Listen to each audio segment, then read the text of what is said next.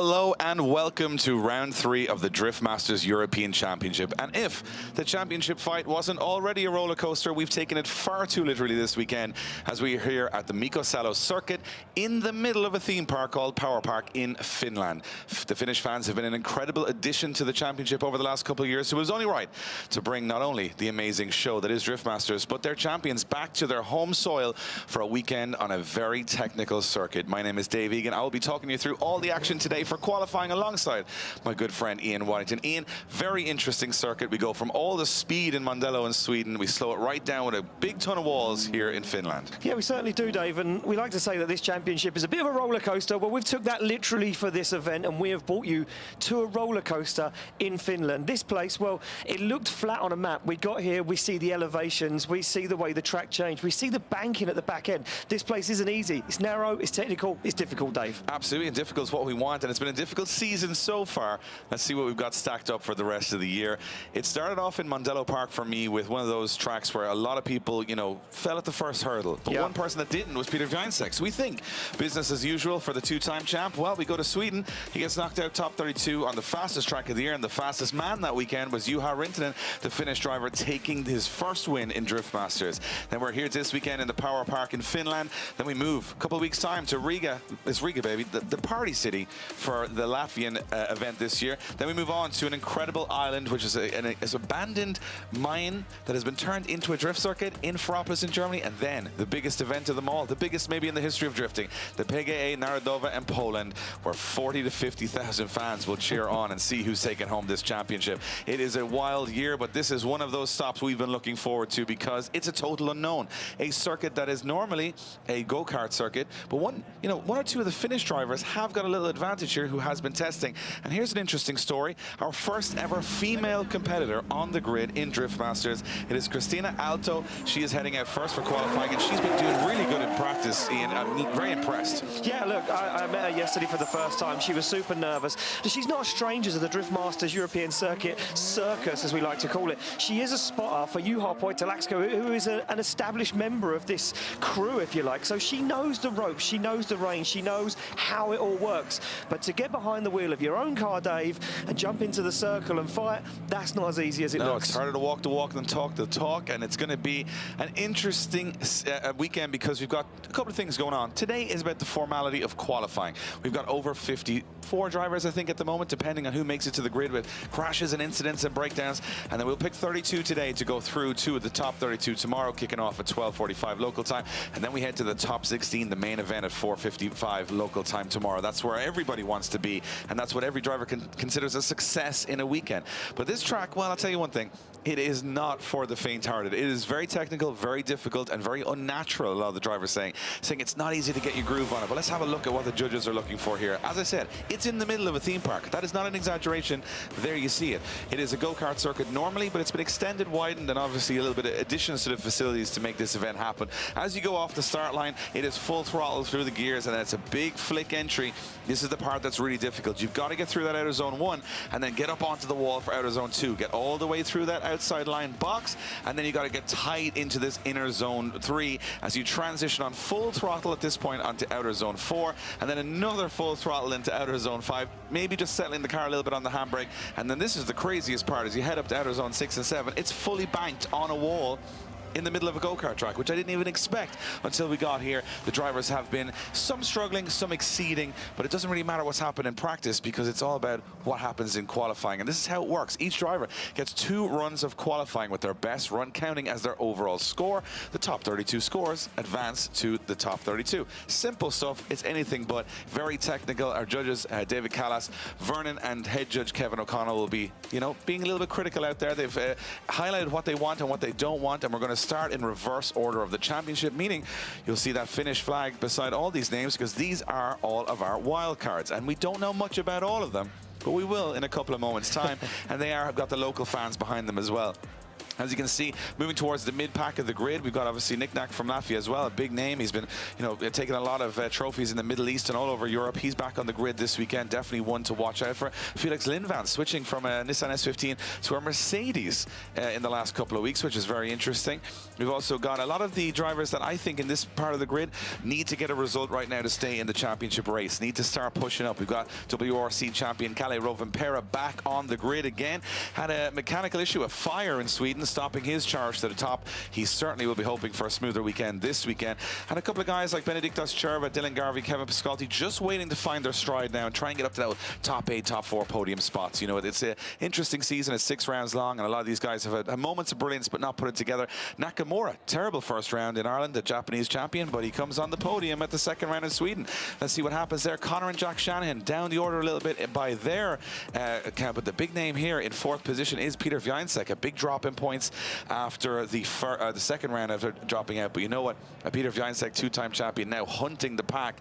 You've got a weekend of entertainment ahead of you. Well, you know what? Let's stop talking. Let's start the driving. Let's head to qualifying.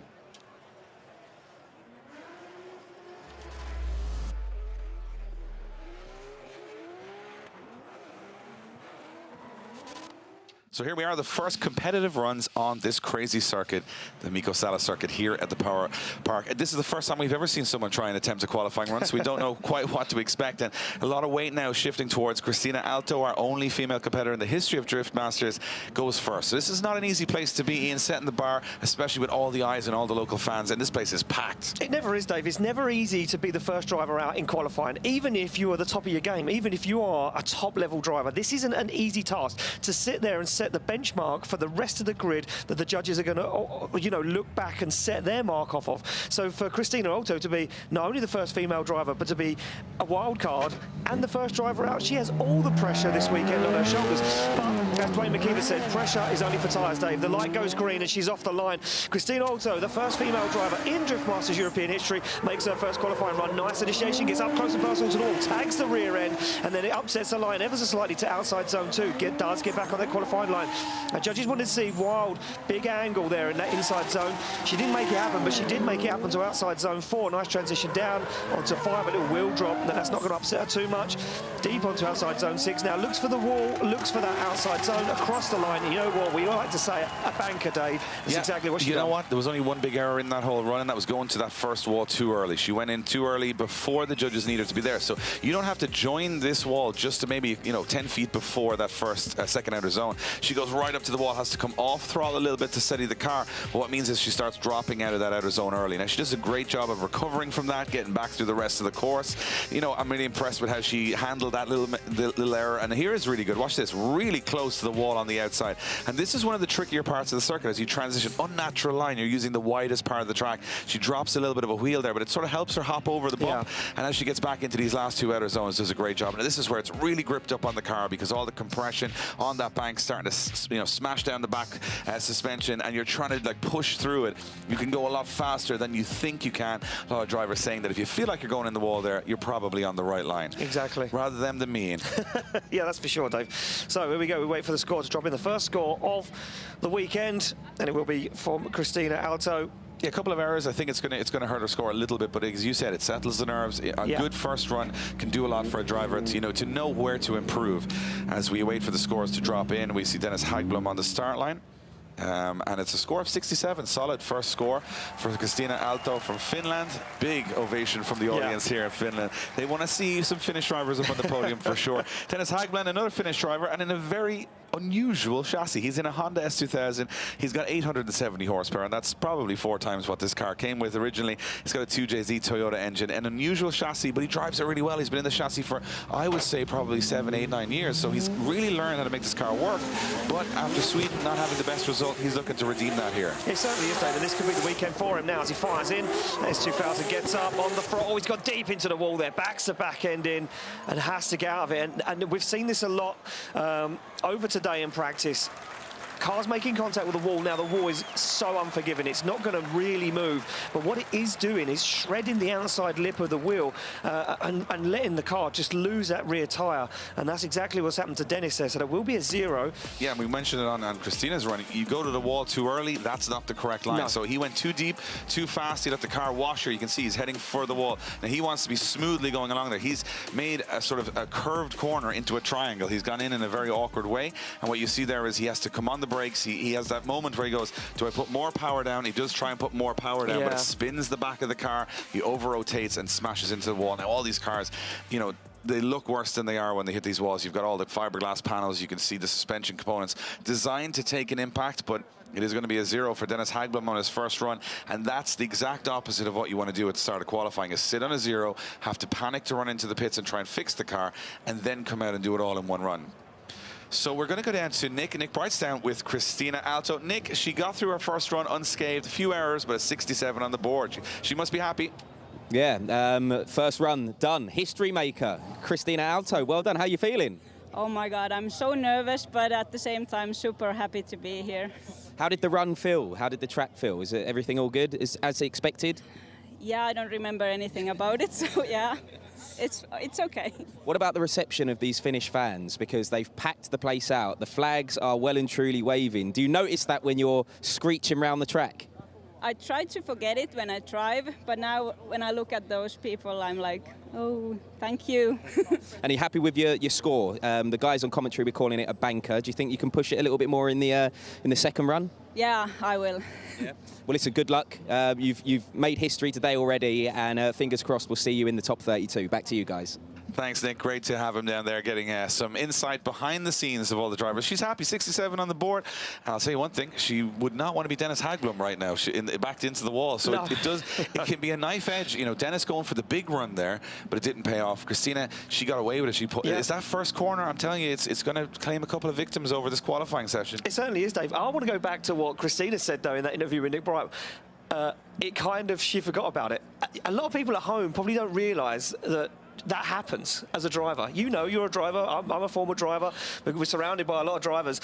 You do a qualifying run or you do a battle and you look back and they go, so how did it go? And you go, I don't remember. Idea. You're in the moment. Your mind goes kind of blank. It goes to a weird place as a driver. I think what the easiest way to explain it, you know, in my own experience, is that you're doing so much behind the wheel of a drift car. Yeah. When you're in a racing car and you're on a straight, you have time to collect your thoughts. What am I going to do? What am I going to change? In a drift car, you're on the clutch, the brake, the accelerator, the handbrake, the steering wheel, the left foot brake. Everything's happening so quickly that all of your mind power is going to almost like robotically input into the car every split second. Yep. So you haven't had much time in that to go, I wonder how I'm doing here. I'm doing all right. I think I'm doing pretty good there. So you haven't got much time to think about it. And what I always find is that if you are in a very confident state, you'll notice some of the drivers at the top level of the championship will analyze a run after it because they're feeling comfortable. They're almost doing it as second nature. So I think that what that says is that, you know, a little bit of nerves that you know, Christina was feeling, almost focused or laser focused on the run. She got away with it. She got a 67. It's not bad. Will it be enough? You know, historically 67 would be really borderline.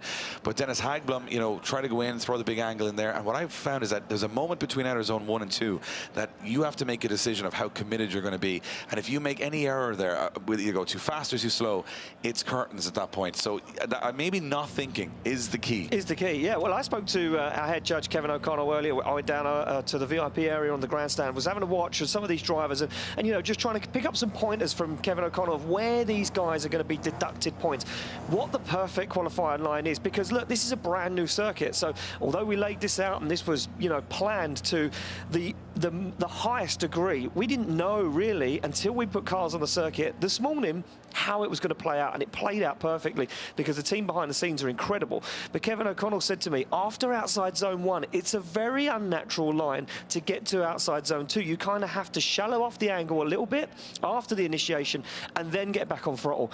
If you're not committed, if you're fully committed, you can jump on that throttle and ride that line out all the way to outside zone 2. So we're going to see a little bit of differences here between the drivers of what they do after initiation. There's a few guys that are using the handbrake to settle the car again or left foot braking. But then there's guys like Peter Vincent and Kalle Rovanperä that we watched in practice earlier that are full throttle from the moment they initiate. Yeah, it's almost, if you think a driver is going in the wall on this track, it's the perfect line. And it's just that split-second decision-making to go back on the throttle to save the rear end of the car that a lot of those guys are capable to do almost so casually, which is a very impressive feat.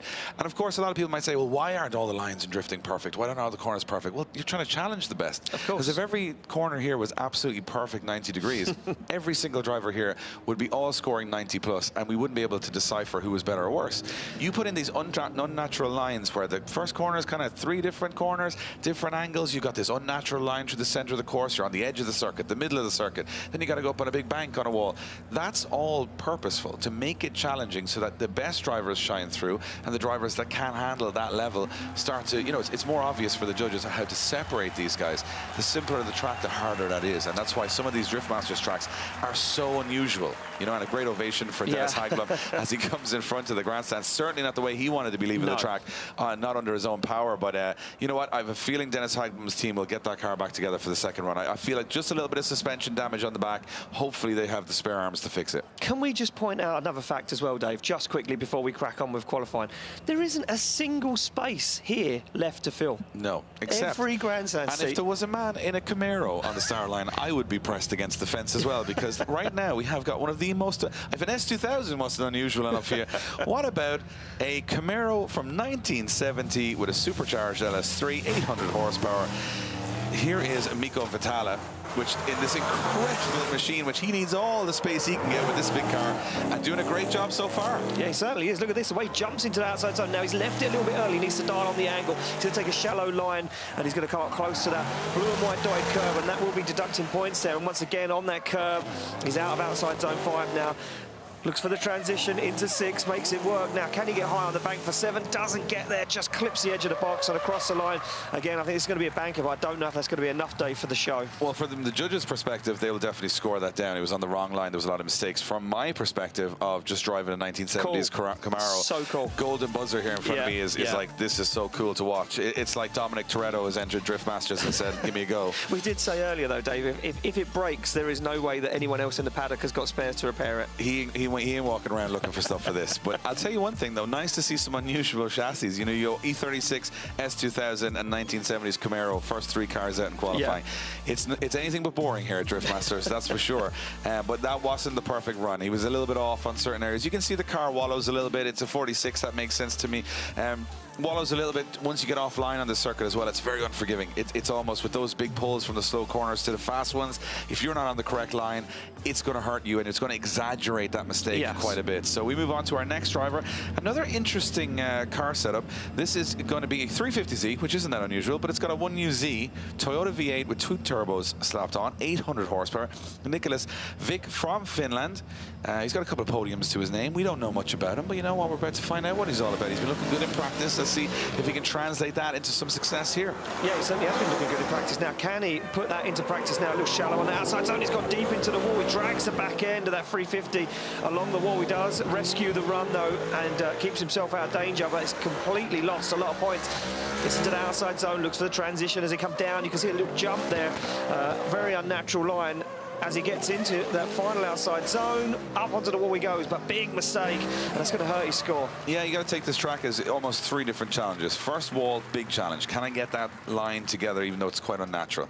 The second is the midsection, where he fell down quite a bit there because he comes offline. If you're not on the correct line, you can see it doesn't flow. It looks awkward. You're on the handbrake, and then you've got how much, you know, I suppose, lack of fear have you got for that big wall run at the end. So he had no issue with the last wall run, but again, coming too deep, hitting the wall. He's dropping out of this zone early, so he should be going in later, and you can see completely out of the zone, so already making errors. Now he's on the wrong line, so he's shooting too quickly through here. He's too shallow, and when he transitions back, he's on the wrong line. He's actually going to go into the wall, so he has to kind of back off a little bit, and this is the biggest error for me. Too early on the transition, completely misses this outer zone, and now he's kind of on the wrong side of the track, having to do a weird transition on the curb. So this is a track where, without that correct line, I keep saying it over and over again, you're not going to get good scores here. And some of these guys, especially the wild cars, are going to maybe struggle with the precision that the judges at Drift Masters at the European Championship level have for all of these guys, because they're trying to, you know, divide the best of the best. And if you're not even, you know, shooting to the perfection level here, you're going to get hurt for it. They're very unforgiving. They certainly are. They're not the nicest of guys when it comes to the scoring. They will be pretty harsh all the way through here. Yeah, they certainly will be. I'm on the line next at Ville Kaukonen in this crazy Nissan 200SX S14. 1.5 JZ underneath the bonnet, 760 horsepower. Comes off the line now. He has been a wild card here before the Drift Masters European Championship, so he knows the ropes, but he gets deep into the wall, and that's upset the line once again. A lot of these drivers now, Dave, what has changed for these guys? Is it the confidence? Is it the nerves? What has happened? Because we haven't seen an accident on track for quite a few hours now, and now all of a sudden we've had 3 or 4 drivers in the wall, one after the other. He gets to that final outside zone, drags what's left of the back end of that car along the wall, and finishes up the run. Well, I want to make a big statement, because you know me, I'm not the most technical person. Yeah. I have a feeling the track temperatures have changed. Well, the sun's gone now. The sun's gone in, and it's gone in for about the last 45 minutes to an hour. And when we saw the end of practice, it was scorching hot. So I feel that first corner doesn't have as much grip as these guys would have been used to at the end of... I know that sounds like a very minor thing to happen. No, yeah. But if the tarmac cools down, it's not, you know, getting that stickiness from your tires the same way it was. Just the fact that we've watched... That's one theory, Ian. Yeah. I've got a second. Yeah. A little bit of overdriving. Yeah. You know, being a bit smooth in practice and thinking, oh, I've got to be unbelievable now in qualifying, and pushing that little bit too much and hitting the wall. So yeah. You can take the pick of either of those if you're at home, and both of them could be completely wrong. But I think that's playing into it, because we weren't noticing this level of bouncing off the wall. And I don't think there's been a run yet where someone hasn't gone into that wall, or very close to it in the case of Christina Alto, or had to back out. So to me, you know, we're 4 or 5 drivers in, and we've watched everyone almost bounce off the wall. It's going to be interesting to see if that's a lack of experience because they're wild cards, or maybe nervousness, or it's the track temperatures changing, and maybe that affects all the drivers throughout because they wouldn't know any different. So 49 on the board for Kaukonen, and to be honest, not enough. I would say anything less than, you know, probably high 60s, low 70s is going to be struggling here.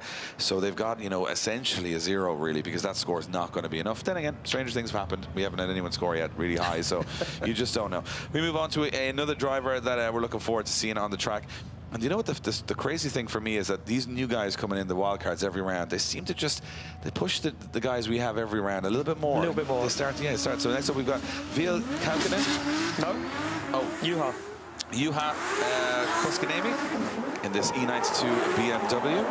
900 horsepower, doing a good job so far, actually taking it nice and wide to the wall, but a little too wide, and again messing up his line. And the question we have now is, has it done damage to his suspension? Because that can happen so easily when you touch the walls here, is that it can just knock the rear arms. It looks like he is not, that car doesn't look like it's reacting the way he wants it to. He's just surviving this run right now, is Juha, and a very experienced driver, and 900 horsepower couldn't get him out of that wall, Ian. No, I think for me, he got himself into it. It was lovely. Look at this from the initiation.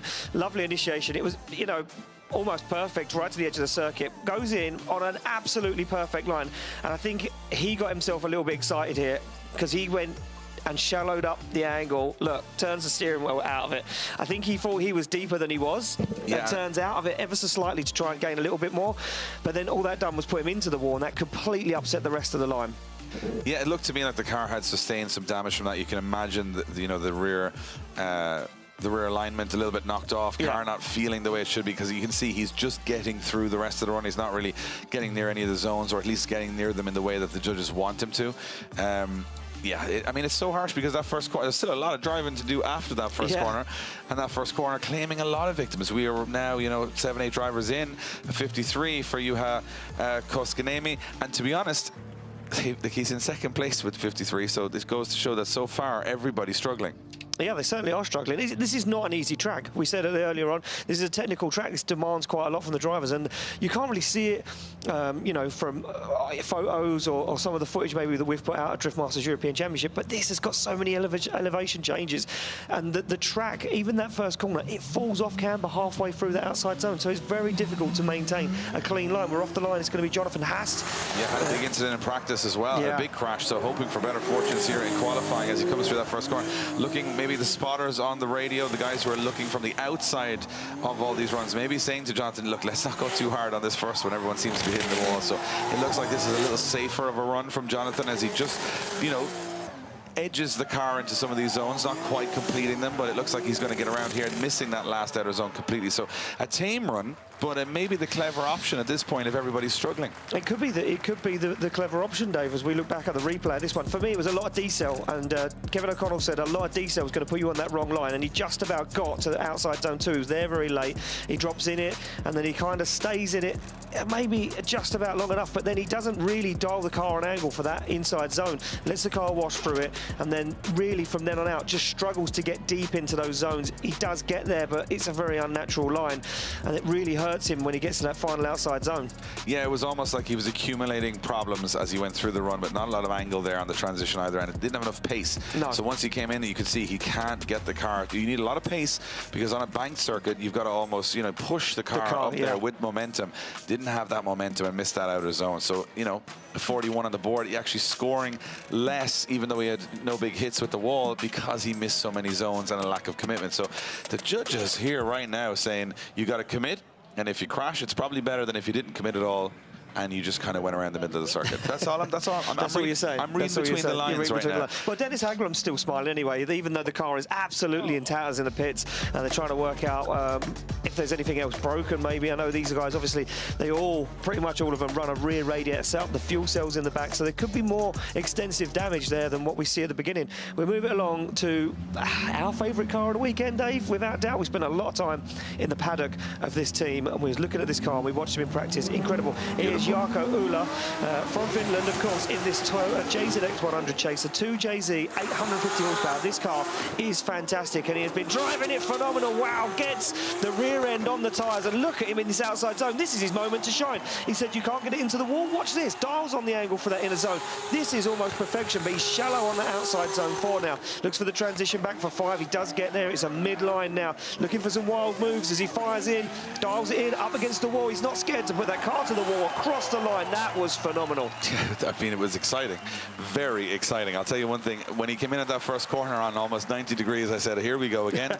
The recovery driver was already turning the key on, and look, wow. Just flexes the back of the car. This is unbelievable. Right out to the edge of the circuit. That car is buried in that wall all the way around. And at this point, you're thinking, wow, you've done the hard part now, Jarkko, here we go.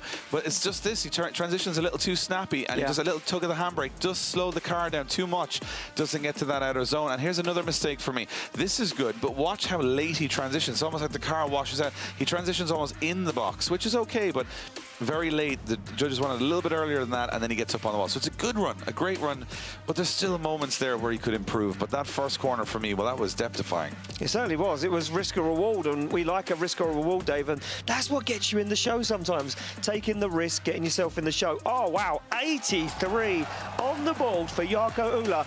Comes in swinging this weekend, Dave, and said wildcards could take a podium. What comes after the phrase risk? Reward. Exactly, and that's what he got there. A reward from the judges. It wasn't perfect, but an 83 on the board shows that it can be done. We have a big score on the board right away, and we'll move it along the order.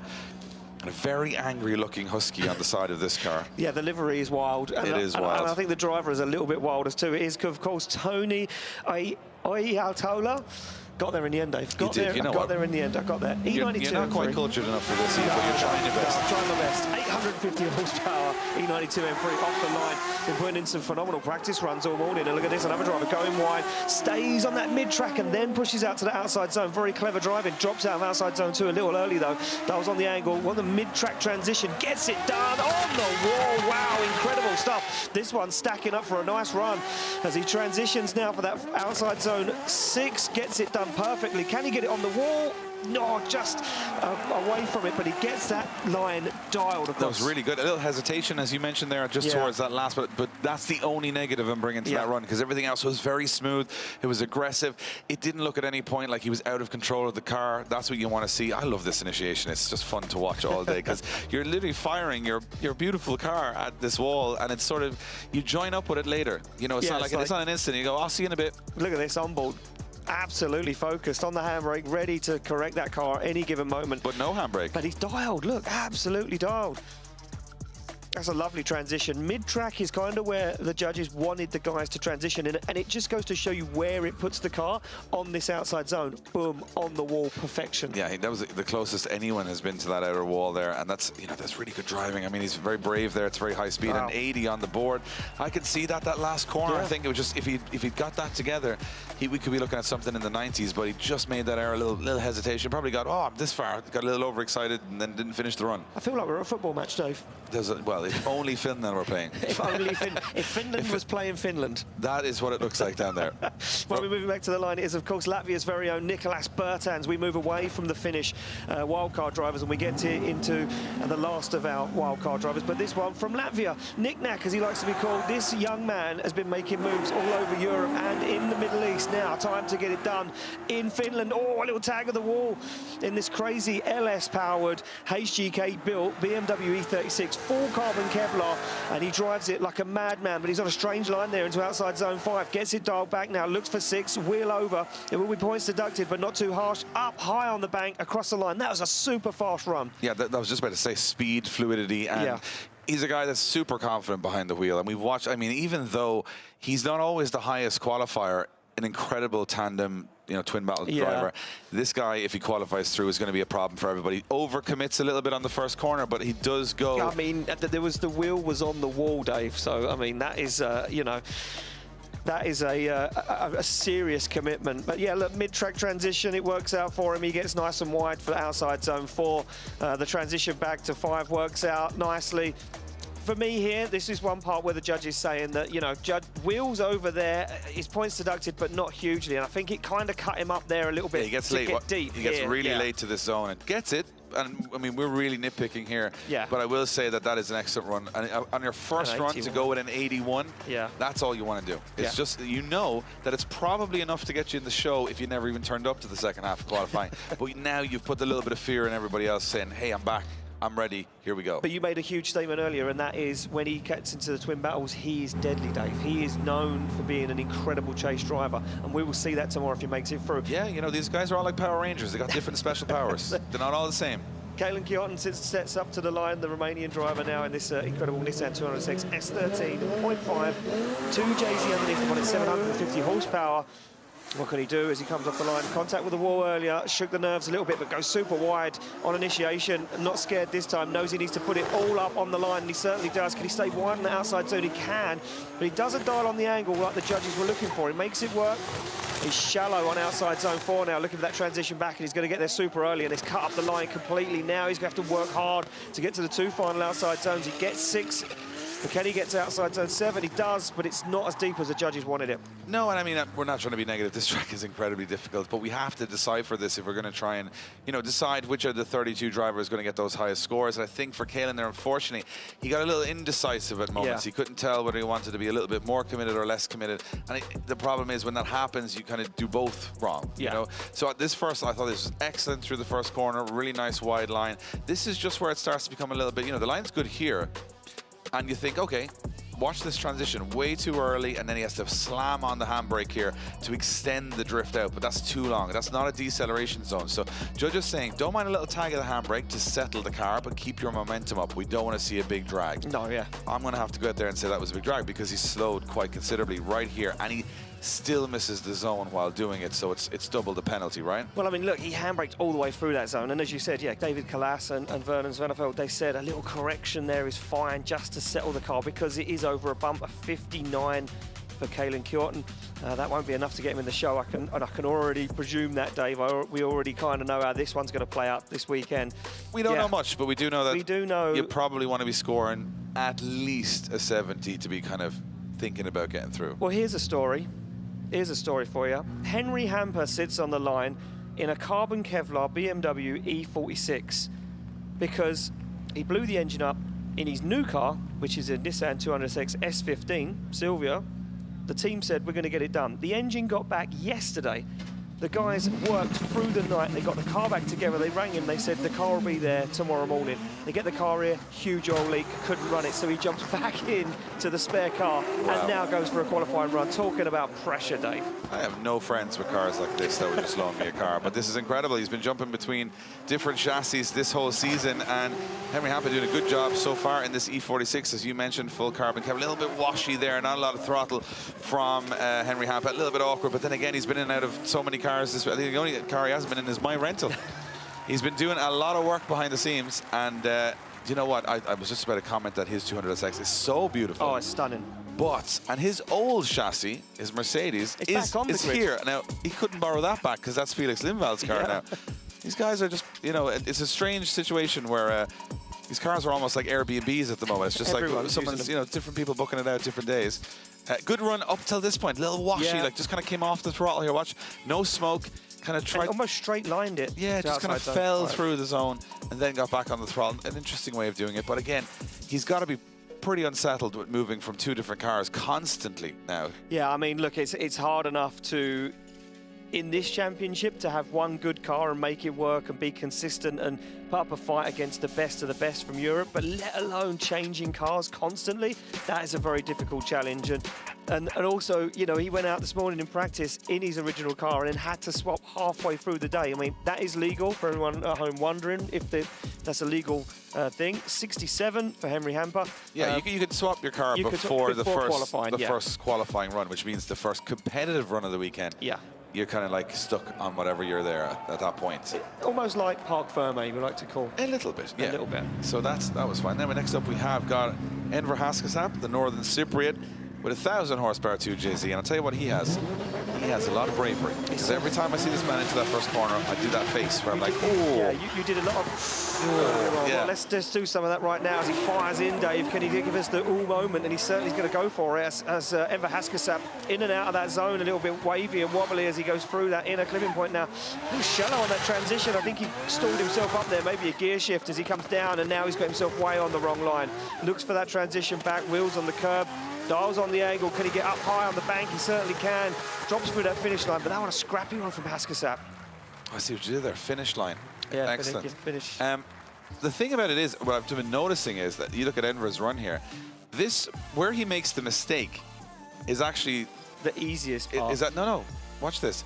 This is where the mistake is. Not the mistake actually comes from this moment. Yeah. Because you don't get the line and the push out of here right. You can get to here, but you're adjusting out there, and now you don't have the pace here. Yeah. So 2 corners back is where this whole mistake comes from, and then you're going, oh, I can't get out to the other edge of the track. You will be able to get to this last corner and transition back, but it's the wrong line. And again, you'll watch Enver just about adjust the car into that. It's so unforgiving because it looks like these wall runs are the difficult part. I really think that center section is actually the most difficult part because it highlights any errors you've had, you know, 10 seconds ago. Of course, 100%. And Kevin O'Connell said to me, outside zone 2, even though there's a white line that denotes the end of it, that doesn't mean that you have to leave it at that point. And they was telling drivers to drive through it, to dial on the angle for that inner zone. 67 for Haskasap there.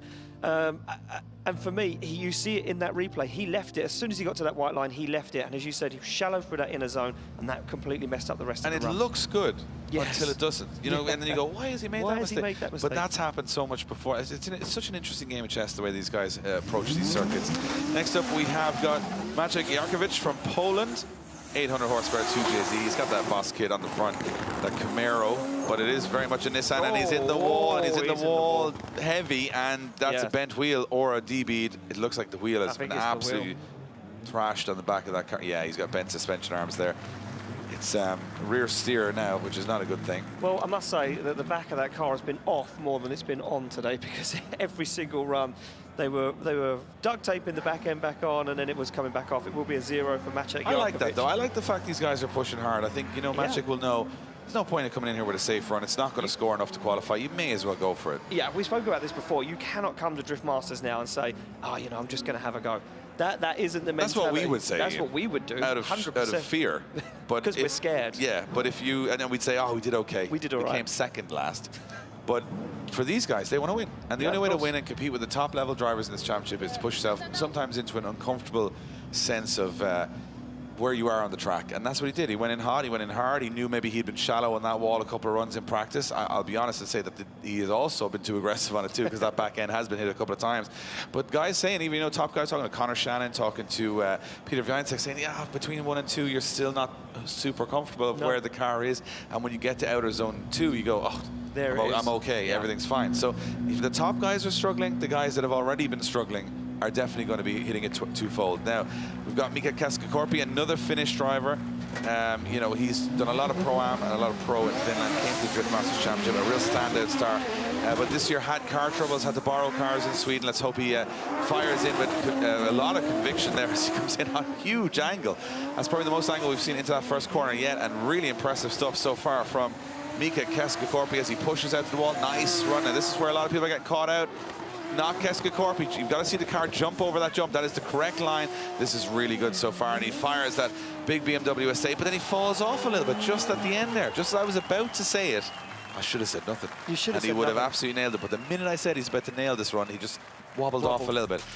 You know what, for me, Dave, I think that was some of the best driving we've seen Mikko Vitala do here at the Drift Masters European Championship. And I said it earlier in practice, he was dialed, he had the line absolutely figured out. Okay, he fell out of outside zone 2 a little early, but he stayed kind of wide. He let the car dial an angle, and you could see that mid-track transition and how that placed the back end of that BMW to the wall. And then that transition, as you said, through there on big angle, full commitment, and that line, look, right to the edge of the circuit. But then right here, I think he maybe lacked a little bit of commitment. I think he thought he got to the end and then went, I've almost done it. I've almost made it. I think he thought he was going in the wall. Yeah. I mean, we can imagine Vitala surrounded by a lot of toxic positivity. Yeah. Because, you know, whenever you come up with an idea to build an E91 estate, and then say, oh, what are you going to put in? Are you going to put a 2J V8? No, I'll put a Ford bar engine. So, and everyone said, that's a great idea. And you know what? He makes it work. 83 on the board. He's in second so far. It's a solid first run. If he just stayed a little bit more committed on the last bank, we could have seen a top qualifier. Yeah, we certainly could have done. So there we go. Food for thought there for Mikko Vitala. There's nothing really to lose on the second qualifying run, but it all to lose because he has to compete tomorrow, potentially. Here we go, back on the line, there we go. Pavel Palinski back in the game. Nissan 206 S14 2JZ, 850 horsepower. And Palinski, well, been on the podium in Germany, been on the podium in multiple places at the Drift Masters European Championship, Dave. This young man loves this new car and loves these tight technical circuits. He was a big favourite in Germany as he fires in. Nice line for outside zone 1 now. He gets to 2, keeps it safe though. Doesn't go too deep, keeps it clean. Now dials on the angles. He looks for the transition mid-track, gets it dialed absolutely perfect. Right to the wall goes Palinski as he comes down for 5. That line is beautiful for Palinski. This is textbook right now. Wheel over, but it doesn't matter. He goes super wide, onto the bank he goes, shallows up the angle, across the line. And Palinski putting all of the chips down for that one. I'll tell you what, he's definitely committed, that's for sure. Because as far as I could tell, you know, right throughout that run, the thing about Pavel Palinski, I feel like sometimes he wakes up and he's a great driver, and then sometimes he wakes up and he's an exceptional driver. Yeah. And we've watched him do both. He's never a bad driver, but it's one of those things where he does try and do exactly what the judges say. He will adjust the car. He doesn't go where the car wants to go. He's saying, oh, I can see Kevin O'Connell and David and Vernon's face now going, oh, they don't want me here. So he'll adjust the car. But he just a little bit overcommitting at the end. I still think a very good solid run, excellent, and really good there. Like, he jumped 2 wheels off the ground. He was that wide on that outer zone. But just here as he came up watching, he was on a good line, but then all of a sudden that corner tightened up a little bit on him. And just about here he went, oh, I'm going in the wall, better back off a little bit. But you know what? I think they'll respect the commitment from Pavel there. And look, he is always one to watch. He certainly is. He's always exciting. He's always bringing the fun and the smiles.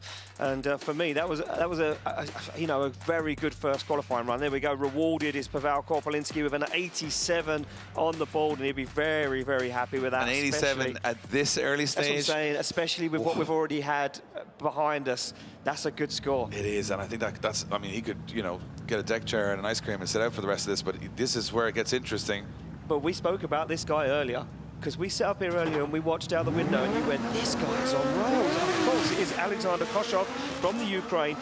Nissan 206 S13 2JZ 800 horsepower. He has been absolutely ripping around the circuit, and he's not scared to put the back bumper, the tail lights or the spoiler to the wall as he now comes through, looks for that inside zone, gets the transition done, goes wide, not as wide as we'd like him, but nevertheless makes it work. Comes down for outside zone 5, a little just on that handbrake. You can see jumps that car over, he shallows up now, looks for that final outside zone. I think he's playing this one safe, Dave. Across the line he goes, and he gets this one in the bag. Yeah, not as aggressive as some of the practice runs we watched. But you know what? Tough to follow Pavel Palinski's run, because that obviously was such a highlight run. And again, a couple of wobbles through the run. I mean, I love the entry. He went on a huge angle here.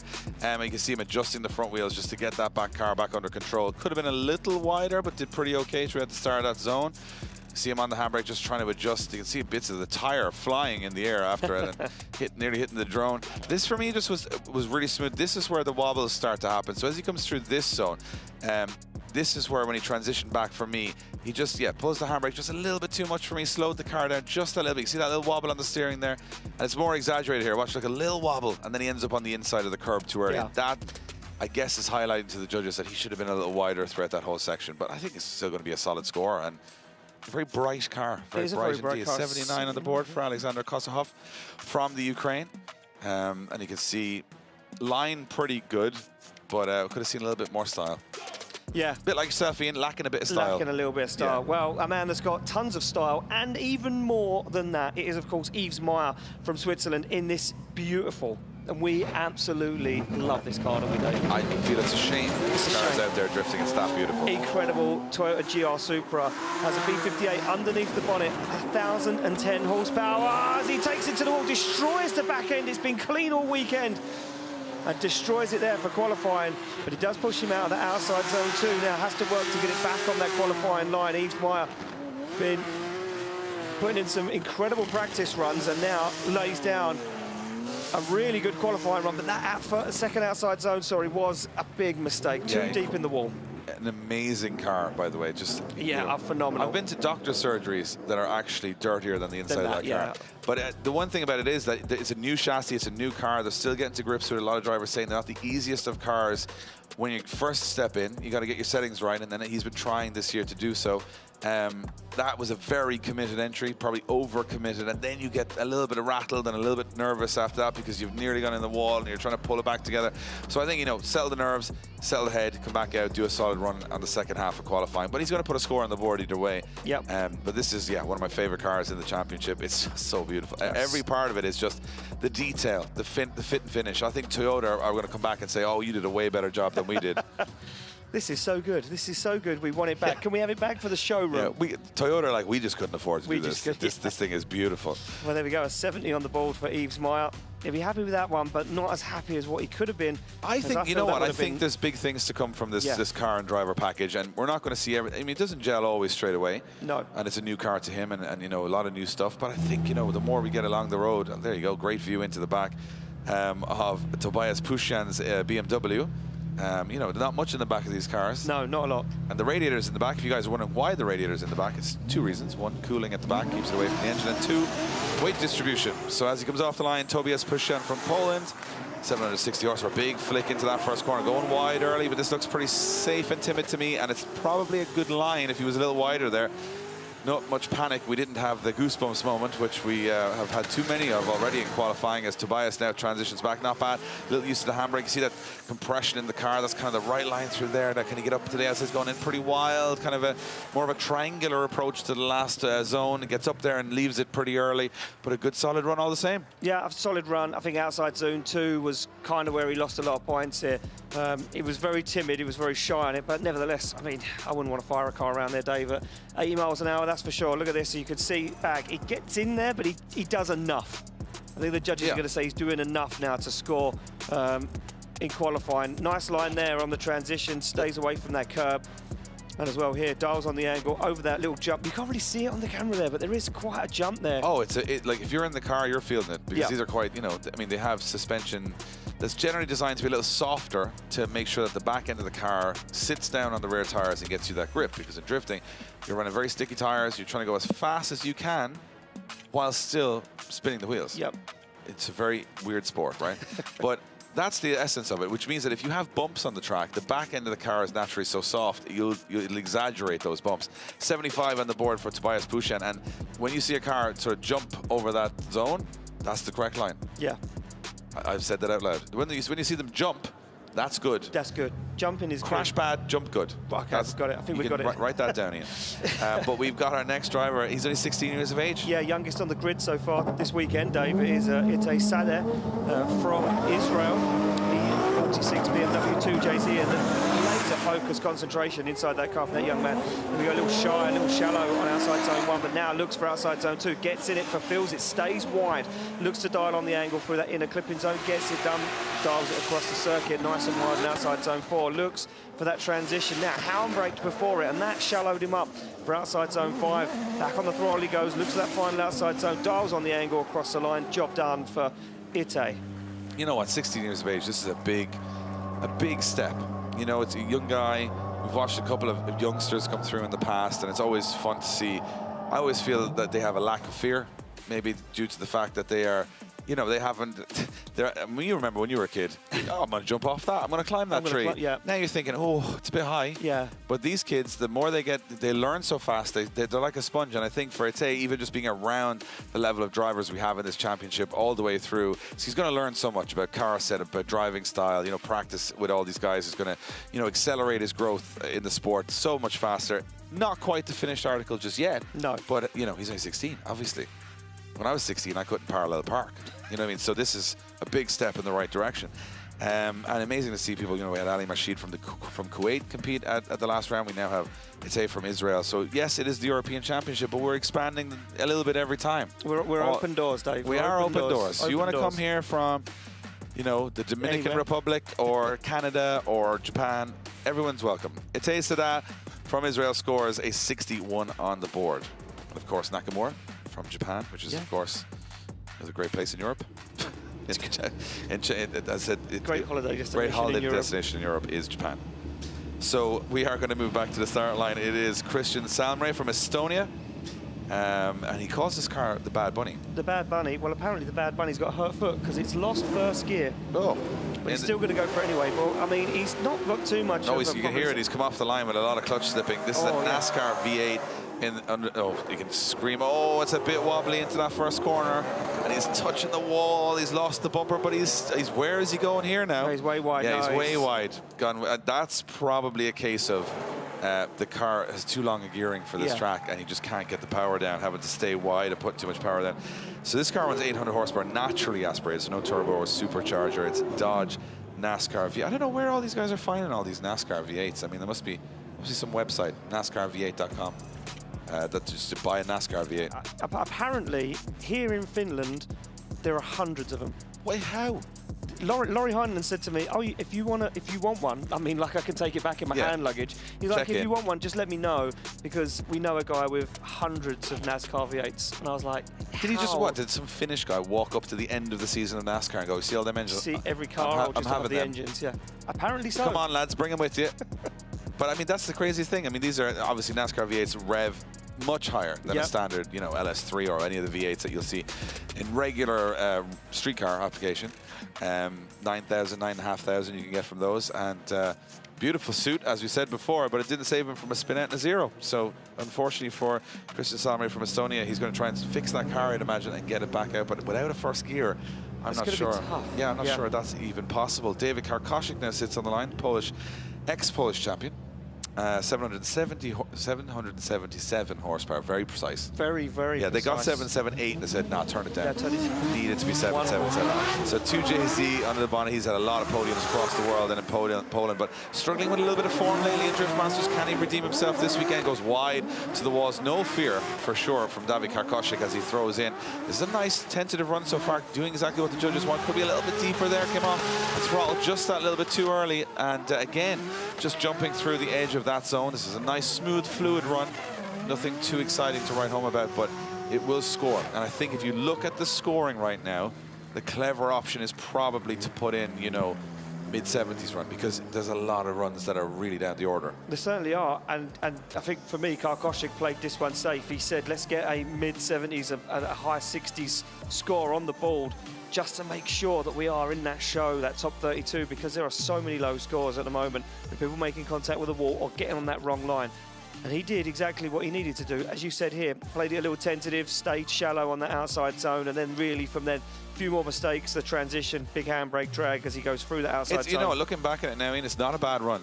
I think this is going to be scored very reasonable. I think is it going to top the qualifying? I don't think so. No. But I will say that maybe this is the clever move, because there you go, 70 for David Kosik. We just said that, didn't we? But you see, look at the style. He's less than half on style. And I can get that. No big angle, no overcommitting, didn't go close to the walls, but he got the, look, 43 out of 60 on line. So the judges reward him on the line, but you've got to get that angle and style to really score high. Of course. We're moving to the line to a man we've just speaking about, Felix Lyal, the Swedish driver. Now, used to drive a carbon Kevlar Nissan 200X S15, traded it in, did a deal, Dave. Bit of a trade-in. Bit of a trade-in, bit of an upgrade, he said, to a 900 horsepower Mercedes-Benz E34. Wanted a little bit of luxury. He said, he said, I've just got not enough seats now. Yeah, I'd love a bit of Mercedes. Love a bit of Mercedes, he said, so I'm going to make an upgrade. There's probably just the windscreen and the roof left on this car from the original Mercedes. It's 900 horsepower, it's absolutely incredible. And it only weighs 50 kilos more than his S15, which is incredible. It's an ex-car of Henry Hampa, and doing a good job. He said it handles pretty much like fairly neutral. He said it wasn't too much of an adjustment for him, and right now he's proven that point as he puts in a storming run so far. Just not wide enough on that outer zone, but this is pretty solid everywhere else. Like the big flicks, the transitions. Oh, and he absolutely buries the headlight, or the tail light rather, into the wall. Committed. I like it. Yeah, I liked it. And I think for me it all went kind of wrong when he left outside zone 2. It was a shallow transition we can see back here on the replay now. Very nice line there for outside zone 1. Lovely line into 2. He gets the back end buried once again onto that wall. Fulfills it all the way, but then he kind of shallows up on the transition, and that affects his line through the centre of the circuit, and that's where the mistakes started creeping in. And look how smooth he is behind the wheel, though. I mean, it looks like this. Look at this. Gets a wheel on the curb. Boom. That's kind of what upset him. It unsettled the Mercedes-Benz. I mean, it would, unless he was parking. We have 2 Mercedes-Benz in qualifying today, which is unusual, right? We've got and one of them is a diesel. Oh, yeah, of course, yeah. Forgot about that one. Yeah. I forgot about that for a moment. How could you forget about the one that has both white and black smoke? Well, I mean, he had no boost earlier. He needs it, because that turbo is about the size of my house. Head. 79 for Felix Lyal. For Felix Lyal, into 7th position he goes. But you know what? He's learning the car. He said he's not expecting miracles straight away. But that's a very solid score. A lot of these guys have been driving the same car for like 2 years who haven't scored as high as him in his first weekend. Well, big story on the line. Dogo Kaara pulls up to the line. Now, the last time we see this man, Dave, he was buried into the wall face first. He was pretty much halfway up that roller coaster. He had gone hard into the wall. He said, I'm done with drifting, I want to go on the roller coaster for the rest of the day. The team have done an incredible job to get the car repaired and back out, and Dogo Kaara now leads the line in this insane BMW E92 900 horsepower, and he is coming for a bit of redemption. Not had the year that he would want so far, but look at this from Kaara as he fires through. The line is beautiful, Dave, as he gets to the wall. Can he keep this one on form? He's certainly going to go for it. Nothing left at the back end of this BMW. He's in that outside zone. Front wheel locked. He goes to the wall. Kaara on a flyer. Mega run. And it's a good thing you introduced that run, because I was about to say, oh, he's probably going to hold back a little bit here. Last time he went out there, he hit that wall. Expect a tentative run. Dogo Kaara. At first, he doesn't speak English, so he doesn't know what tentative means. Doesn't know that word. But the only word he does know is go fast, go hard. Because I'll tell you one thing, that was an incredible run. From start to finish, the commitment. I love the golf ball on the gear stick as well. Big golfing guy. Yeah, well, there's people screaming 4 as he came into that first corner, I'll guarantee you that. Incredible stuff from Dogo Kaara. And you know what? Every zone he was pushed. Look at this, on the wall again. He was on every wall. He was on every single wall. Boom, 3 wheels off the ground, smashes through that zone. Full throttle as well. No messing around. And then this bit, I was like, oh, he's looking a bit hot to that zone. He's going to crash again. And no, perfect all the way through. Wow. Yeah, a bit of. And you know what? To have a big impact in practice, the last time you drove the circuit, to come out and put a run in like that, which I'm not even going to guesstimate because I'm terrible at figures. That's a big look at that perfection. But you know what? This season, Kaara, you can see very happy. Very happy. Kaara either is unbelievable or crashes. There's nothing in between. Absolutely nothing. We spoke about this earlier because I was like, Correa's one of those guys that crashes 5 minutes before qualifying. Judges not liking it though, Dave. An 86 on the board. I wonder where those guys have pulled those points away from. Do you know what? I'd love to have a chat with the judges. But 86 is still a very good score. It's a very good score, but not top qualifier. So I wonder where the foot was wrong. For us, it was golden buzzer.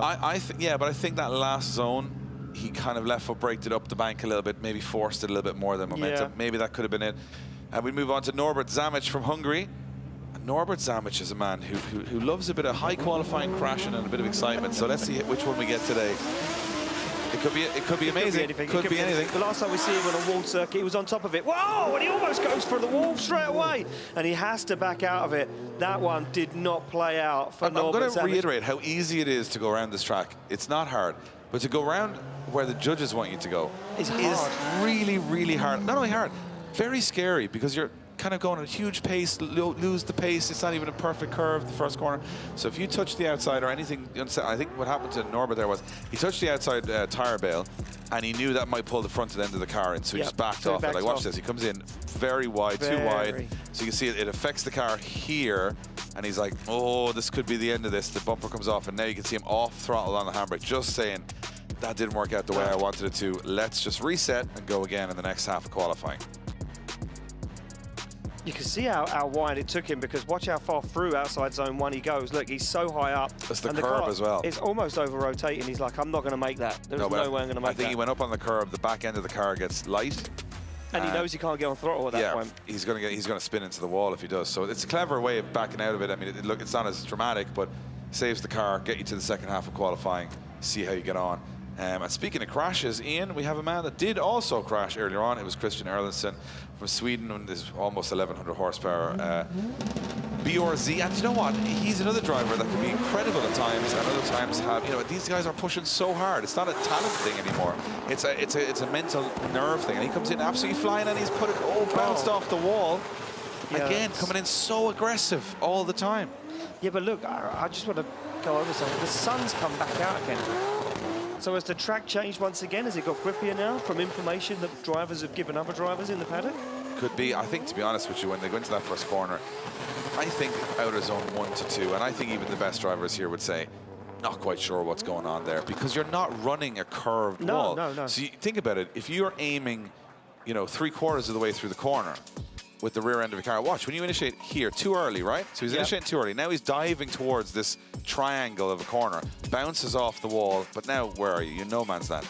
So to get out, but if you go out early, like Norbert Zeme tried to do, he went too far, and now he's on the wall too early. So this timing thing here at the start has to be perfect. It has to be perfect. And it's also something they seem to be struggling with more than any other part of the track.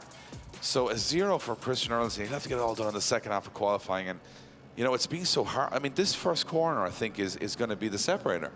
Maybe maybe a score by the end of this could be enough. Who knows? Could be enough. Who knows? Well, a man that's been putting down some incredible runs that was looking to get a good score is this man, Enver H from Poland, E82 BMW M1. It has a V8 turbo underneath the bonnet, 1,000 horsepower, carbon Kevlar. Crazy. It is crazy. This guy he's the youngest ever Dakar Rally winner in the T4 category, and he's smashed into the wall. He's coming in very hot. I was about to say, he's definitely no fear of this track, but he's recovered pretty well there, and he's going very heavy again. This is a very fast run, and super, almost like you've sped up the footage here, because it's incredibly fast, but he's had a bit of a mistake on the first corner, which will cost him. But this is a kid that I think, just when it all comes together, will be very hard to beat. Yeah, look, once he gets everything aligned perfectly, when all the planets align for him, this is going to be an incredible moment in his life, because he has the skill, he has the car. It's just one thing that needs to line up with the other, and there, that initiation, once again, look, he's super deep, perfect for me, in my eyes, and he gets to that wall, but just a little bit too close. Just, you know, almost soft cushioned the wall there, like a pool ball. Just poof. But from here on out, like, he still managed to get himself back on a very nice qualifying line, to be fair. It didn't really upset him that much. Look at this outside zone, absolutely ripping through there. Looks down, nice transition, perfectly to the edge of the circuit. You know what, looking at it the second time, I think he's going to score okay here. I mean, that is an error, obviously bouncing off the wall, but everything else was very good and very fast. I mean, look at this. Just sits up on the wall saying, no problemo. But some of the runs he was doing in practice earlier on, Dave, even the judges were saying he's getting to that point now where he's almost ready to break through and say, here I am. He needs a settler, as they say. He needs a round like this with an 83 on the board for the youngster Eric Gotcha. And you know what? If it starts to come his way this weekend, there's not many guys around here that are faster than him. No, he's very, very fast. And this is, a track where that might make the difference. That level of commitment, but controlled commitment, which we haven't always seen it as controlled of course. In the last couple of runs. We move on to the line. It's Clint van Oot from the Netherlands. Yeah, 850 horsepower, 2JZ, one of the loudest cars on the grid. And Clint thrown into that first corner, comes in nice and early, nice and deep. On the left foot brake, trying to massage the car back out to that outer zone. Does a good job, not overly committed, but really nice, good line so far. What the judges want to see as he pushes out to the edge of the circuit. Nice wall run. This is looking very good from Clint. Van Oot a little early there as he comes out of that outer zone. A little too soon, but he gets it back on throttle. And this looks very controlled until he gets a little bit too close to the wall at the end. So 2 small errors on an otherwise very, very impressive run. Yeah, very, very good. Always struggles when it comes to qualifying or top 32. He said he struggles with those nerves, getting himself in the car and getting that mental space right. This outside zone was lovely, and the way he let the car wash and rotate through that inner zone was perfect. Look at that mid-track transition. Look where it put the car perfectly on the wall. But for me, I think he transitioned a little too early, Dave. I don't know if you're going to agree. I don't know if we're going to have a weekend where we agree with each other, maybe. Stranger things have happened, but I do agree. Yeah, he transitioned too early, and then that upset the rest of it. And I think, again, it's timing. I think outer zone 1 to 2, timing. And that transition is timing. What happened here, Dave? I think he went... it was at the wrong angle. He knew he was going to hit it. Yeah, he actually didn't get onto the bank early enough. So because he's transitioned too early, watch, he's transitioned too early here. Yeah. He doesn't go up the bank, he kind of goes across it. Yeah. And then he has to kind of triangle in and out, and then he hits the bumper, and that beautiful yellow S14 takes a scuff, but still a 67 on the board, 14th position so far. Definitely, a driver with the potential for a much bigger score there without those small errors. Definitely. We go back to the line. It's Marko Zakaril from the Czech Republic, BMW F22. There's a BMW V8 underneath the bonnet, 900 horsepower. Now, Zakaril, we was talking about him earlier, said that in the last few years he kind of had this real high and then he's plateaued. He hasn't really made any moves. Could this be the event where he shines? He's been looking on form. The car has had a few hiccups, but now he's coming back swinging. And look at this, fulfills outside zone 2, carries the angle. Look at the transition. Mid-track dials it through, just catches the wheel on that curb. And that transition was where it all went wrong, Dave. Yeah, you can see it. He just missed that out of zone completely as he transitions back. This will be a score, but he could have done a little bit better. It's funny how he actually did the hardest part of the track, again, which I would consider out of zone 1 to 2, that first wall run. Yeah. Absolutely sensational. Comes through the inner zone, you're thinking, here he is. And then he snaps the car. And all of a sudden loses that momentum over the curb, and then all of a sudden he's like, oh, I'm in the total wrong place altogether. This is probably one of the nicest, most fluid entries we've seen. Comes out to the wall, you're like, oh, here he is. On the left foot brake, car is perfectly towards the entrance or exit of the track. This is pretty solid, the standard stuff. Judges will be enjoying this. And then watch that front wheel just go through that zone perfectly. And watch this big snap up on the curb. Oh no, miles away from the outer zone. So just, it's so harsh because you might go past the first wall and think, oh, I'm on it here. And then all of a sudden, oh no, this is the easy bit and I'm now in the wrong place. And it happens in an instant, in a split second. So a lot of these guys are going to find so many challenges across every corner of this track. And I'm actually enjoying it because if the best of the best are uncomfortable, it means the track is unpredictable, which means the battles will be unpredictable, which I like a little bit of unpredictability. We love it. We do love it.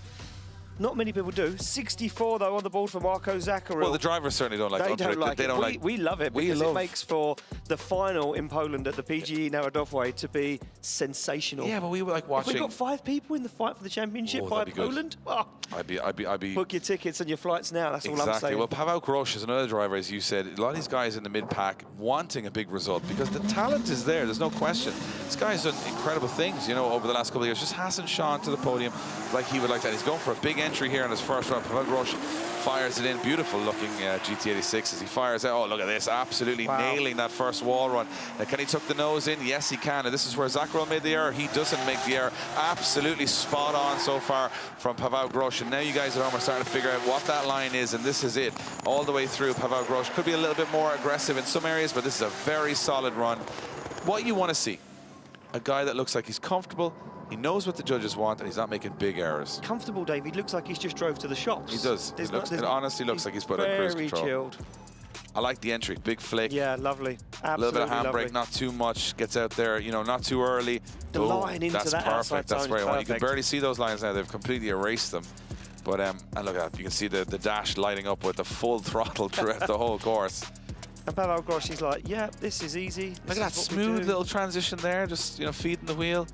Looks comfortable here. This is very good. This is very good. And look, I keep mentioning stuff that we talk about. We talk about a lot behind the scenes. We spend hours together, Dave, unfortunately. But we talk about a lot of stuff. Nothing else in common except our love for drifting. So we do a lot of talking about drifting. But we said there's a lot of these guys this weekend. It's round 3. We're halfway through the season. There's a lot of guys this weekend that could just go, do you know what? Let's just go for it. But I like that, though. 83 on the board for Pavel Groszy. And that's the thing. You know, in the last round, Juha Rintanen takes the win out of nowhere. Do you know what I think? Not out of nowhere in terms of talent, but out of nowhere in terms of form. I think that sparked a lot of people to say, yeah, just if go Juha for can it. do Just it, go for I it. can do it. That could be a T-shirt. If you can do it, I can do it. Oh, brilliant. Money maker, Dave, right there. You get that at the Ian and Dave merch shop down below. But that's the thing. You see someone come from the back of the pack, all of a sudden they win. Everyone on the grid gets a whole boost and says, well, that could be me next time. That could be me, yeah. And I think by the end of tomorrow, at the end of our main event, top 16, anyone could be on the top step at this point of this championship, which is super exciting. And next up, one man who's, you know, got pretty close to those podiums is Jakub Kroll from Poland, 2JZ, 800 horsepower, E46. A little bit of dragging on the handbrake there just to make sure he stays wide, and he does. It helps him get to that outer zone. Nice little bounce off the wall, looking pretty solid so far. Transitioning back, like nice fluidity there. Could be a little wider, but it's fluid. This is where everyone's struggling. Not Jakub Kroll. He bounces through the zone. This is very nice all the way to that last center. Can he get there early to the wall? Looks like he can. That's how you do it. Jakub Kroll on a flyer. Wow, Jakub Kroll, we mentioned him before. We said he could be unpredictable. We've seen him come alive in top 32 battles before, and he loves those top 32 battles. This, for me, was an incredible qualifying run. He was laying down some incredible practice runs earlier on today. And again, look, that line into outside zone 2, perfect. He does make contact with the wall. Didn't really upset the steering. He could make a small correction, but nothing too harsh. And look at this, dials on the angle, mid-track transition, just keeps himself clean there. Doesn't get to that outside zone as wide as what we'd like, but he definitely makes the rest of the circuit work perfectly. This is a nice run from Pavel Groszy, Jakub Kroll, sorry. Lovely job.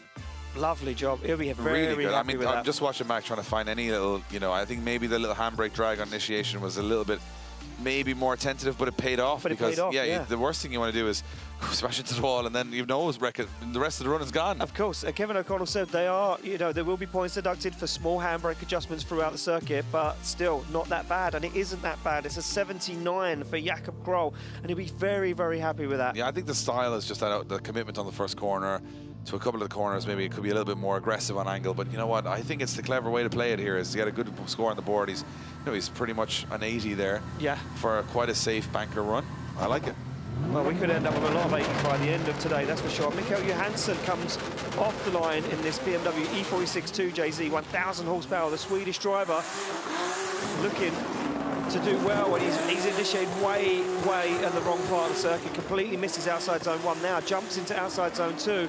He's already bleeding points here, looks for the transition back, wheel up on the curve. This one's starting to fall apart for Mikko Johansson, and I think some nerves have crept into this one. But Johansson, as he looks for the transition back, wheel on, he's dialed on big angle. He's going to have to work now to get to the outside zone. He's on an odd line across the line. You know what? I actually quite liked it because he made some errors and he recovered from all of them, which is really unusual because no one else seems to be able to do it. Like, this is an error. He misses the outer zone. He's on the inside of the track and you think, well, he's just going to be in no man's land. And then all of a sudden, nope, there he is. In the zone, yeah. On outer zone 1, does a pretty good job there of getting to the outside zone. He's absolutely buried in the wall all the way through there, even if he got there in an unusual way. And then he transitions back. This, as you mentioned, a little close to the curb means he's a little late to this and he's not as wide as we'd like to see. But then he kind of recovers a little bit here, gets to the outer zone. And this transition for me is probably a little too snappy. Put a bit too much angle on, doesn't get up early, but then he still gets to the wall, gets to the zone. So he's getting there, but not in the correct way. And the judges will be watching that. So while he's collecting the line points, his fluidity probably isn't maximized. No, of course not. And that is where he's going to lose a lot of points. And you can see there. Oh, he does get to the outside zone earlier. So that yeah, you were being a little harsh on him. I was like, you know what, he's doing all right. 64.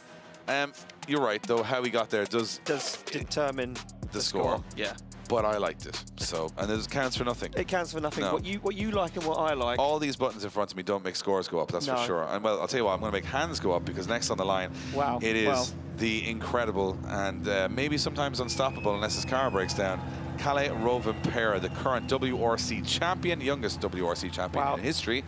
And the Finnish fans, well, they're a big fan of this young man. And this guy is about to take to the track in this incredible Toyota Supra. Rovanperä firing in and absolutely running the wall, but this is very aggressive and almost maybe too aggressive. Smashes into the wall twice. This is almost overdriving the car through the first section, and he's lost a lot of Supra through that first section.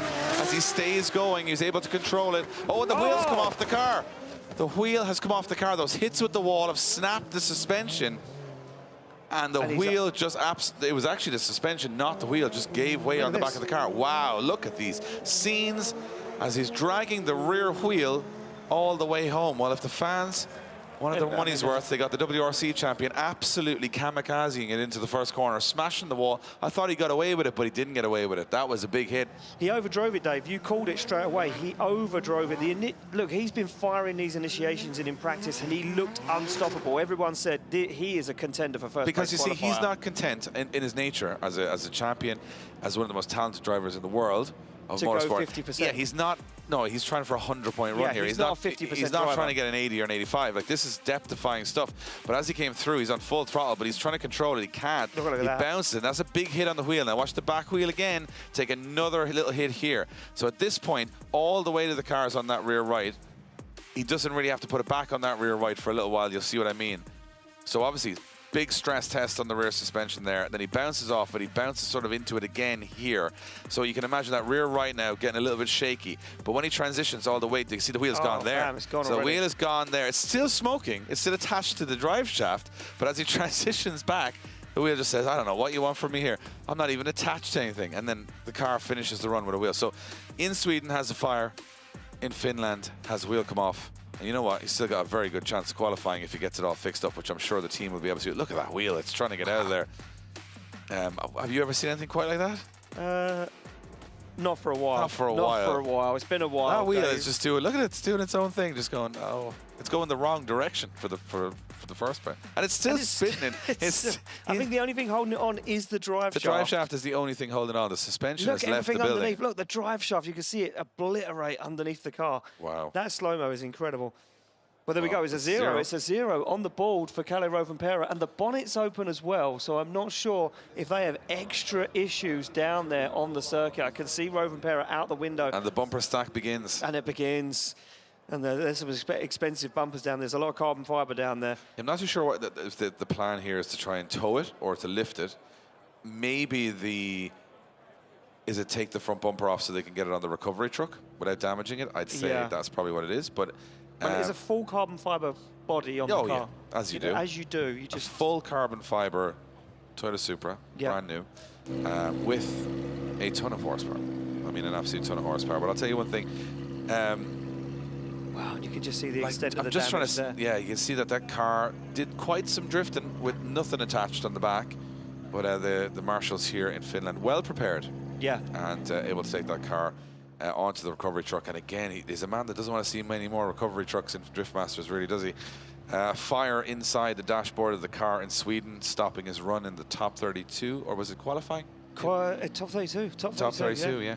And then he comes here, the first run of qualifying. I mean, it's self-inflicted, to be honest, because he hit the wall. Yeah. So the car didn't let him down there. He went in faster, more aggressive than any driver has I've seen in practice or this qualifying session. And it was a little hit and hope for me. I think he went in thinking, this will be absolutely fine. I'll absolutely fire it in. And as you can see, he loses the back end a little bit here. Now he's on full throttle. That car ain't slowing down. He's coming in way too fast. That's a big hit. Now, I thought he might get away with it, but then he had to kind of throw it again. And I would say at this point, that suspension is on its, way out. It's already, yeah. And then once we see the transition here, watch, the suspension just completely gives way. Do you know what? It's probably gone since the wall. Yeah. If we saw it from the other angle, I'm not sure there is another angle, but I'm pretty sure when he hit the wall, that happened. So, and he's still trying to continue the run, which is brave in itself, but I'm pretty sure he would have realized when he transitioned that something is very wrong. One of my wheels is not even, it's like a shopping trolley that one of the wheels got stuck on. Yeah, one of those annoying ones. One of those annoying ones where you're like, oh, I can't move it down the aisle. So, yeah, Kalle Rovanperä I'm sure they have the spare parts to fix that suspension problem. So we will see him with a one-and-done run in the second half of qualifying, and he has to get a score on the board, and that he can't afford to go that maybe aggressive. So we'll see how he plays it. But, yeah, interesting scenes in Finland already. Yeah, certainly is. And but you know, I was just thinking when you said a one and done, I'm just thinking, how is it going to sit? Well, let's have a look at the current qualifying standings. Palinski with an 87. And then look, 8th and 80. This is going to be a tight qualifying session. I think we're going to get a lot of big scores all the way through. Clint Van Oort down there in 16th. Tobias Pan with 75 in 12th. Felix Lyal in the show. And interesting to see why we've 4 Finns in the top 8. 4 Finns so far, yeah, in the top 8. But then there's also been a lot more Finnish drivers than everyone else so far. So Christina Alto, the first female driver, in 18th at the moment. And we're almost rounding it out. And there we go. For the final score, 27th, Jonathan Haast. that is a hugely stacked collection of zeros there. A lot of it, very, very talented drivers with a 0. So that's going to be interesting to see how that plays out in the second half of qualifying. Sun is shining for the moment here in Finland. Some clouds threatening around. We hope they'll stay away. But as you can see here, absolutely packed scenes. The Finnish fans welcoming the best drivers from Europe here to Finland. And it's been an incredible journey for these fans to come and support their drivers all over Europe, now to bring the championship back to their own home turf. And the hospitality, everything has been incredible since we've got here, absolutely top-notch. And I got to go on some roller coasters at a drift event, which I've never done before. I was working hard, as always, and you were having fun in the theme park. It was scientific research, Ian. I had to see if it was a real roller coaster. Right, and I can confirm. It's a real one. Yeah, my colleague left some of his lunch on the ground after, and that he said it was one of the best roller coasters he's ever been on. I mean, that's good stuff. Look at this. This is the scenes of Kalle Rovanperä's pits. You can see the guys there ready for action, ready to break out the tools. Taking that big, deep inhale before the big amount of work comes in, because that car will need to be repaired when it comes back in on the recovery truck. And, you know, a really professional setup. These guys are, you know, these are the best of the best. Yeah. So they will be able to get that car fixed. As far as I can tell, unless there's anything really serious in the differential or something like that, if it's just suspension arms, they should be able to get that sorted. Adam Zalewski's on the line, though, and he's been looking at that saying, well, if Kalle Rovanperä goes in the wall, maybe I should back it off a little bit, because Adam Zalewski, ex-Drift Masters champion, fires into that first corner. He's going in very aggressive as well, and I think he's going to go in as well. Oh, wow, and he's gone in as well. That's a big hit. I think he saved it a little bit, but he's definitely brought the front in afterwards, and another 0. Rovanperä and Zalewski back-to-back zeros. That shows how difficult this track really is. This track is very, very difficult. And I keep saying, you know, we spoke about upsets. We spoke about how we could end up this weekend with a completely different contender in the championship. We could end up with a new name on the podium by the end of the day. It just goes to show you, Dave, you push that 10% too much, it's game over. Look at this. Oh, nice initiation. And it wasn't that extreme, not big angle, but the speed, the way he got to that second outside zone. Look, boom. He hit it exactly where Rovanperä hit it, except where Rovanperä hit it twice with the rear end. He went back in with the front end. Yeah. This is going to be a good angle of this. Look, he hits it early. He tries to steer out of it, but it fires him back in, and he's just rubbed the whole side of that car all the way down that wall. There's definitely going to be some rear suspension damage, I would imagine, a little bit. Yeah, that's how I drive at Gran Turismo. You know, that's me on a sim. When you know when people say, "Oh, you drive?" You use the edge of the track instead of the turn. Remember in NASCAR, the guy did that last year. Zalewski tried it. Didn't work. I get it. You got to say drifting. But a 0 on the board. Adam Zalewski in 28th position, and we hate to see anybody go on the wall. We're fans of the sport. We know these guys put their heart and soul into this, and it's just so harsh to see so many talented drivers claimed victims straight away in qualifying. But you know what? It's making it interesting. It's making the championship interesting. And we still have a lot of drivers in the pits right now who are, you know, highly ranked here. Yeah. Winning the championship race, looking out at Rovanperä, Zalewski, these guys all going in the wall going, should I change my strategy here? Because well, this is the thing. You're sitting in the queue now. I'm going to look out the window, take a little cheeky look, see who's queuing up. There's obviously the next couple of drivers. It's Randaloo, Vaca, Halovnia, Heidrich. They're all sitting down right in front of where me and Dave are up in the commentary tower. But they're sitting there, Dave, and they're looking out the window going, what do I do now? Except for Max Heidrich, who will obviously Max Heidrich, he's just playing something. I think we should move all those people on the first corner 3 or 4 steps back if Max Heidrich is going. But I'll tell you one thing. It is interesting to think, like, at this point in time, you know, in the 60s is kind of scoring you in the top 32.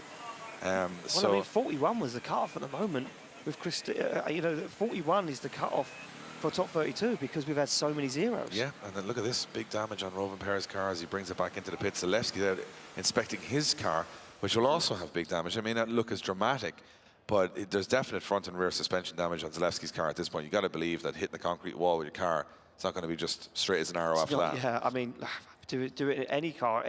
These concrete blocks, I mean, they were saying they were over a ton each in weight. And I'll tell you what's going through the mind of Adam Zalewski right now is he's had an engine failure in Sweden. He's come to Finland and now he's in the wall on the first qualifying run. So this is not going as smooth as he would have liked. No, it certainly isn't. I spoke to Adam Zalewski yesterday when he arrived at the circuit. I had a conversation with him, you know, talking about this engine failure he had in Sweden. He said to me, he said, I have to thank the people around me. He said, I had some very good friends that came on and they helped pay and they helped support me for the rest of the season. They helped get an engine back in that car.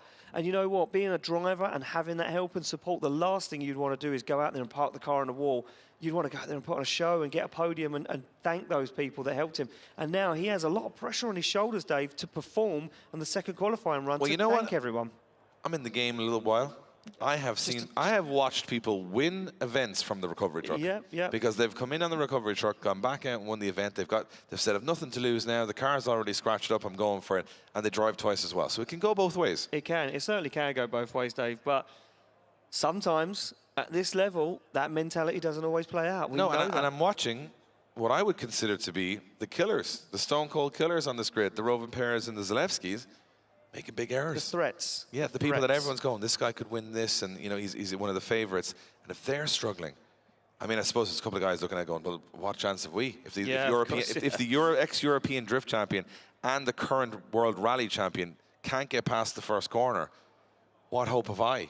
And there's probably a couple of guys in that grid saying, plenty of hope, because I'm better than all those guys, and that's the kind of confidence you need. If you believe. So, if you believe in it, and there's time in this sport for everybody to step up, have their day, and have their moment. And I think we're going to see a couple of moments like that play out over the rest of the weekend. And Zalewski obviously losing, I'd imagine, a little bit of maybe brake fluid or power steering fluid from the hit with the wall. And you can see, wow. And that's an expensive body kit, ladies and gentlemen, and some expensive wheels. But that's not going to matter at all right now. It's about getting that car back together for Rovin Perez and getting it back out for the second half of qualifying. It's taken quite the hit. It certainly has taken quite the hit there, Dave. So 2 cars, consecutive zeros, both take it into the wall at pretty much exactly the same place. We have no more recovery trucks because there's now currently 2 Toyotas and 2 recovery trucks, one in the pits and one out here on the track, which is, you know, we haven't had situations like this year. We have some pretty sketchy tracks to come up against, though. We have Poland and the Pig A. That's going to be another sketchy one with all the walls. Germany's got a lot of walls. Oh, sorry, and then Riga's really fast with lots of walls. So, really fast, yeah. So from here on out, your car doesn't really stand much of a chance. From here on out, things don't look as pretty. No. And you've got it's a war of attrition. You've got to survive some of these rounds. And I think a lot of the guys on the grid would have looked at Finland and said, oh, bit of a slow track, a bit technical, that'll be all right. Not too dangerous. Fine. And then they're looking out over the barrier now on the pit straight going, didn't expect this. Didn't expect this kind of level of risk-reward on that first corner. So you can see now they're inspecting the damage on Rovin Perez's car in the pits. And I think this is going to be a simple fix if it's just suspension parts. But if it's anything more severe towards the differential or the drivetrain, that could be a worry. But let's see how it plays out. The other thing with Zalewski, same thing. If it's suspension damage, they'll get that sorted out. But if it's anything more, it can be tough. That's the roller coaster I was on earlier, Ian. Yeah, absolutely terrifying. Well, it's not only a roller coaster on track, but there's a roller coaster at the back of the circuit. Yeah, I was trying to see, could I see the track from up there, but I was too afraid I couldn't see anything. It was just a blur. You just had your eyes closed the whole way around? Pretty much. Didn't see anything. For scientific purposes, I couldn't get any shots of the track from there or see anything. There's also a big drop of about, you know, I'd say that's probably, what, 20 stories behind us here. You can go up to the top, you get a great view of the track for a split second, and then you plummet to earth. So for that moment, it's great, and after that, it's terrifying again. So very interesting setup and very interesting layout. It's selling it to a lot of people, Dave. It's fantastic. As a roller coaster, that is probably in my top 3 roller coasters I've ever been on. However, it's definitely the best roller coaster I've ever been at a drift event. The only one. The only one I've ever been at. It's incredible. We're here in a theme park. It's like you put I don't know, motorsport in Disneyland and just spun it around in a circle and said, there we go, we'll see what happens. There's the thing.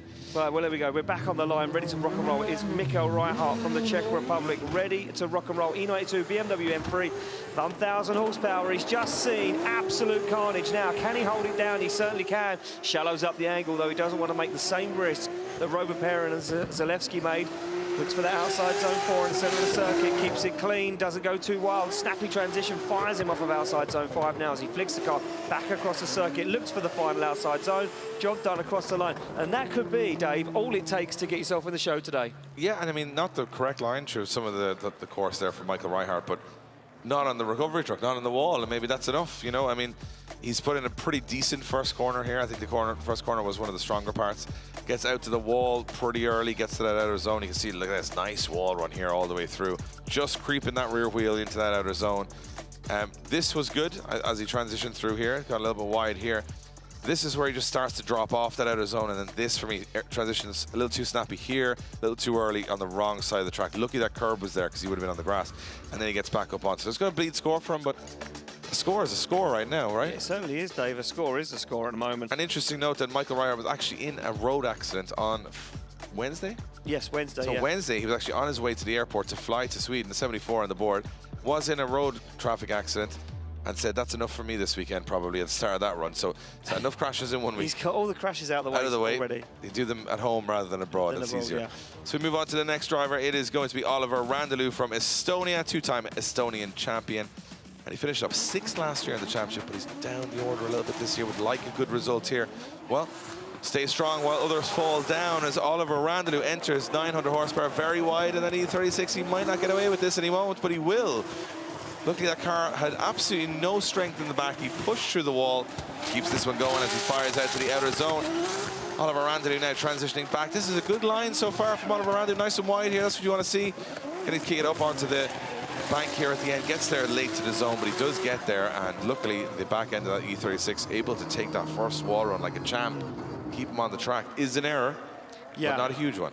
No, and like you say, not a lot made, not a lot of strength in the back end of that car, and that kind of saved him because, as you can see here, from the initiation, flicks the car in through outside zone 1, gets on the throttle nice and early, and he's very wide here already, and you can see he's going to make contact as he gets to the outside zone. You see that flick of dust as the wheel touches the wall.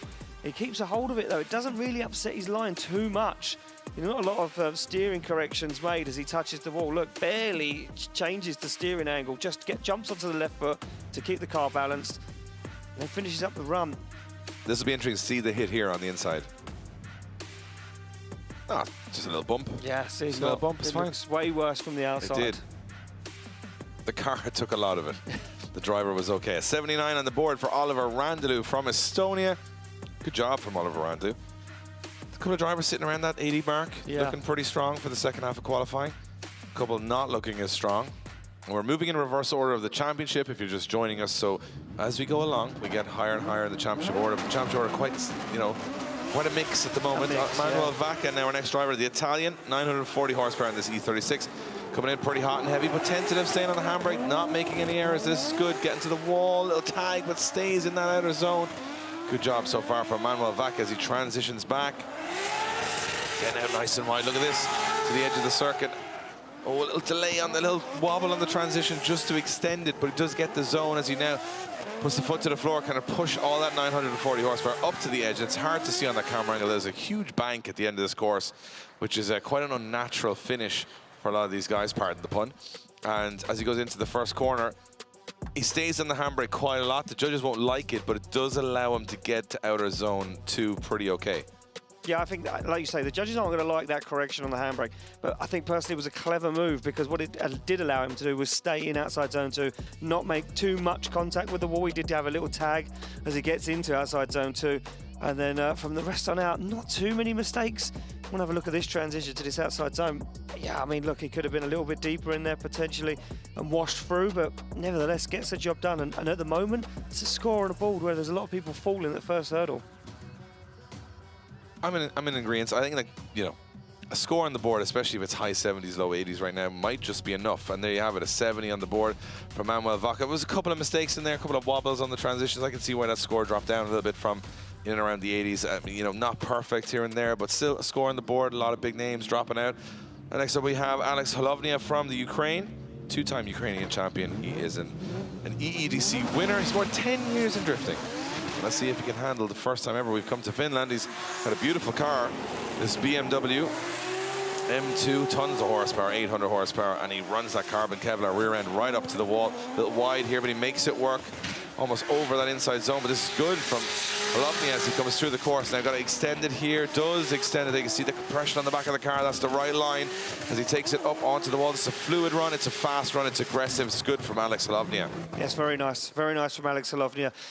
Very, very nice. Not too wild, just, you know, kept it clean, kept it between the lines, did what the judges wanted. Nice initiation, though. Look at this, he goes for it. Goes to push wide, but doesn't really get there. But then the left foot brakes, he balances that car as he collects outside zone 2, and then he gets comfortable, pushes the car back into that zone, and then really sets himself up nicely here for the center as he gets mid-track transition. Look at that, absolutely dialed, which gets that car perfectly through outside zone 4. For me here, a bit much of an extension on the handbrake. He's going to bleed some points there from the judges, but nevertheless, he gets the job done. 79 on the board, it's a score. Yeah, a lot of the judges scoring hovering around the high 70s, low 80s. You got to do something special. It's so fast, it's taking the wrap off the car there, you can see. So we move it along. Alex Holovnia putting a 79 on the board. We move on to Juha Poitalaxo. Well, big story, because he blew the engine up in practice earlier on. I was just about to say, is this the same car? And they had 4 hours to change the engine, and here they are, Dave. Incredible. Off the line goes green. Poitalaxo comes off the line. Local driver wants to throw down, and he's certainly going to throw down. Look at this as he collects outside zone 2 nicely, puts the back end along the wall, discards the tail light, and look at this nice mid-track transition, goes for outside zone 4. He's super wide, absolutely ripping as he's got big speed. A little shallow on outside zone 5 now as he flicks through outside zone 6, gets that car south for the final outside zone, on the wall, across the line, job done. Yeah, great run. Great run from Juha there. And again, I think, look, if you look at the crowd here, absolutely screaming for Juha. I'll be honest and say that is a little bit of extra horsepower for you. Is that full grandstand wishing you well? Wishing you on. You know, it's going to give you a little bit more adrenaline. It's going to sharpen you up a little bit, and it looks exactly what Juha did. He came out there he meant business. He was out there to try and put a good run on the board, and especially if you spent the last 4 hours and most of practice, you know, out of the car, because you've been trying to put an engine in it. I suppose they're a little bit more local than everybody else here. Of course. Got an engine in the car and back out. Brilliant run. Very little to pick apart there. No, very smooth. And look at this, an 84. He's rewarded for it, Dave. Yep, 84 on the board for Juha Poitalaxo from Finland, and a lot of Finnish flags waving for every one of their drivers. They're very proud of their native heroes. Listen to the sound of these guys. They are absolutely roaring. Every single grandstand, Dave, is full. This is crazy. We talk about people going too far, and we always mention this man. It is the one and only German driver, Max Heidrich. He goes full max all the time, Yeah, Dave. his max is definitely 11, and I am worried for him right now going into that first corner. Please, Max, keep it together. Well, let's see if he can keep it together. He goes wide on that outside zone 1. He's going to go wide to 2, and he collects it, and he gets the job done so far. Heidrich on a flyer right now. He's seen plenty of zeros, and he says, I don't want one of them. I want a 90 at least, as he goes very wide in outside zone 4. Flicks it across the circuit. He's very wide in 5, and he full throttle through 5 into 6. This is textbook from Max Heidrich. Looks for the final outside zone, tags the wall across the line. What a run from the German driver. That's incredible. And I remember speaking to Max yesterday. We were just out on the track doing some media stuff, and he said, I said, you know, you don't want to go too fast or too aggressive into this part. And he's like, yes, but that's very boring. And I was like, I love Max Heidrich. Yeah. He would rather lose than drive boring. Yeah. And that is not a boring run. No. Full throttle everywhere, big angle. And what we expect from Max Heidrich, talent, speed, precision. What I like is this section from here. So whatever at the wall runs, this bit here absolutely slams through this zone. Lovely, and up onto the wall. He almost goes too fast, too aggressive. Look, gets way up there, doesn't back off, doesn't left foot brake, just says, just slam into it. Just slam the car It'll be off fine. the wall, yeah. It's not the first or last time it's going to see a wall. So I'm hoping the judges will see some style in that one, because we haven't watched the style. There you go. Yeah, there we go. And 87 on the board, and that's the difference. That 15 out of 20 in style. We've watched a few good lines through it, but style has been one that a lot of these guys are suffering with. Not Max Heidrich. No, certainly not. And he's always been a stylish driver, but sometimes just pushes that a little bit too far. Well, we talk about stylish. Here's a man who turns up with a diesel Mercedes-Benz wagon. It is, of course, Teemu Peltola from Finland. in this crazy 800 horsepower, 1,200 Newton meter diesel wagon, Dave. Doesn't have to make sense. Here we No, go, it doesn't. fires it into the first corner. And he's another Finnish driver. He's got a huge amount of fans here, and he's doing a good job so far as he goes through that first corner onto that inside zone. Transitions back a little snappy, but he makes it work. He extends the drift, and this is quite good so far from Teemu as he fires out really nice and wide. This is the last section. People have been struggling here. Take it up to the wall. There he goes. He's had a couple of laps on this track where they were testing it, and they look like they've paid off because Teemu does a really good job there. And the Finnish fans could not be happier, Ian, because they're one of their hometown heroes. Hometown hero. Doing a good job. And, you know, I love the fact that you know, they give us some notes here on these drivers. And one of the notes was, we've been struggling with this diesel setup for 15 years. And you think, well, you could have struggled less by just not having a diesel setup. But they've just kept it. It's so cool. It's so much character. I mean, it works. It Look at this. certainly does. They have it figured out. And they've got it dialed. They've got it absolutely dialed. And this, for me, was a really, really nice qualifying run, to be honest with you. Little wobble there as he comes to outside zone 4. But here we go. Look, full throttle as he comes through there. Doesn't barely lift. Finishes the run and says, hey, everyone, I'm here. Hey, Ian, what do you get if you cross Lightning McQueen and Thomas the Tank Engine? You get Teemu. That's what you get. Yeah. You get Black Smoke Racing. 85, Dave. He's rewarded for it. It was full commitment. I liked it. And the line was good. It doesn't even matter, because the judges don't care if you're powered by bananas. It doesn't matter to them. You've got to get the line right, he's done an incredible job there. The Finnish fans over the moon with that 85 for Teemu. And you know what? There's some scores coming in now that I'm starting to get very impressed with. Yeah, exactly that. There's a lot of people now starting to step up, starting to realise that the big names are falling and that you just need that commitment and that mindset of, I can do this.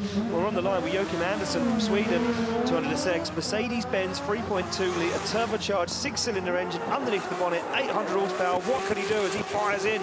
Been struggling in practice, didn't look like the car had the power, and it looks like it's got all of the power now. Stays in outside zone 2 for as long as he can before he flicks that car across the circuit. And this is nice, very quick through the centre, deep on outside zone 5. He looks for the transition back, keeps it clean. One more outside zone to go. He's up high on the wall across the line, and Joachim Andersson with a statement this weekend. You know, it's funny because a lot of people will say in drifting, you can't win practice, right? So you can see Rovanperä and Zalewski looking super comfortable in practice, and then they have a crash in qualifying. I looked at Joachim in practice, and he was struggling. He was struggling massively. And then he comes out and absolutely smashes the first qualifying run. So nothing means anything. No. It's all about sitting back, enjoying the action, and just, you know, soaking it all in, because we're supposed to be up here being some sort of, and I'm using air quotes, experts. But it's so unpredictable. How can you be an expert? Joachim Andersson, for me, it looked like he had just lost a little bit of his groove in practice. Came out probably one of the best qualifying runs we've seen. Yeah, I mean, and I'm inclined to agree. It was very smooth, on the completely right line. Look at that, just brushes the bumper on the wall. And very consistent, where you see Heidrich tagging walls and bumping a little bit. He looked super smooth. Well, we talk about consistency. Remember Sweden when he had 2 of the identical scores, and people that are consistent are dangerous. 78, judges not liking it as much as us. I can see a little bit of the lack of commitment and angle. I can see that. Yeah. And I think that's what's making the difference. I think most of these guys are going to get good line scores, but style and angle. Now, if you want to see style and angle... if you want to see commitment... You want to look that up, and you Google style and angle in drifting, Oren Nielsen pops up straight away. He goes, if you want some, I'll give it to you. Yeah. So Oren Nielsen from Norway, 950 horsepower. He was on his roof at the last round, so let's see what happens here as he fires in. Whoa. Very wide, but he hold this. Wow. Oh, he's absolutely smashing into that wall. The car's had enough Oren this year, and he's still firing through. Look at this as he goes way out to the wide. Oren Nielsen is on a flyer here as he fires through. A lot of commitment. A little wobble there, though, as he transitions back. It's a little wild. It's a little ragged edge, and something's happened to the car. Yeah, and I think he made big contact with the wall, and I think he broke a half shaft or a drive shaft or something in the back of that car, because it kind of didn't look right on the transitions, Dave. Watch this, nice big flick to initiation, and he's known for these wild initiations, is Oren Nielsen. I thought he was in the wall here. I didn't think he was going to make it. I thought we were going to see another Oren Nielsen highlight reel. Look, watch, boom, big contact with the wall. It pushed the front of the car across the circuit, and he had to kind of... You know what, he did well to get out of that, really well to get out of that, but as you said, it may have done some damage, because this sketchiness from here is very unlike Oren Nielsen. Yeah. It's a zero for Oren Nielsen, shutting it down. Right before the line as well. Oh. And he was looking good in practice, so... I don't know anymore. I'm going to forget everything you know. I am just tearing my notes in half here going, I have no idea what's happening anymore. All I know is I would not like to be the rear end of a drift car today, because a lot of them are going to come back looking like buggies by the end of the weekend. If you own a body shop or you make fiberglass panels, stand at home right now rubbing hands. That meme, just the little hand rub. Oh yeah, there's going to be some orders on Monday. Here we go. Next up on the line, we've got Kevin Pizur from Estonia, 870 horsepower, throwing a big old flick into that first corner. He's got wide early. Can he hold it? He can hold it. That is absolutely sensational from Kevin Pizur through that first corner. Phenomenal on the inside zone. This is the best we've seen so far as he goes wide to the edge of the track. Oh, there's a bumper coming off for some reason. He's jumped over, but it hasn't affected his run. Kevin Pizur, like a man possessed. Can he get to that out of zone? You bet your bottom dollar he can. Unbelievable stuff from Kevin Pizur out of nowhere. Out of nowhere. To be fair to him, Dave, in practice he was on fire. Not literally, but and I would say that's a likelihood. He was absolutely flying. Look at this. Let's analyse this one from the get-go. Kevin Pizur gets that car positioned on the wall. Look at this. Dialed, absolutely dialed on the wall. Inch perfect. And then he waits. He knows he's got it right. The transitions make sense. Look where he positions the car. Mid-track, lovely. Perfect line into outside zone 4. Oh, you can't really split many hairs on this one, Dave. I think we're looking at our top qualifier at the moment. And even the transition keeps it on the tarmac. Judges wanted to see, Oh, that is textbook. Oh, I like that. That's textbook. I'm actually forcing myself to try and find some errors there. I don't think you can. And we're good critiques. We are pretty good at pretending we know what's going on. Yeah, I mean, he moved the cone on the wall with the tail light. Come on.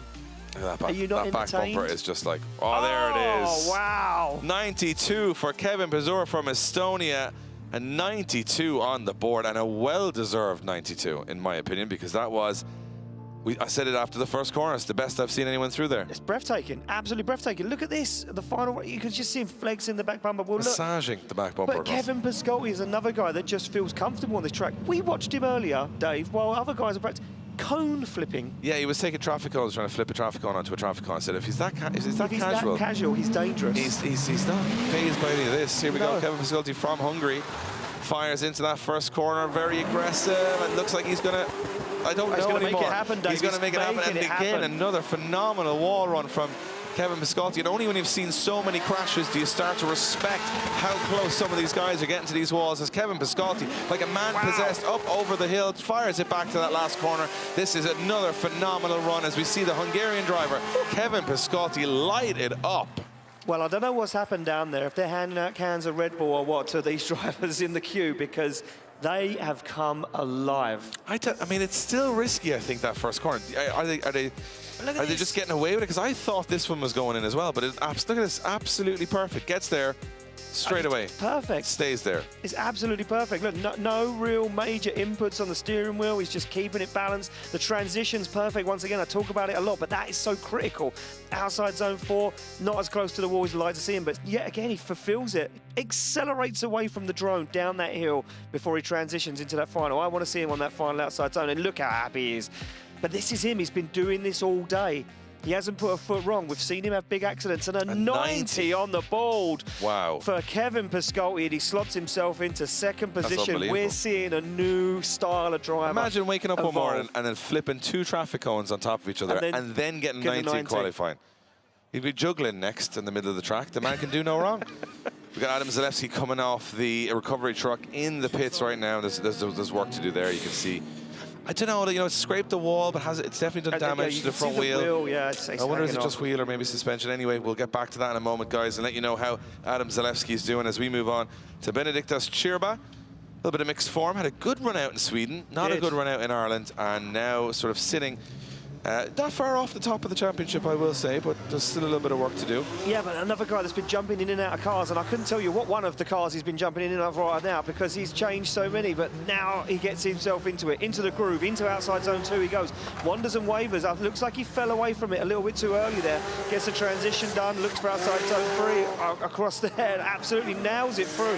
Deep on outside zone 5, deeper than we've seen anyone else. He's up on the rumble strips. This is fast. We can barely keep up with Benediktas Chirba across the line. The cameraman was struggling as well. Yeah, the cameraman was like, well, just slow down a little bit, Benediktas. I've got to do some slow pans here.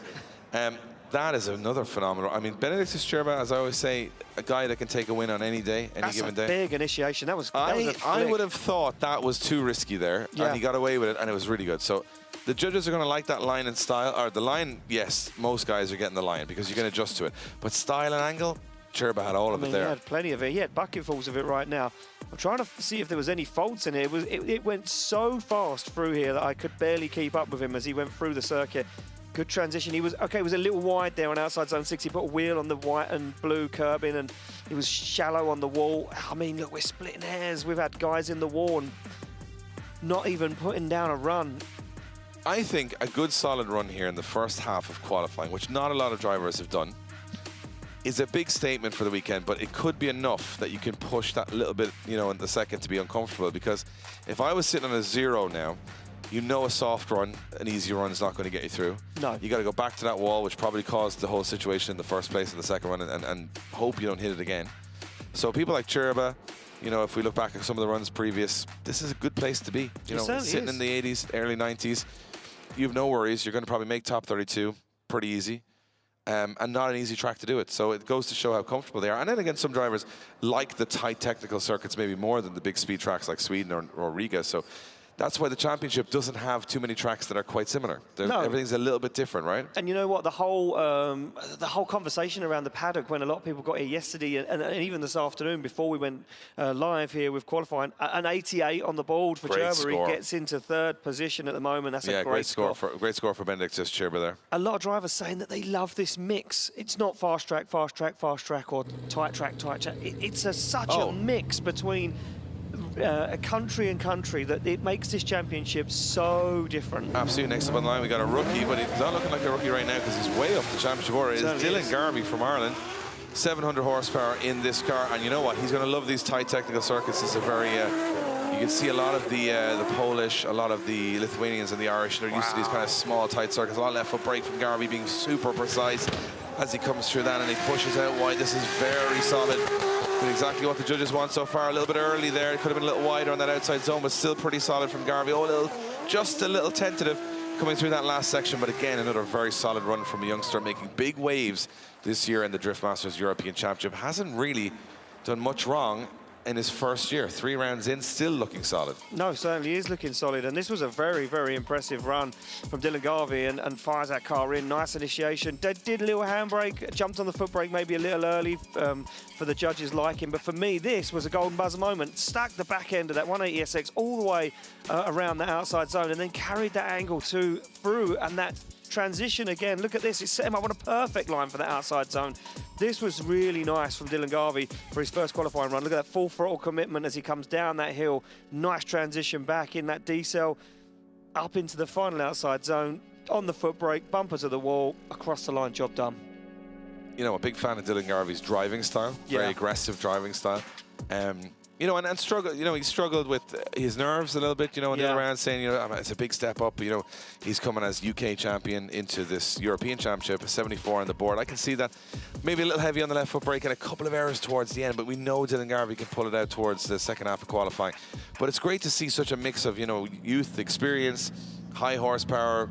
And high horsepower, there's nobody on the grid with low horsepower, let's be honest, at this stage. And also new names every year. You know, someone like Pontus Harpin, who's on the line right now, looking incredibly strong this year. 1,021 horsepower, super nice guy behind the scenes, but an absolute beast behind the wheel. Yeah, he's been having an incredible year so far. Struggles to get to outside zone too early though. Does get there in the end now. Dials on the angle, looks to flick that car across the circuit for outside zone 4. He's been really, really evolving this year as a driver and feeling more and more comfortable every single event. Full throttle transition now as he goes all the way in to that final outside zone. Up into the wall he goes. Pontus Harpin across the line. Job done for him as well. I was just taking a look at the window here, Ian. The place is absolutely rammed, and it's qualifying day. Do you know what worries me is they sold more tickets for tomorrow. I don't know where they're I don't know if I'm going to get an ice cream. That's what I'm worried about. I think we might have to pre-buy our ice creams tomorrow. Yeah, because it is going to be. It's absolutely packed. There is standing room only here in Finland in the Mika Salo circuit. 2 hours as well. Did we mention that this place sold out in 2 hours? Exactly. And you've got temporary grandstands, permanent grandstands. They're putting grandstands. Every grandstand in Finland is here. I'll tell you something. If a Finnish driver wins this weekend, you ain't going to be able to buy a ticket for Poland. No. Because every Finnish driver here, or the whole of Finland will just shut down. They'll close it. And they'll go to There'll Poland. be a sign on the gate of Finland so saying if we're you're back at home Monday. now saying, oh, I might go to Poland for the final, I'd book the flights and tickets right now because I'm telling you what, the Finnish are looking strong here this weekend. It's starting to heat up for sure. Right. The Swedish R2, 68 on the board for Pontus Hartmann.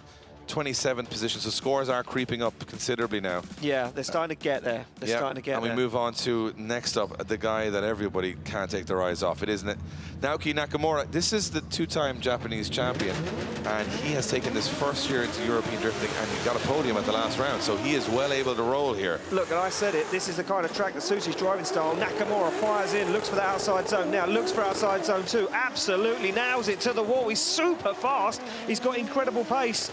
Flicks it through, looks for outside zone 4, and he gets there, but it's a little shallow now as he's absolutely ripping down, but he's very wide. He's 2 wheels on the grass. Can he hold on to it? He certainly can. That's going to be points deducted, or even a 0 potentially from the judges across the line. Yeah, we'll know as the scores drop in if the wheels off for a deduction, but that's a big drop. 2 wheels in the grass. But Nakamura, this young girl's got it. Look, she's holding up a 0. She is, but you know what? He's so aggressive the way he drives. So fast. He's almost like he dislikes the car. He's just like, come on, let's go over here. This is a big mistake. He over pushes massively, 2 wheels on the grass, and that obviously slows all his momentum. So as he transitions back, I'm not sure how the judges are going to look at this. I think it was too wide on outside zone 5, and then he kind of just carried that line, and the marbles got under the tyres, and before he knew it, he was out of control. He couldn't hold on to it. So Naoki, look at this. Nakamura, a 0 on his first qualifying run. We've seen this before. He'll maybe get it done on the second, so but another one. Nakamura, Rovin, Pera, and Zalewski with 0s on their first run. I told you that happened. Welcome to Drift Masters, ladies and gentlemen, where nobody knows what's going to happen at any point in this championship. And you just can't take your eyes off it, which is what I love about it. It's unpredictable. We don't want to see anyone doing badly. We don't want to see anyone. We have no bias. Well, here we go. Look at this. But what we do love is a bit of drama, and we're getting that down the pits right now. Rovin Pera's paddock at the moment, absolutely hustling, and you can see they have the back end of that car in absolute bits. So it looks like they're changing. You're able to decipher what's going on here. Fixable? Yeah, it looks fixable. Looks like they're just changing the full back end now. A lot of these guys run a brand of suspension called Wisefab, or sorry, suspension components named Wisefab. So they're changing out all those arms. That's how my brain feels right now after this qualifying. It's just around. That's what my brain feels like. Even the cameraman was a little bit. Cameraman's like, give me, I just need to lie down a minute. Yeah. I need a minute. So we'll move on, but yeah, they're definitely trying to get Rovin Pera's car back out for the second half of qualifying. I'm going to say they're going to be comfortable for it. You think so? I'm going to think they're going to be back up. They're a good team. They're a WRC team. They're a very good team. They're very fast. And speaking of fast, one of the fastest men on the grid in any 2-wheel, 4-wheel, put this man in a spaceship, he'll probably win something. Wheel. He is incredible. It is Kuba Pszczonski from Poland. This guy has done it all, from rallying to 2 wheels, 4 wheels, Dakar, and now he's trying to come and hunt this first ever European Championship in drifting, and he's doing a great job so far. That is incredible from Kuba Pszczonski in this GR86 900 horsepower, and he's using every single bit of it to get out to the edge of the circuit right now. This is a massive run from Kuba Pszczonski as he pushes to the edge of the circuit. A little left foot braking there, so controlled, and we watched him struggle a small bit, a better run in Sweden than he had in Ireland. I'll tell you one thing, that was very smooth through that first corner. It frightened me a little bit, Ian. I'm going to be honest with you, a little frightened. The initiation to outside zone 2. Watch this. This is wider than anyone else has gone. Look at this. He's on full throttle. He's just dabbing the foot brake. He's like, I'm there. I tagged the wall. Right now, I'm in the zone. Now I'm out of the zone. Right, we know we need to stay wide. Look at this. And that isn't an arc from that point. So he's kind of creating his own arc to make sure he manages himself in that outside zone 2. This is phenomenal. I want to see how deep he gets here on outside zone 4. Yeah, look at that. All the way in he goes. Almost touches a spoiler on the wall. And Kuba Pszczonski getting the job done right now. And he knows there's points to be had here at this round. This could be a round where anything happens. Fires through outside zone 5. That's a good run. 6, and that's a good run on the wall. Tags the cone with a spoiler. Yeah, that poor cone was like, you know what? He's done nothing bad all weekend. He was literally like, this is not so bad. There you have an 83 for Kuba Pszczonski. And I can tell you what. Go on, tell me, Dave. The line. You didn't like the line? He was a little tight on the curbs coming through out of zone 1 and 2. And I think Kevin O'Connell gave me a thumbs up. I'll tell you what, did a bit of listening earlier on. He was too tight to the curbs, and if you were chasing that, he'd be pinching into the inside. So you can look at the wall runs all you want, but Kevin O'Connell, he won't let you away with those curb jumps. He won't. He won't let you get away with anything. Right, back on the line we go. Connor Shanahan now steps up to the mark. Connor Shanahan, engine problems in Sweden. They took that car away, they got it fixed and dialed, and he said it feels stronger and better than ever. He's on the line, he's ready to rock and roll now. Here we see some of the top guns falling. Can he make a name? Can he put it all down on the line? He can. Look at that. The way he jabs that handbrake, gets himself set up for outside zone 2. He's up and onto the wall, left foot braking just to balance the back end of that GT86 into the outside zone. Nice transition now, looks for outside zone 4.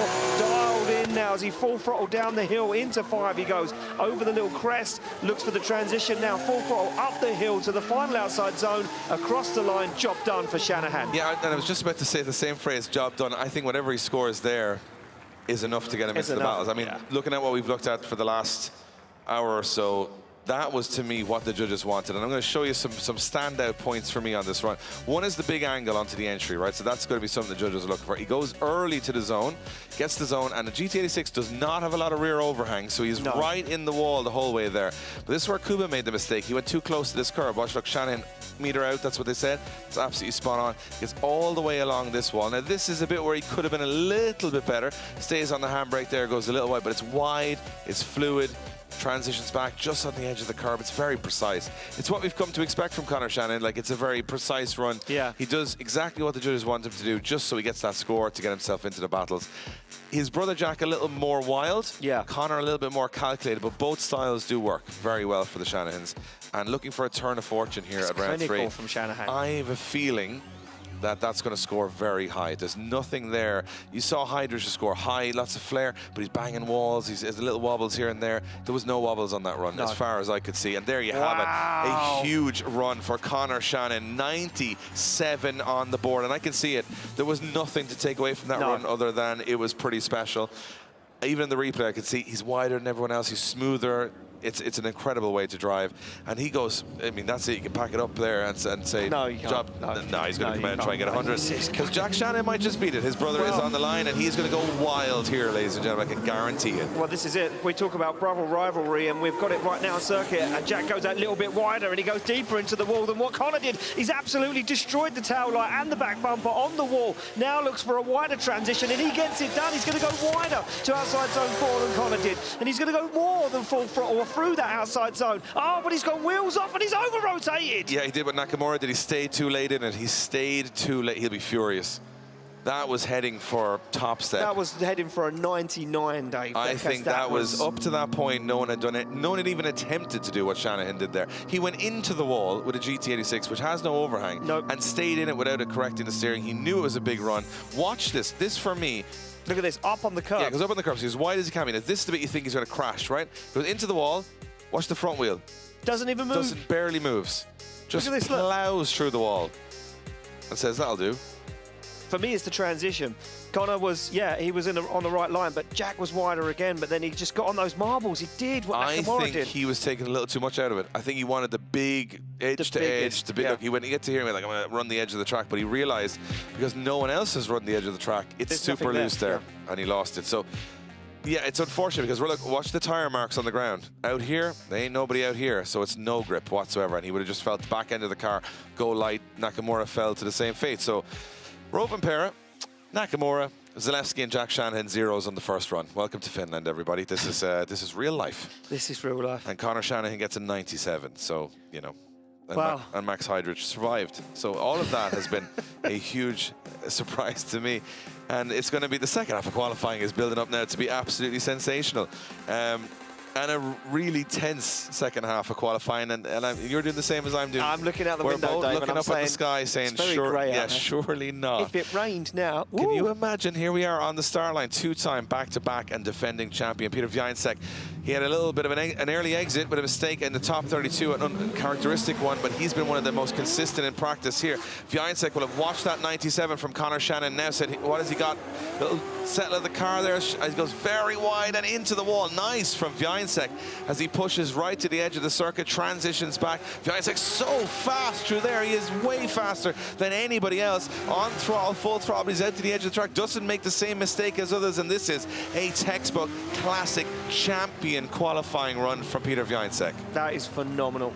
phenomenal. I'm just trying to watch that while you run through that one and pick out any points that really were a mistake, and there wasn't. I couldn't see any. Look at this, the line. He was on throttle earlier than anyone else into outside zone 2, and he gets there, fulfills it completely, and the transition, look at this, absolutely dialed in all the way through to the end, gets the transition done perfectly. Look, front wheel completely over it, perfectly off the curb, and then he's deep in outside zone 4. Full throttle on the transition of 5. You know what, if I was to compare it, not as wide as Shanahan there, No. I would say, for me, Conor Shanahan with a little bit more style and angle, Vincent with a lot more speed. Yeah. So, you know, and I think Vincent, there's very little, that's going to be a high-scoring run, there's no question about it. But was he as wide as Shanahan? And I mean, we're comparing best of the best versus best of the best here. He's going to be up there, He certainly for is going sure. to be up there, yeah. But maybe watching that Shanahan run and the Nakamura run, saying, do I really want to play with that edge of the track down there? The only person that's been out there is Conor Shanahan. Everybody else who's been out there has spun, so maybe that was it. The first run, I'm not going out there. Second run, we'll see what happens. We'll see what happens, yeah. Interesting strategy from Peter Vincent, but you know, he's so out there. You have it, just 1 point behind Conor Shanahan at 96. And we're not even halfway through qualifying. We got boys on a 97 and now Vincent on a 96. Wow, and we But still hold have on. 3 drivers to go. We've got 3 left, and 2 of them are from Finland. Up first is Juha Rintanen, the winner of round 2 here in 2023. He slots into gear at 999 horsepower, Toyota GR86, and he flicks it across the circuit. He has success, and he's running through his veins at the moment, and he has that confidence to win again. Can he do it? Well, he's going to go for it this weekend, but getting top of qualifying is what he'll want. He'll want to double up this weekend as he fires through, looks for outside zone 5, job done, a little shallow as he transitions into 6, dials on the angle, big angle, that's going to mess up the line, but he gets there, and across the line he goes. Yeah, it's a good run from Juha. You know, the only thing is it's not as fluid. No. He makes some errors, that snappy transition. I don't think he intended that towards the last bank. And you know what, the first half of the course pretty good, but not as, you know, we've just watched 2 sensational runs before, so it's going to be really harsh on Juha Rintanen to be scored on the back of those 2. I mean, all the scoring is the same, but from our visual perspective, you're noticing more mistakes when you're coming after those two 96, 97s. But he does a really good job here, right out to the edge of the course. This is, you know, a very pretty car, pretty new one too, to be getting that close to the walls. Does a really good job here. Now watch this, could have been a little wider just here. You know, he's out to the wall, doesn't completely fulfill the zone. And then he snaps back this next section, and then towards the last section, I think he over-rotates it more than he wanted to. Yeah, so he's on big angle here. He kind of backs off the throttle. Now watch this snappy transition. A little too early, and he's on sort of no man's land and has to kind of work. And it does get there, but gets there late. So it's not the perfect line, but I kind of liked it from a style and angle point of view. But you can see, look, he should be running the whole wall, but he's kind of getting there late. Looked good in a picture, bad in a video. You know what I mean? If you could take that snapshot. You could take that, yeah. But it's really, really impressive running. You know, we're trying to continue that form from Sweden. Not easy on this grid to keep your confidence high, but an 86 will definitely do that. Puts him into 9th position so far, Rintanen, in the game. I think maybe in the game, full stop. 86 should be enough to see him into battle action tomorrow. Hard to know. And we move on to our next driver, and it's another Finnish driver, 2nd in the championship right now. It is the 3-time Finnish champion, 1,045 horsepower from this incredible V8, and he is currently Lauri Heinonen. And, well, he's always Lauri Heinonen, but he's currently 2nd in the championship. Into the corner he goes. Oh, he's in there. Deep. He's deep. Yeah, and he's trying to put on a show for the fans here. Yeah, he certainly is, but he's going to go for a big transition. He wants this one. He wants to score high. He qualified 1st in Sweden, and he got knocked out in the top 16. Can he hold on to this one? He wants another podium, and he wants one in front of the home crowd. That transition was phenomenal. That wall run was phenomenal. Heinonen across the line. Can he do it? Can he get himself up the order? Well, I'm not. I mean, this guy is. I have never seen so many people go as mad at a drift event in my life, Dave. In the first run of qualifying. Ever. There's a young lady in front of us at the top of the grandstand with the biggest flag I've ever seen, and she's been waving it for 45 minutes non-stop. All for this young man right now. Let's break it down, Dave. It looked good, but was it as good as Shanahan's? I mean, he's in the wall. He's on the wall. He flexes the back end on and off. Oh, that's unbelievable. And this transition as well, textbook. Gets it done. Mid-track, no mistakes. How wide is he, though, on this outside zone? Pretty he's wide. He's very wide. This could be a contender. This could be a contender for top spot. It's going to be up there. There's 100. Just a little bit. Does he go as wide? Again, not as wide as Shanahan was there, but not bad at all. I don't know if that wide line there, though, Dave, is what the judges are looking for. We talk about them going wide there. They kind of wanted a different transition from that point of the circuit.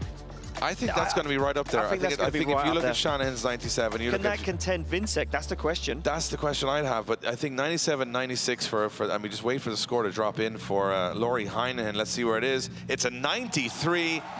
93 for Lauri Heinonen. So, you know, the big dogs coming to play. Connor Shanahan, Peter Viansek, and now Lauri Heinonen jumping into the 90s. I think Max Heidrich in there somewhere as well. This is very interesting. And now we've one driver left to go. You can see the Shanahans having a chat with their mum there in the pits. And Jack, definitely the body language not as happy as Connor Shanahan is right now. No. But they go to another Irishman on the line. He's the current leader of the championship. Started as a wild card in Ireland.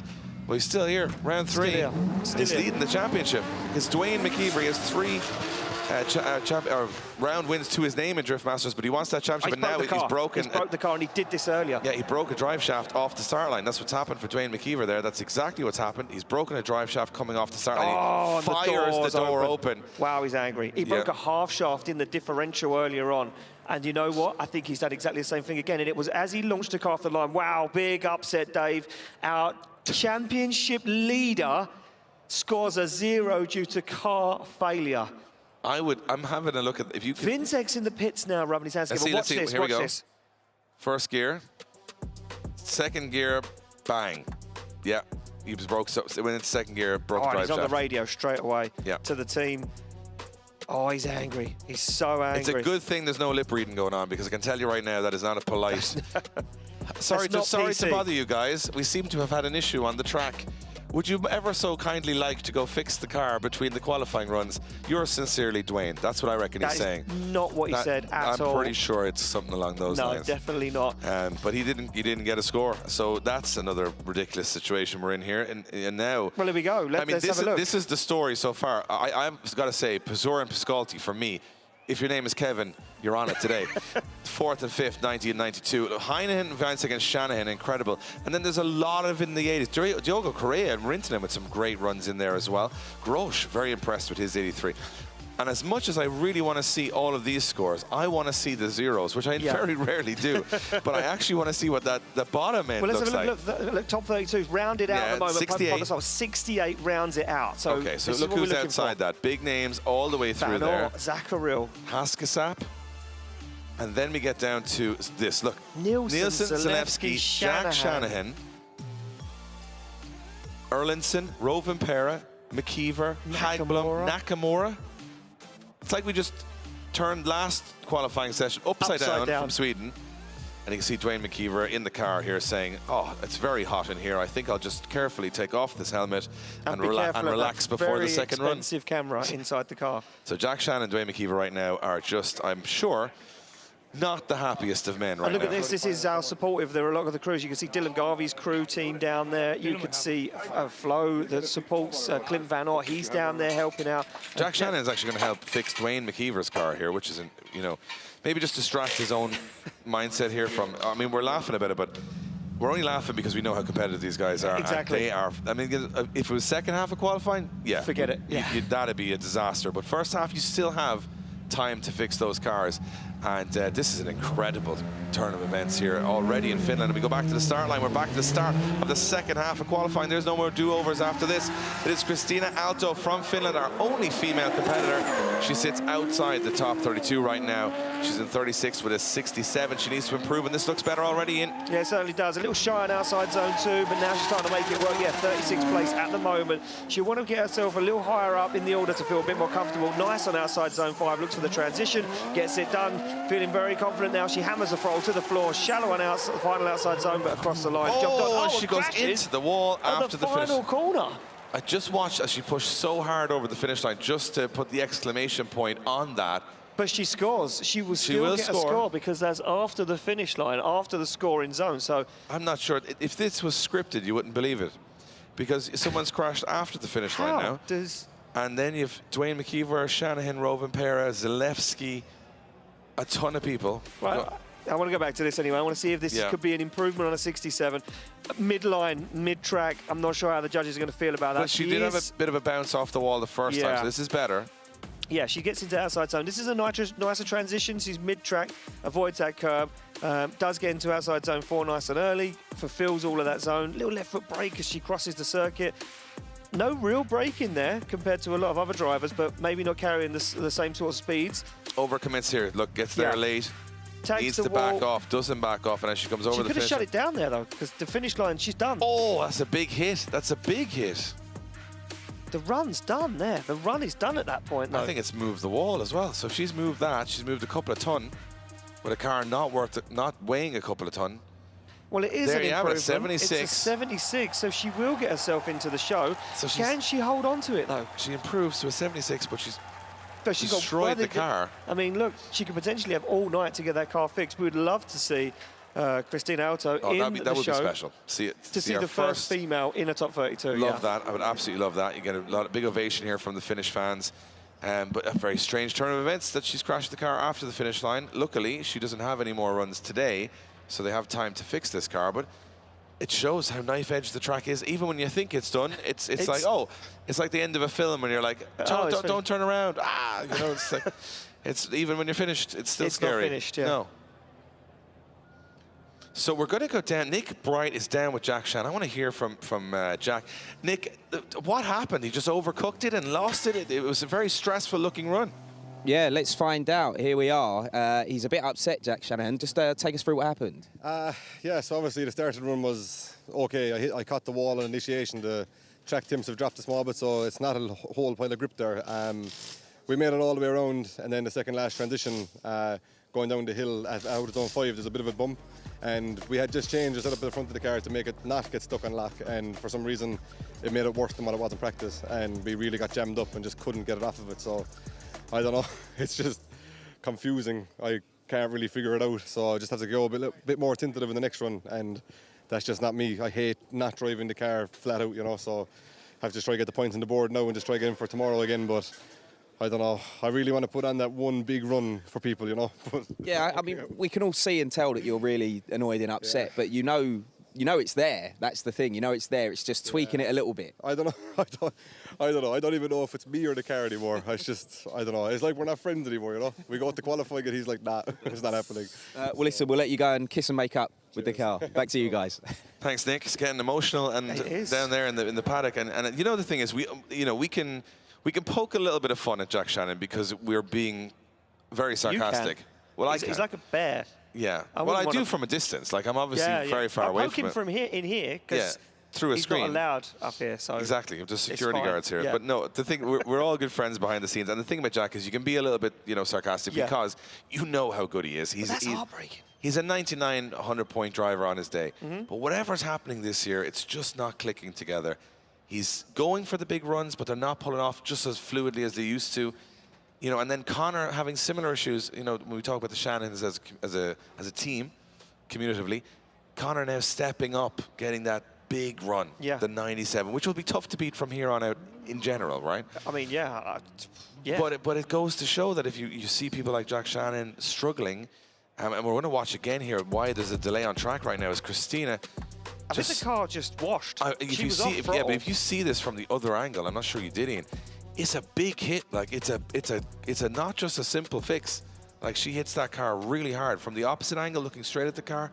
It goes in super deep into that wall, and I think there's going to be maybe because the wheels on angle the front wheels on angle when she's hitting the wall, it could be a little bit more sinister than just a couple of suspension arms. So unfortunate, as you can see.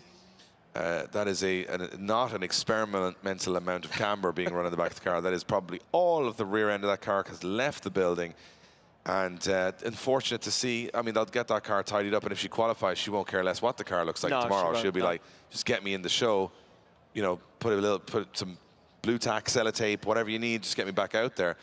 But I think that one might be a little bit bigger a hit than you think. There was a very immovable wall, and it's a couple of ton moved by a car that's not a couple of ton. It could be a long night in the Chrissy Alto camp tonight for the guys. For sure. But I'm sure all the Finnish fans here, no one's going to go home. They're all going to lend a hand and make sure, she gets back out. Whether the score is good enough or not, we don't know at this stage of the competition because only one driver has completed the second half of qualifying.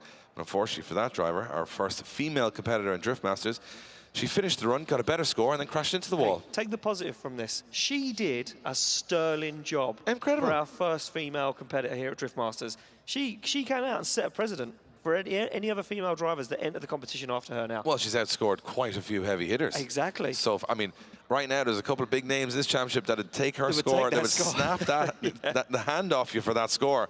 And at the moment, she's done what a lot of drivers. Now, Dennis Hagblom's another driver that would probably snap her hand off and say, "I'll take that score." I'll take that score. Because I was in the wall the last time too. I think the first 5 or 6 drivers were almost all in the wall. Another Finnish driver. Has got the car fixed. This is how qualifying's been going, up and down. Up and down, round, up and down, round and around. I mean that sums up qualifying here at round 3. That is what Dennis Hagblom felt in the car when he did the first run. Laurie Heinen's got his own personalised. Yeah, Laurie Heinen looks like he's liveried helicopter for the weekend. Yeah, but I'm not sure if that's a fact. Don't no, quote us on it. Just, But me and Dave having. We're entertaining ourselves. Yeah, we're entertaining ourselves. There's a helicopter taking off over a roller coaster at a track in a theme park. What more do you want? What more do you want? And we're being ridiculous. Oh, what Dave and Ian are saying is being ridiculous. Hold on a minute, though. What's happened? I just heard a comment in my ear that Dennis Hagblom unfortunately broke the car warming up on the tyre warming area. What? So Hagblom scores a 0, removed from the tyre warming area, and unfortunately won't compete in the second qualifying run, meaning we move along now to... That's incredibly unfortunate for Dennis Hagblom. Miko Vitala. So Hagblom breaks the car in the tyre warming area. This is just, you can't take your eyes off. I mean, qualifying is usually the formal, kind of boring or a bit of the show, but not today. Not today. Well, here comes a 1970 Camaro. Well, into the first corner, as you do, fires it in, and he's absolutely going for it here, is Miko. This is a big car to get around here, Ian. It's tough going, and he's absolutely firing it out to the wall. This is a much better run from Miko Vitala. He had a 46 on his first run. This will definitely improve him. Oh, a little bit tentative on the transition there. Can he get up on the bank? Can, sort of. What possesses you to build one of these? It's the coolest thing I've ever seen. It is the coolest thing you've ever seen. Now, for me, I just kind of wanted to look back at the initiation. He was, watch this, initiates straight line. Nothing wrong with that. Is a decel for initiation here this round because of the concrete wall. But he's on and off that throttle. And what it did was it kind of worked the car to the outside edge of the outside zone. And then it kind of, that transition put him way on the wrong line. So he kind of really created his own problems there for no reason whatsoever. He should have really been committed on that for a second outside zone. This would have been way nicer and much smoother. Apart from that, really, does get the job done, but then he's kind of really struggling to make these transitions happen. But I'm going to say, Dave, that can't be an easy car to drive. Sorry, Ian, I wasn't paying attention to the car was too cool. It was way too cool. I thought so. Yeah, I was like, oh, man, look at that. I mean, look at that. It looks like Bumblebee came to the event and said, give us a go. I've just never seen anything quite like it before. Cool. It's a 74, though. He's in the show so far, 28th position. At the moment, it's a big improvement from 46. And judges liking it. 46 out of 60 online, not terrible. What size of wheel is he running? Is it like a 20? I don't know what's going on there. Yeah, it's huge. Incredible. We move it along to another wild card. It's Niklas Vick from Finland. 800 horsepower in the 350Z. If I'm not mistaken, he had some trouble in the last one. Not the perfect run. No, stuffed the car into the wall, upset himself on outside zone 2, and had to really work to get it back on that qualifying line. He won't make that same mistake again. Or will he get himself into the zone at all? It didn't look like he got there, to be honest, Dave. He was very shy on the outside zone. Now he's on the wrong line, almost put a wheel up on the curb. He's absolutely full throttle as he fires down, but he's falling off that qualifying line massively, and I don't know if he's helping himself out here for a spot in top 32, and he's in the wall again and parks it massively. Oh, my God. Tyre. What has happened? The tyres come off, it's hit the cone. Finland. I thought the theme park was supposed to be the entertaining part of this venue, but it's actually the car is destroyed. And you could see the line on the way in. You could see it was totally wrong, and I was like, no, maybe you'll be okay. And then boom, hits the wall. Massive cleanup on aisle 9 here because he's hit this at big pace too. Let's just make sure he's okay first of all. I think we saw a thumbs up from him, but bang, bang. Now watch the tire. Look, the tire overtakes the car, hits the cone. The bonnet pops open as if to say, look how good my engine is. Look, watch, look, hits it, smashes it, tire comes up, tire mounts the wall, goes over the bonnet of the car, takes the cone out. Oh my God, this is going to be an unbelievable shot. Look at this, bang. Bits of wheel comes off. He's moved that wall as well. Oh, we've even got it in slow-mo. This is going to hurt. Watch the rim explodes. Jeez, look at the piece of the rim going straight up over the wall. And now we're going to get full shot of how harsh that is in the car. Look at the shot. You can see, and luckily these drivers all wear full safety devices. Hands devices, to stop their neck. Getting a snap in incidents like this, and thankfully they do, but you can see how much impact that was on the car. That's a chassis breaker. You know, that's something that these chassis... Watch the tyre. Look at the tyre. It's like, get me out of here. That's the tyre from the back of the car, by the way, from the opposite, or from the opposite side, or the same side. But should I just say that Addy, our phantom camera slow-mo guy down there, stayed completely focused on his job while the car was crashing into the wall in front of him. Yeah, not phased. But he's out of the car. Yeah, a round of applause for this young man. And I mean, he gives a pat on the back. He says, well, that is not the weekend I was hoping for, because in practice I was having loads of fun. Nicholas Vick looked like a contender from practice. He did. We stood up there earlier and we were like, this guy could make a move this weekend. Yeah, we got a wall that's a little bit, out of shape. We got the recovery truck back out again. To be fair, that guy looks like he could recover the car on his own. Looks like a strong gentleman. I would say that this is the problem with this track is now we have another place to worry about. I was just we thought it was the first corner. Nah, no. Now it's off where Jack Shannon, Nakamura going off in the grass. Sorry, we have another place to worry about. There's nowhere safe. Nowhere a driver can get comfy and just say, oh, take a breather. Everything everything's dangerous. He doesn't look happy. No, and you wouldn't be, Dave. You wouldn't be. These guys put a lot of hard work, blood, sweat and tears into these cars. They spend hours in the garage. And you know what? I wonder, is he seeing an element of maybe the damage in the chassis on that car that we haven't? And that's the bit you're looking for. Is it, you can mend wheels, tires, suspension, whatever. But if there's chassis damage on that car, which I would say the front end is what you're looking at, that ain't a cheap fix. That's a big hit. And unfortunately, not only are you out of qualifying because he's aware of that, but you've got to go home and look at a car that's absolutely in ribbons. Yeah. That's not what we want to see from any part of any driver. I mean, look, we try and keep it entertaining. We try and keep it lighthearted for you guys watching on. But we know these guys as well as anyone, and we chat to all the drivers. We do the rounds, Ian, and we get to know everybody. And they're all putting so much blood, sweat, and tears into these cars. And you know what? A lot of them self-funded, and a lot of them doing it off their own back. And a lot of them, you see all these stickers on the car, and you think, oh, these guys are all well paid. A lot of these guys doing it, their own way, doing it themselves. And you know what? For me, I was just sitting here reflecting on, a lot of these guys, what they post on social media about how much of an honour it is for a wildcard driver to drive at Drift Masters when we come and visit your country. Because it's not, we can only visit 6 countries in a year, and they are very selected on what the options are in those countries. So when you are selected as a driver to drive in this championship as a wild card, that means a lot for these guys. And for some of these guys, Dave, it could be the big break they need as a professional driver. Yeah, we've watched a lot of big names in this championship come in as a wild card. And then, come Dwayne McKeever, originally starting as a wild card. Connor Shanahan. Connor Shanahan was a wild card at one point. A lot of these guys just jumping in. Yeah. And then all of a sudden they're, household names. They're a household name. So, we've got on the track a clean-up now. We're back to the pits with Rove and Pera. There we go, and he's trying to get suspension back in his car after a big hit on the first run. This might be the most dramatic qualifying session I've ever watched in drifting. I think I'm trying to keep my sanity almost, because there's so much happening at the one time. We've got probably 5 out of the top 10 favourites to win the competition on zeros. Yep. We have the World Rally Champion with the back end of the Supra being reassembled. We've got tyres coming up over the wall, wheels coming off the car.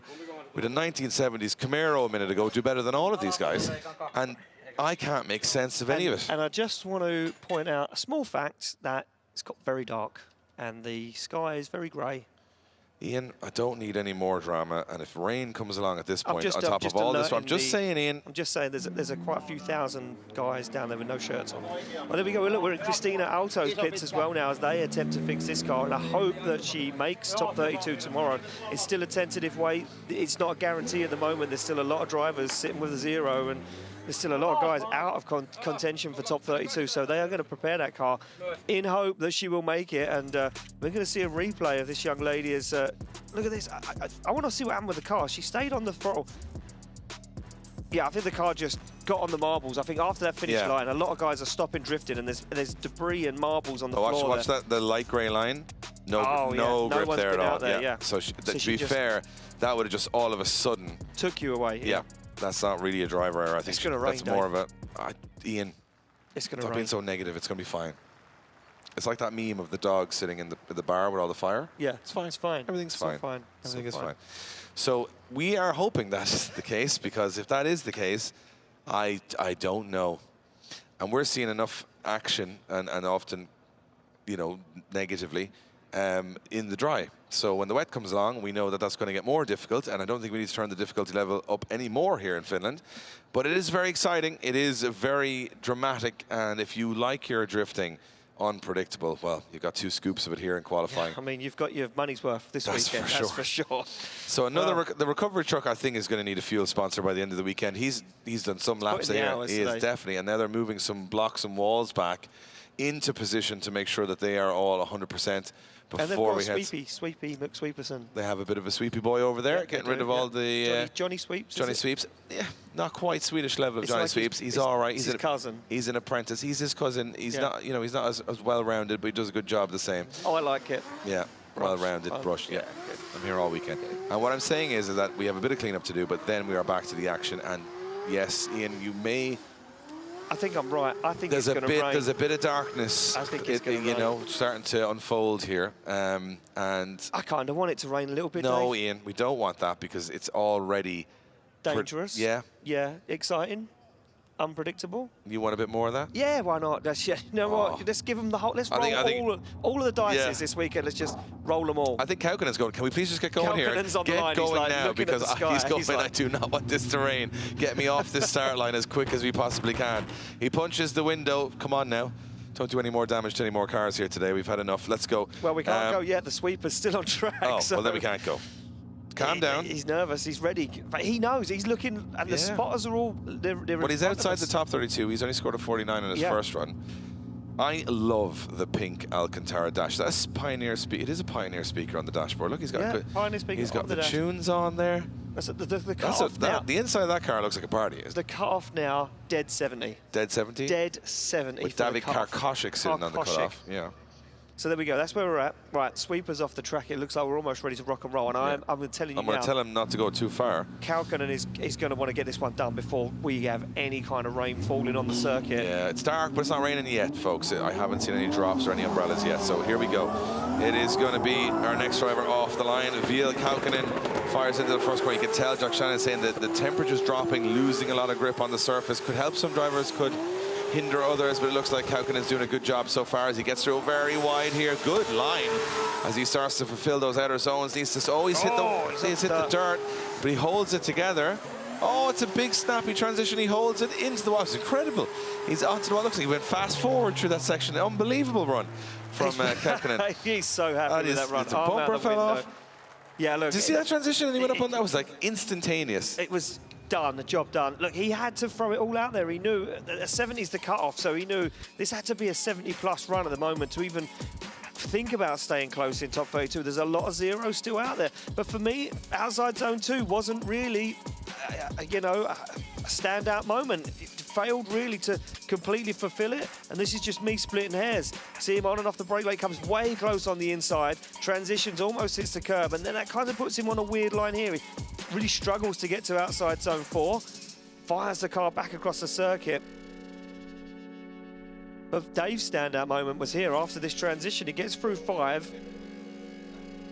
It was this one, Dave, for you, really. After 5, it was to 6, but he's dropping wheels. This is not tidy. A 71. He scrapes himself into the show, Dave. And fingernails there. His fingernails into the top 32, but it was an impressive run. I enjoyed it. Big fan of the snappy transition up onto the bank and not obviously crashing, which is also what everyone's trying not to do. You have Koskinemi, next driver up, 900 horsepower, E92 M3. It's getting dark out there. Yeah, it is. The grip levels are going to start coming down. The track's getting a little colder, and he's in the wall, and it's phenomenal so far from the wild card as he comes through. Oh, missing that inside zone a little bit. The line's not perfect there. As he takes it out nice and wide, you had transitioning back again, little dab at a handbrake. That's okay. He's close to the edge of the track. On the curbs he goes, tries to climb up that bank. That's a good solid job. He scored a 53 on his first one. I think he's going to improve on that. Yeah, I think that should be an improvement. The second outside zone was definitely stand out. Waves to the crowd as he makes his way off the circuit. And we wait for the replay of this one. Nice initiation as well, goes very wide. Look at this, wheel to the curb, almost backwards in past outside zone 1. Gets himself into the zone, up and along that wall. Look at this, he stays committed all the way through that second outside zone. Very nice job. Good transition back again, looks for the center of the circuit, now full throttle.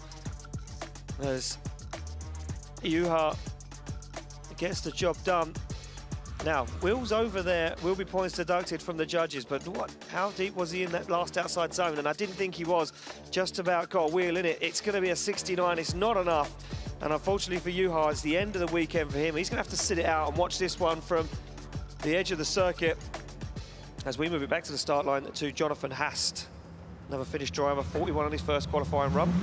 Yeah, I mean, these guys all have to improve from here, right? And this is going to be tough as impending doom looks above the track with a couple of clouds floating in. Jonathan Hast doing, it was a very tentative run, the first one. It was almost not in the zones, and this is much better. He's gone sort of found that happy medium between a crash in practice and a very tentative first qualifying run. He's got to go for it. Could be a little wider there as he transitions back up onto the curve through that outer zone.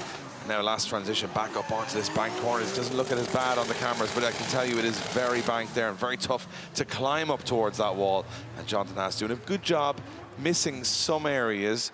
It looks like he'll be deducted for some parts of it, but it's better than his first run, I think. Yeah, it certainly was. And it had the commitment here in that second outside zone. For me, it was just the line again. I think the line lacked quite a bit. As you can see here, wheel on the curb, and that really made him struggle, get to the outside zone. You can see there from that shot, you know when they're deep on that outside zone because you can't see the tail lights of the car or the rear bumper of the car, and you can clearly see it there. Then he was wheels over here. Jonathan Hast doing everything he can, but I'm not sure. And no, a 56, end of the weekend again for another one of our Finnish wildcard drivers. Yeah, such a shame, and it wasn't a bad run, but it wasn't a great run. You've got to be exceptional now, Dave. You can't just be good anymore. Being good at drifting is irrelevant anymore. You have to be exceptional. You have to be great, you have to be exceptional. This young man was exceptional, absolutely exceptional. Out of nowhere, Jarkko Ulla. Yeah, did a good job on the first run. 83 points on his first qualifying run. Look at the entry here, and he's going the whole width of the track. Wow, he's in the wall, he has to be. No, he's not in the wall, he's going to hold on to it. Oh, perfection, Dave, as he puts the back end of that JZX 100 to the wall. He's got nothing to lose. He's sitting with an 83, he's in 15th position. He's in the show, he knows he's in the show, and he knows that hardly any of the big contenders can even phase him right now. He fires it across the circuit, snappy transition, looks for the final outside zone, tags the wall and says, job done. That was mildly outrageous. Mildly outrageous. Mildly outrageous. It was like a spicy salsa sauce, just enough to It was just enough that he enjoyed it. Yeah. But not too much that he got. And I thought he was in the wall. I really did. This entry was wild. Initiation. Look at this. He fires in. I'm like, oh, that's the end of that. And he's so early to the wall that he gets there. He makes it work perfectly. He's going to be rewarded for that because the commitment is where they're getting rewarded for a lot here. Style, for sure. And style. He falls a little bit away, but then his rear end of the car is so long that he's close to it. He's in it anyway, yeah. Look at that mid-track transition. Yeah, big angle. He's getting the zones. He could have been a little bit deeper there on outside zone 4, but we're just splitting hairs here. 93. Oh, are you serious? Wow, Finland is going to raise the roof. Look at everybody in the grandstands and around the paddock. They are going ballistic. And 93. A wildcard driver, Dave, just slotted himself into the top 3 in qualifying.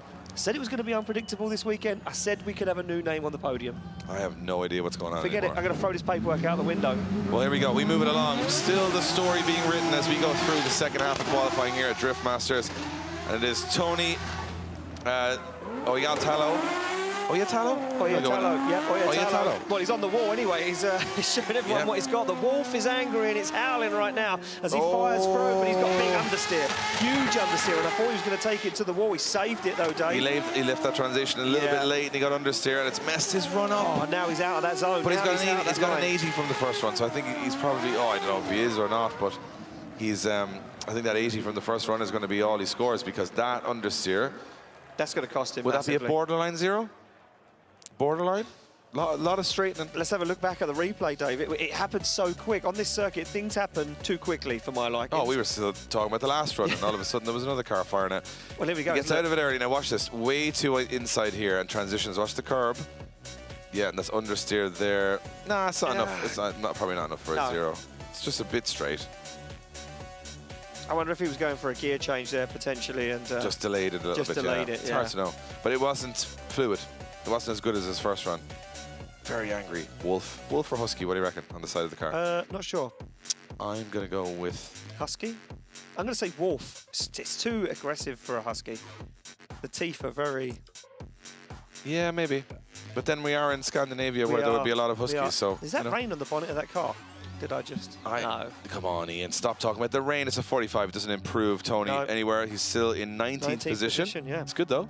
Well, good look, his first run was the one that got it done. Yeah, he had a good score from the first run, which is sometimes enough. There's some dapper suit. Some jazzy suits going on there. Is that a new thing at Drift Masters now? You turn up with a jazzy suit on? Yeah, well, we didn't get the memo on that one. Final, we should wear suits. Well, we're off camera, so we can wear we can wear what we want. Yeah. Nicknack, Nicholas Bertens, the Latvian driver, pulls to the line, an 81, Dave. Look, we've said it wasn't the cleanest run we've seen from him. He's off the line through the gears. Look at that, little flick on initiation. Gets it dialed in. He's going to want to score high here. It's his style when he comes alive in the top 32. Stays very wide on outside zone 2. That's a nice line. He's going to be wide now the transition. Cuts it a little bit clean. Looks for outside zone 4. I'm not sure he's as deep as what we assumed there. Goes for the transition back on 6. Flicks it across the circuit. Keeps it on the tarmac. Looks for the final outside zone across the line. Textbook as always. You know what? I think that's going to score really high. Really high. I'll tell you why. Fluid transitions, probably more fluid than anybody else. Real speed through the course. I don't know. Ian, we're not going to fall out of this. I'm going to show you in the replay. You show me, Dave, He gets late to the zone. He gets late to the zone, but not too late. He still gets there. Runs the rear end of the car all along that zone, and I quite liked this fluid transition. No, because look how far he is on the inside. But he gets here. Look, he's out at the wall, and then this transition. Look at the speed. Full throttle, little dab at handbrake, gets the whole zone.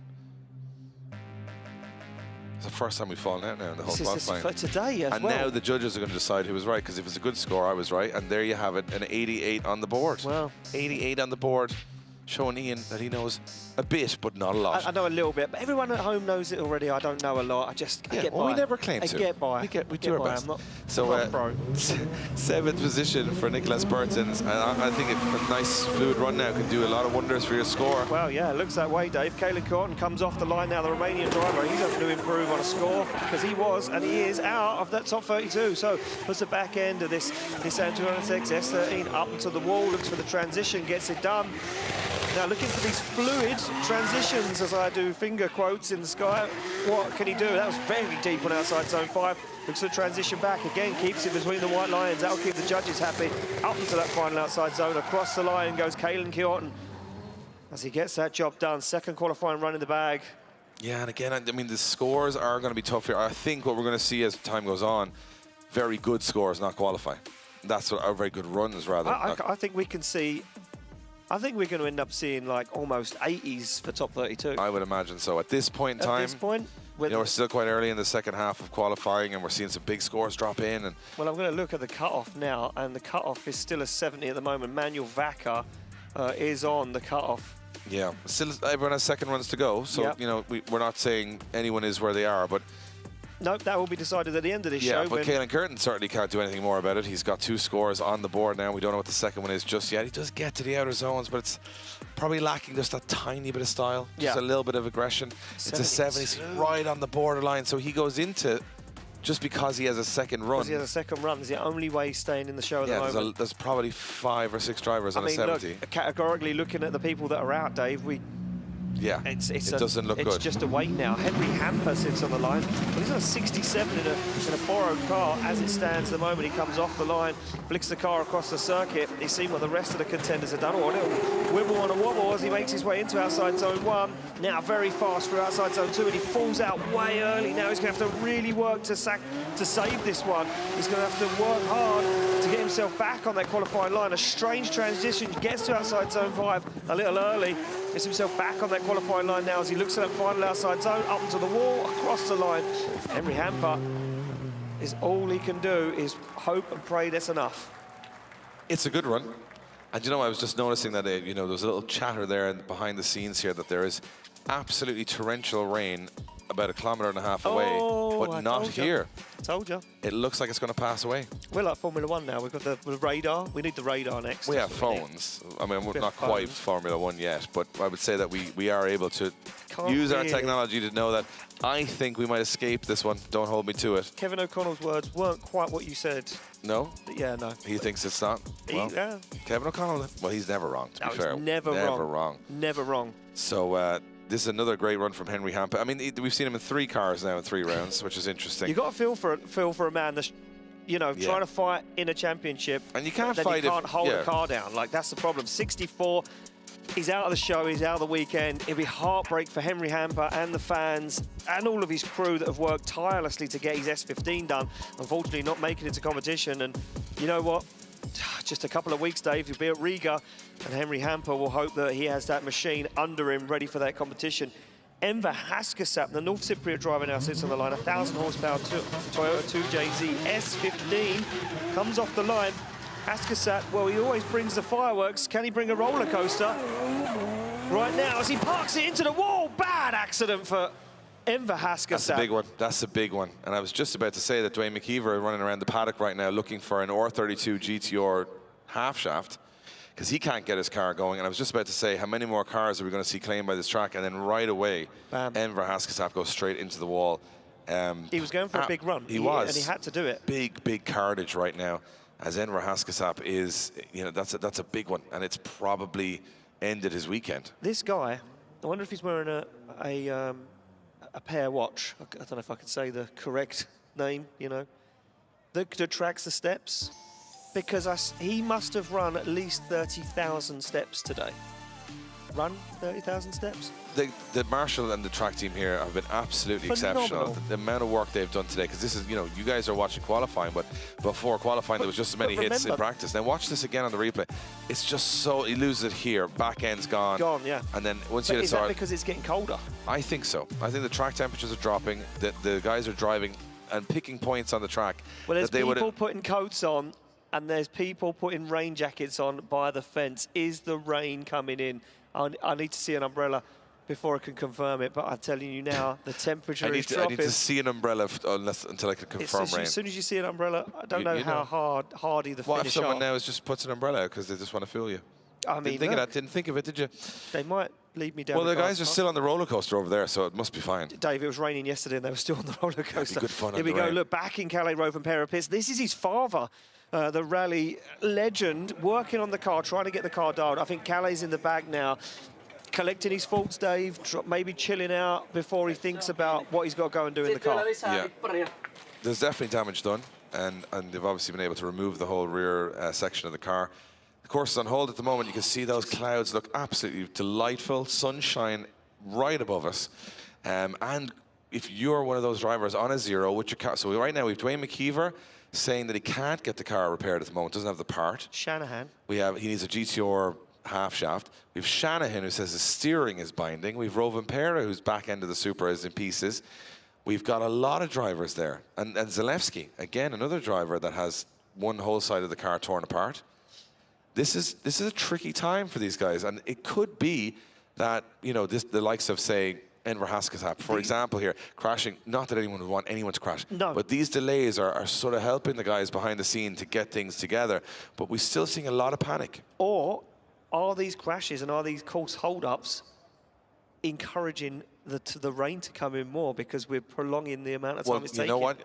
Didn't think about it, but now I am. You're right. I mean, everyone knows there could be a sprinkle of rain. You want to get these runs done as fast as possible. If you're next on the queue right now, and if the next driver up, as far as I can see, is Maciej Ykovich, you're sitting there going, will you just please let me go before the rain comes in? Yeah. But at the moment, we have a delay on track. We have course on hold for Enver Haskasat, another big hit with the wall. And you know, we've been having some fun up here. We're trying to have a good time, but at this point, it's really starting to set in that there's a lot of carnage on this track. There's a lot at stake as well, Dave, when you think about it now. We're halfway through the championship.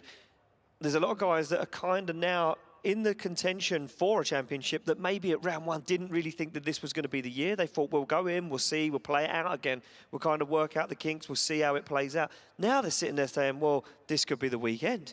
This could be the time it happens. But maybe haven't scored as well in qualifying or scored at all, as we've seen, in qualifying. And now we're seeing guys coming off the track, rain coming, potential rain coming in the next 45, 50 minutes. This could all play in to when we get to the final in Poland. I'll also put it this way. Oh, big strike of lightning just beside the track here as we're expecting thunder very, very quickly. And I'll tell you one thing, a lot of oil being dropped from the back of Enver H's car right on the wall, right on the line that the judges want the drivers to go on. And we have thunder rattling around the theme park right now.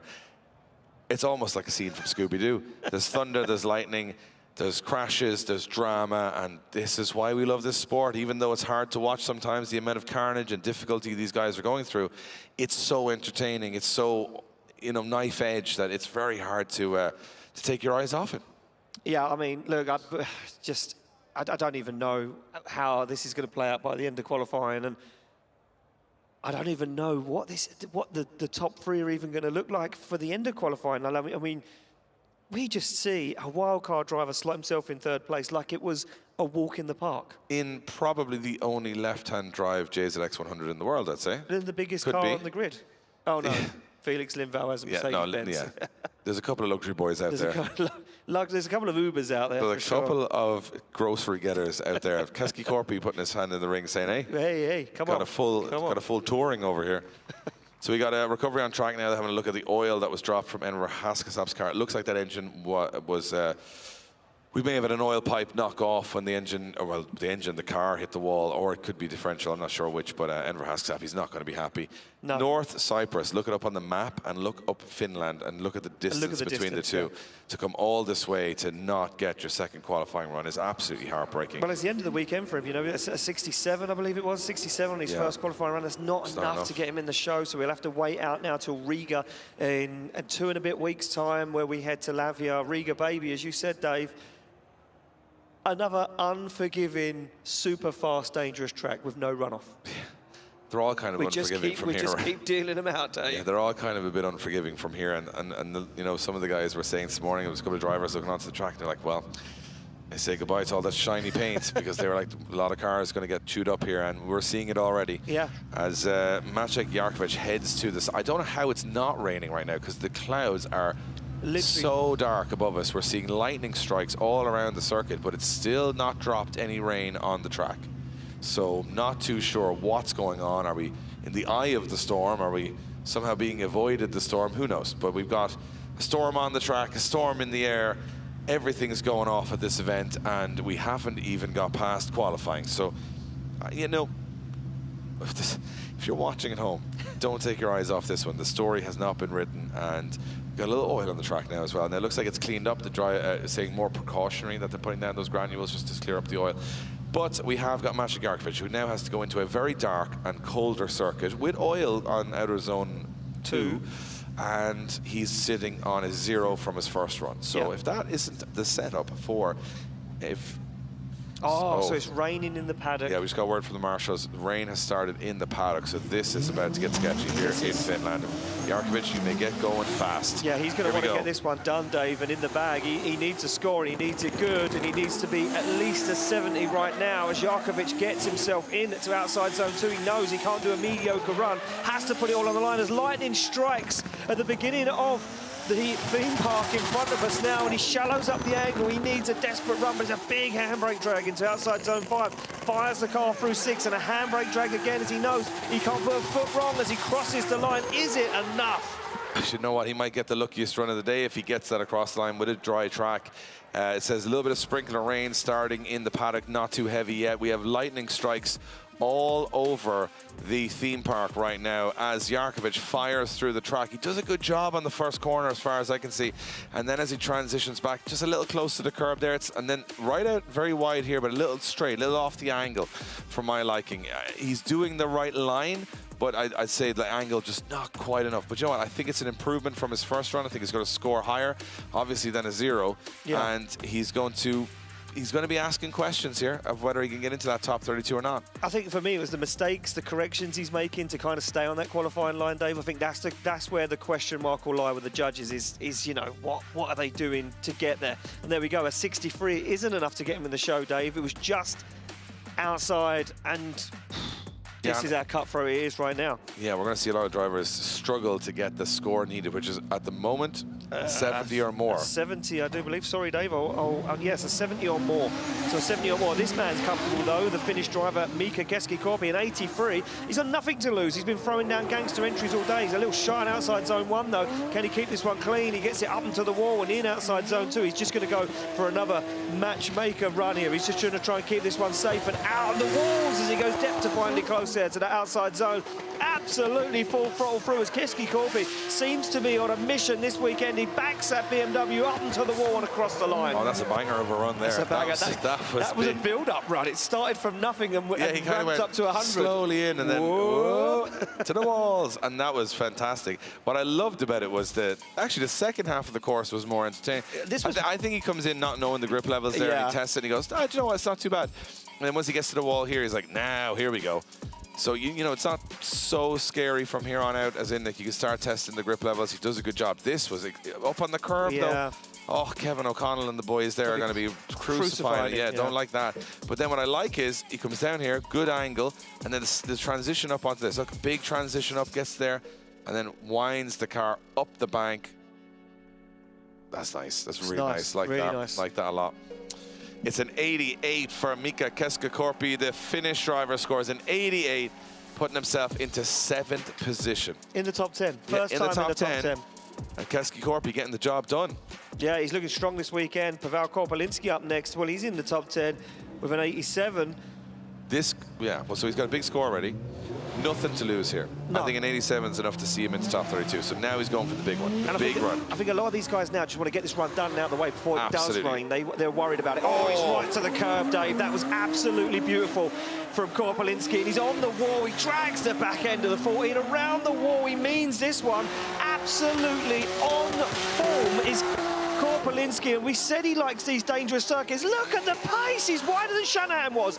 He's wider than he was on the outside zone. Can he get up to the wall? Of course he can across the line. He was holding on a little bit there at the end of that run, I think. He got up onto the wall, thought he was going to go in the wall. He had to back off and shallow a little bit, but some incredible moves from Palinski. Couple of things to note, though. Double handbrake drag. Look, comes in, has the handbrake again here just to steady himself, but does make it work and get out to the wall. So this is beautiful line all the way through, but not the most perfect way to do it.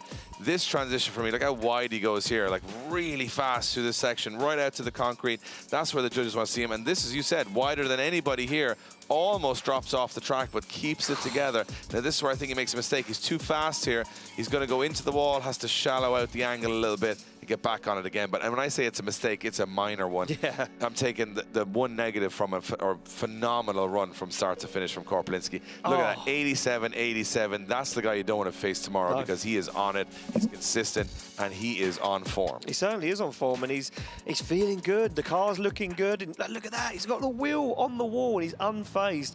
Well, here we go. We go back on the line to Alexander Kosov, the Ukrainian driver, in this very bright 180SX. Maybe bring some sunshine to this gloomy track at the moment. Headlights on, shining. Look down with the handbrake. Now sets himself up. He's in the wall. Oh, and I think he's just about saved it. Shuts it down. And the Ukrainian stops himself there. I think he's damaged that. I think he's afraid. I think he's afraid that he's damaged something more. Yeah, I think he. Well, I mean, look, where is he? He's 79, so he's in the show. He's 20th at the moment. Maybe that could be enough to keep himself in top 32. And I think he's thinking, I don't want to damage the car anymore. I don't want to work all night to fix this car. He's out of the car, gives a wave to the crowds, everybody here in attendance. And he's handed parts of his car by the marshal. And yeah, look at this. You can see the front wheel slammed down to the floor, damaged. I feel like that paddock's going to look like a scrapyard by the end of this qualifying session because this cars, beautiful cars. Now, this is a strange one because he does lose this car very wildly halfway through that corner. Look at him on the brakes. He tries to keep it out of the wall. He tries to steer it out of it, but he does a good enough job of getting out of it. I think what he's afraid is he's hit the front, and I think he's turning the car off simply because he's afraid that maybe something popped off or oil, whatever. You don't want to fire or whatever. No. Clever move. Because you're not going to go anywhere from there. You can see him go, look, watch, straight for the kill switch here on the roof. Yeah. Boom, turns the car off. Or ignition and then the kill switch, I'd imagine. It's professional, Dave. Professional. Not like us. He's not happy about it. But he's probably happy the car's not worse. He's still in the show, though. Yeah, for the moment, he's in the show. Yeah, 20th position at the moment, Alexander Kosov.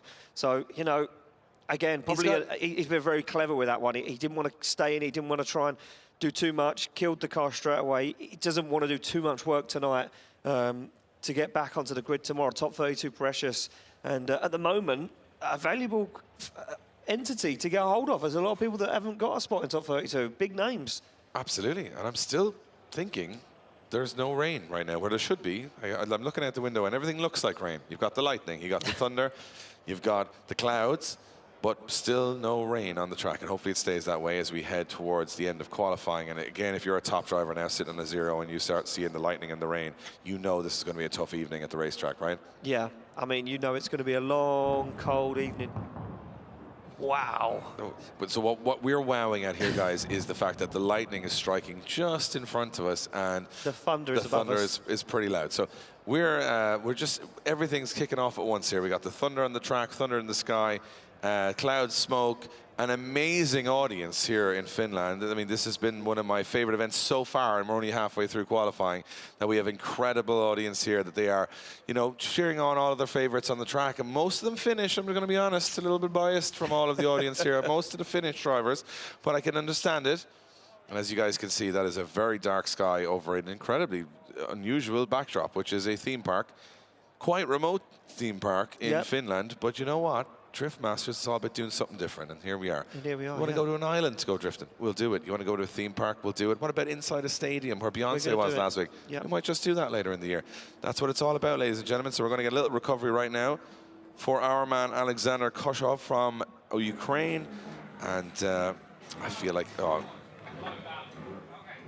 so here we are. We're 15 drivers into our second runs in the show right now. Still a long way to go. We've got about 35 drivers left to go. If we can get any of them around the first corner, it would be absolutely ideal, because they are struggling with the lack of grip there. They're struggling with the temperatures dropping, and Rovan Perez's car looks like it's being Rovan repaired out there. Oh, I like it. I like it. Can you hear the thunder from the... It's just being picked up by the microphones around the circuit. Yeah, you can hear the thunder in the background. This is a dramatic setting right now. Well, Current standings, Connor Shanahan sitting up there with a 97, Peter Viancek with a 96. Look at this, man. In the JZX 100, we have Yulia with a 93, Laurie Heinen with a 93. They're kind of third and fourth, all the same. Kevin Pazor, incredible. Kevin Pascalti. Kevin, everybody. Kevin, everyone. All the Kevins. Fifth is all the Kevins up there in the top 10. And I think the story of this will settle itself out, because these guys all have a second run to go. It's the zeros for me at the bottom of that scoreboard that have to get it done, and they're looking at the sky going, how do I get above a 79 if it rains?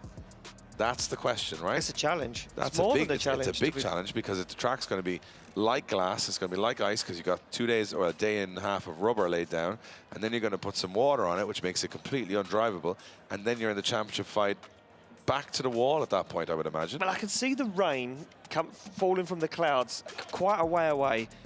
I don't know if it's going to hit us. I think it might go around us, but then I could be wrong. Apparently there was so much. Look at all these zeros. Look at these names in zeros. McKeever, Shanahan, Erlandson, Zamic, Haggam, Nakamura. I don't know. This is going to be a very tense end to this and I'll tell you qualifying what, session. all of these delays, Dave, are just bringing that rain closer and closer every single minute. Or further away. We don't know. No, we're not meteorologists. We never claim to. Definitely coming towards We're not us. even good commentators. Never mind meteorologists. Maybe that's a new avenue for us to explore. Meteorologists. We could also be mediocre at that. We could. And we could go, could rain, might not. Might not. That's how the Irish predict the weather every day. They just say, could rain, might not. I think right now, like, there's a couple of cars gone back. I mean, I suppose Rovan Perez, I think, will get it back on track. But McKeever may not. Yeah, and our current champion, Peter Viancek, kind of unscathed. Yeah. Gets through it, you know, no big pressure there. So does Connor Shanahan. Well, I mean, look, if it rains... But Jack Shanahan and McKeever looking like they're struggling. And Oren Nielsen struggling. But here's the thing, right? Score a big score in your first qualifying run. Vincent, for instance. If it rains now and it comes to your qualifying run, what do? Do you just say, nah, I don't take it? I would be saying nah before the whole event, because this track is terrifying. But Peter Viancek won't. No. We're not seeing wipers on. I'm just saying, you know, we're seeing a sprinkle. I can see a sprinkle. Oh, the paddock has gone absolutely crazy. Everyone's putting on wet weather gear. It started to rain. It started to rain right now. Oh, it's hammering down, Dave. This is not good. Oh, this is not good. And this is really... Now we're starting to see this track. No one's driven a wet lap of this track ever. No one. Ever. Not ever. Ouch. If you are, I mean, the worst thing that could happen right now is you'd be at the start line. And Yves Meyer has just pulled to the line. He's on a 70. So he is right now on the drop zone. Yeah, I'd say he's very close to the drop zone. Needs to improve. It's now a wet track. He's the first driver. He's out of the drop zone. Oh, so he's actually in 34th. Well, provisionally at the moment. Provisionally at the moment. Because he hasn't scored a second run. But what I'm saying is that he is now the first person to do a wet lap of this track. No one else has done that before, and people are going to the wall when it's dry. Oh, wow. This is going to be the most knife-edge first corner of drifting you've ever seen, because nobody knows anything. There's not even a video. This isn't going to stop either. Just look ahead of us, Dave. We've got cheeky view straight out of our commentary tower. We could look on for miles. There's a lot of rain. This is going to be a lot of rain. This is going to be. This is going to be. What do you do here? Well, he's going to have to go for it, Dave. He's out of the show. He's got the headlights flashing. There's lightning strikes behind him, and now it's a full wet circuit. Yves Meyer has to put down a 70-plus run in the wet. He puts the back end of this beautiful 890 Supra to the wall, and he's absolutely making this look like it is easy. Transitions through the circuit, headlights flashing still. The rain hammers down as Yves Meyer fires through into outside zone 5. Controlled. Technical, he's wobbling and wavering. He misses the outside zone, but he gets it done. Transitions, looks for the final outside zone. Bumper hanging off the car across the line. You know what? Wow. To be honest, it doesn't even matter what he scores, because that was phenomenal. Like, he had no testing. Nobody knows anything about the track conditions. No one's even watched a wet lap here. Watch the lightning. Boom. Lightning as he comes in, flashing the headlights, lightning in the sky. That's a moment there, isn't it? And he hits the wall and he goes, just keep going. Just keep smashing through, it'll be fine. Just fine. And then he comes through here. This is where I think he's done, he might have even done some suspension damage. I think he's done it there. Watch that back wheel. He comes in pretty hot to the wall. Comes out again, lovely here, to be honest. This all worked out quite well. Little handbrake here, and he's like, oh, I don't know what's happening. Like, the grip levels there, he would have no idea. And then he kind of transitions back just about. Gets up onto the wall, he's on the bank now, it's wet, there's tyre rubber there. But that's going to be drier at the top of the bank because all the water's running down it. Who knows? I mean, the rain, Dave, is relentless now. Yeah, it's firing down now. It's a full wet circuit, there's no messing around. Look at, but you can see it now in the slow-mo, how much it's raining. And now the whole game has just changed for every single driver sitting on a 0. And look at that, 57. 33rd position, he's out of the show. Yves Meyer, unfortunately, out of competition. Look at this. Kalle Rovanperä sits in the paddock, looking at his phone, watching the broadcast, saying... Watching himself right now. Now he says, what do I do? What do I do now? How do you score higher than... Well, I'll tell you what. Did we get a score in for it? We did get a score in? Yeah, 33rd, he's out of the show. Yeah, 56, so he's out. The next 5 drivers so far now are all out of the show. They all need to score. And look at the water absolutely flooding the circuit as Tobias Pan now makes his way down. This could either go one way or the other for these drivers. Slow it down enough that it makes it controllable or make it undrivable. And we're going to find out how that is as they make their way around. Look how slow it is now. The track has completely changed. This has been, pardon the pun, a roller coaster today, Dave. For sure. And watch the line of rubber. Look at the rubber on the track that the rain is now sitting on top of. It's not sitting on the tarmac, it's sitting on the rubber. It's absolutely torrential rain here for Tobias Pan as he now pushes that car. I don't know how drivable this track is now. I don't even know if you can get a good score above an 80, say, or wherever. I'm looking out the window now, and it's raining that much. The track is beginning to flood. There's that much rain falling from the sky. I don't think it's possible to score above an 80, like you say, which means you're going to, whatever happens, score in the lower half of top 32. Yeah, and the thing about it is that you've no confidence. Like, no. It's just like survival. Watch how much handbrake he's using here, and he's still going too fast for the wall. Yeah. So he's handbraked in, handbraked again, and he still can't slow down for the wall. So he's bounced off the wall, essentially, and got it back on track. It's not a bad job by any means, but like, what a judge here is going to say, how harsh am I going to be on this line when I don't even know where it is because I can't see it with all the rain? No, this is right. This is... It's a very strange... It's a strange situation, but also look at the rain on this bank as he comes in. It's like you can barely see the ground. Yeah, absolutely spilling down, and he's like, this must be horrendous in the car. It's tough to watch. These guys are under pressure on a 59. So like, 59. I don't think Like, that's not a bad run in these conditions, and the track will start to flood. Now, what's standing water? We don't know. I mean, it's already flooded now, Dave. You think it's so? Yeah, look at this. You could see it washing across the circuit at inside zone 3. Yeah. So there's a river Oh, we've running got course across on the hold. track. So We've got course on hold at the moment. Oh, Dave, just... I mean, we can look out the window here. Unfortunately, you guys haven't got the same view of what me and Dave have. And I can look down at the start straight, and it is at least 2 inches deep of water already. Sorry, I'm just listening to some information being fed into my headset. So basically, our safety officials, Masha Polly, is saying that the rain too heavy. So whatever about the track, the rain is too heavy for someone to see out of the car. So Maciek Polity, our safety advisor, has said that the course will be on hold until at least this shower goes by. Now, this shower that you're seeing is a thunder shower, so it's not going to stick around for hours and hours. It's going to go away after a little while. What that leaves behind it, how flooded the track may be, I have no idea. But right now, that it's the sheer weight of the rain that's coming down, the heavy rain, means that we're getting a river across the track. As you can see, we're getting standing water. And we're also going to get an issue where the wipers aren't moving fast enough to clear it. So it's actually just a safety issue. So we're putting the track on hold for a little while. We're going to get some more information for you guys as soon as we can.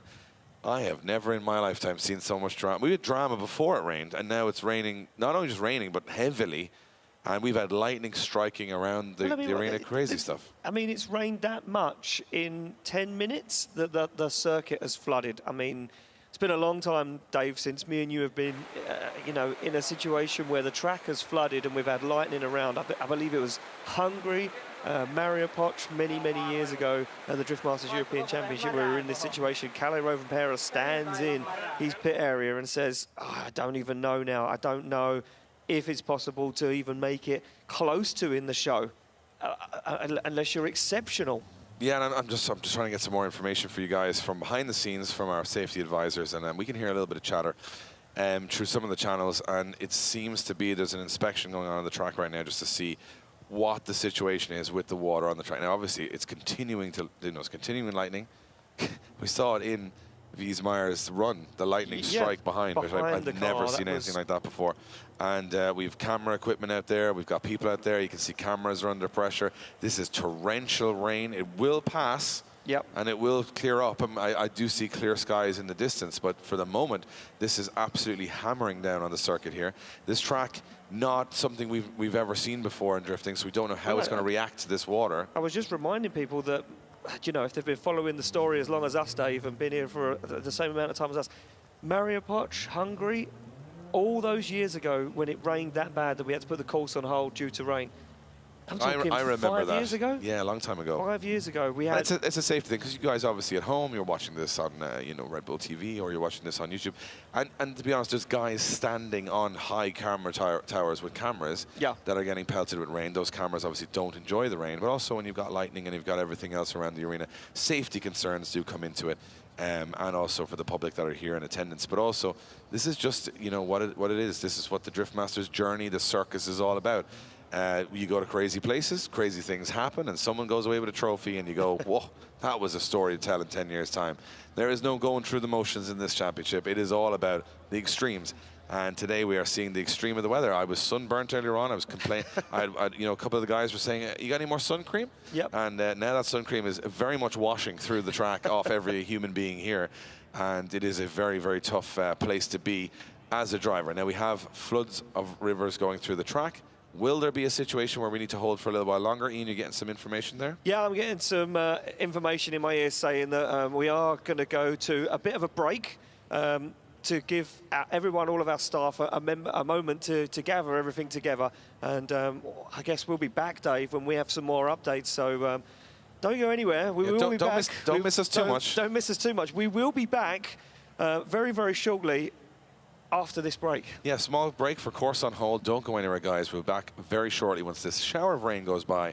We'll be back with the second half of qualifying here at round 3 of the Drift Masters European Championship in Finland. Don't go anywhere.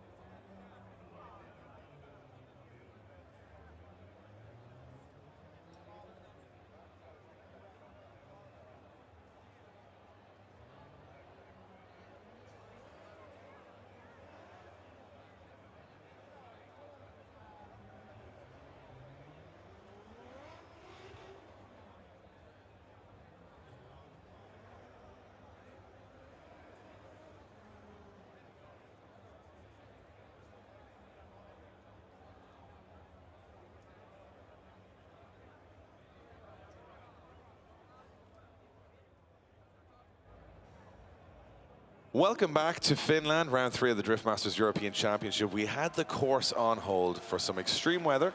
We had thunder, we had lightning, we had flooding, we had rain. But the track team have worked tirelessly over the last 20 minutes to half an hour to remove some of the concrete blocks from around the edge of the circuit, alleviating the buildup of water. Very clever stuff. And it looks like we will continue the remaining 35 or so runs of this qualifying session in full wet conditions. Ian, definitely the most dramatic qualifying session I've ever witnessed in recent memory, and very tough on the drivers now, going out to wet. They're not getting any siding laps as far as I know. No. And they're going straight into qualifying with no experience of a wet circuit, with a ton of rubber laid down. This is going to be a big challenge. It's going to be a massive challenge, Dave. I mean, look, as far as we've been informed, there isn't going to be any sighting laps. It's going to be straight out, straight into those qualifying runs. Obviously, we see Yves Meyer and we see Tobias Pan go out, no practice runs in the wet, just go straight out and hit the track. Unfortunately, didn't improve on their scores. Judges, we had this little break where we put the course on hold to, as you say, alleviate that water, let the amazing track team here in Finland clean up the track as best they can to get rid of the big puddles and just clean off the areas where the water was heavy. And we spoke to the judges and they said it's going to be very difficult now to score so high that you're going to be able to challenge the top 10, let alone make it into that top 32. So what these guys now, these 37 drivers that are left to go in qualifying, they've got to sit on that line and say, I have to put down a safe run, something where I'm not going to damage the car, but I'm also going to make it into that top 32. It's going to be an exciting last half, quarter, 3/4 of qualifying here in Finland at round 3. But some of the biggest upsets, Kalle Rovanperä, Dwayne McKeever, Jack Shanahan, all on zeros, not feeling happy with the car.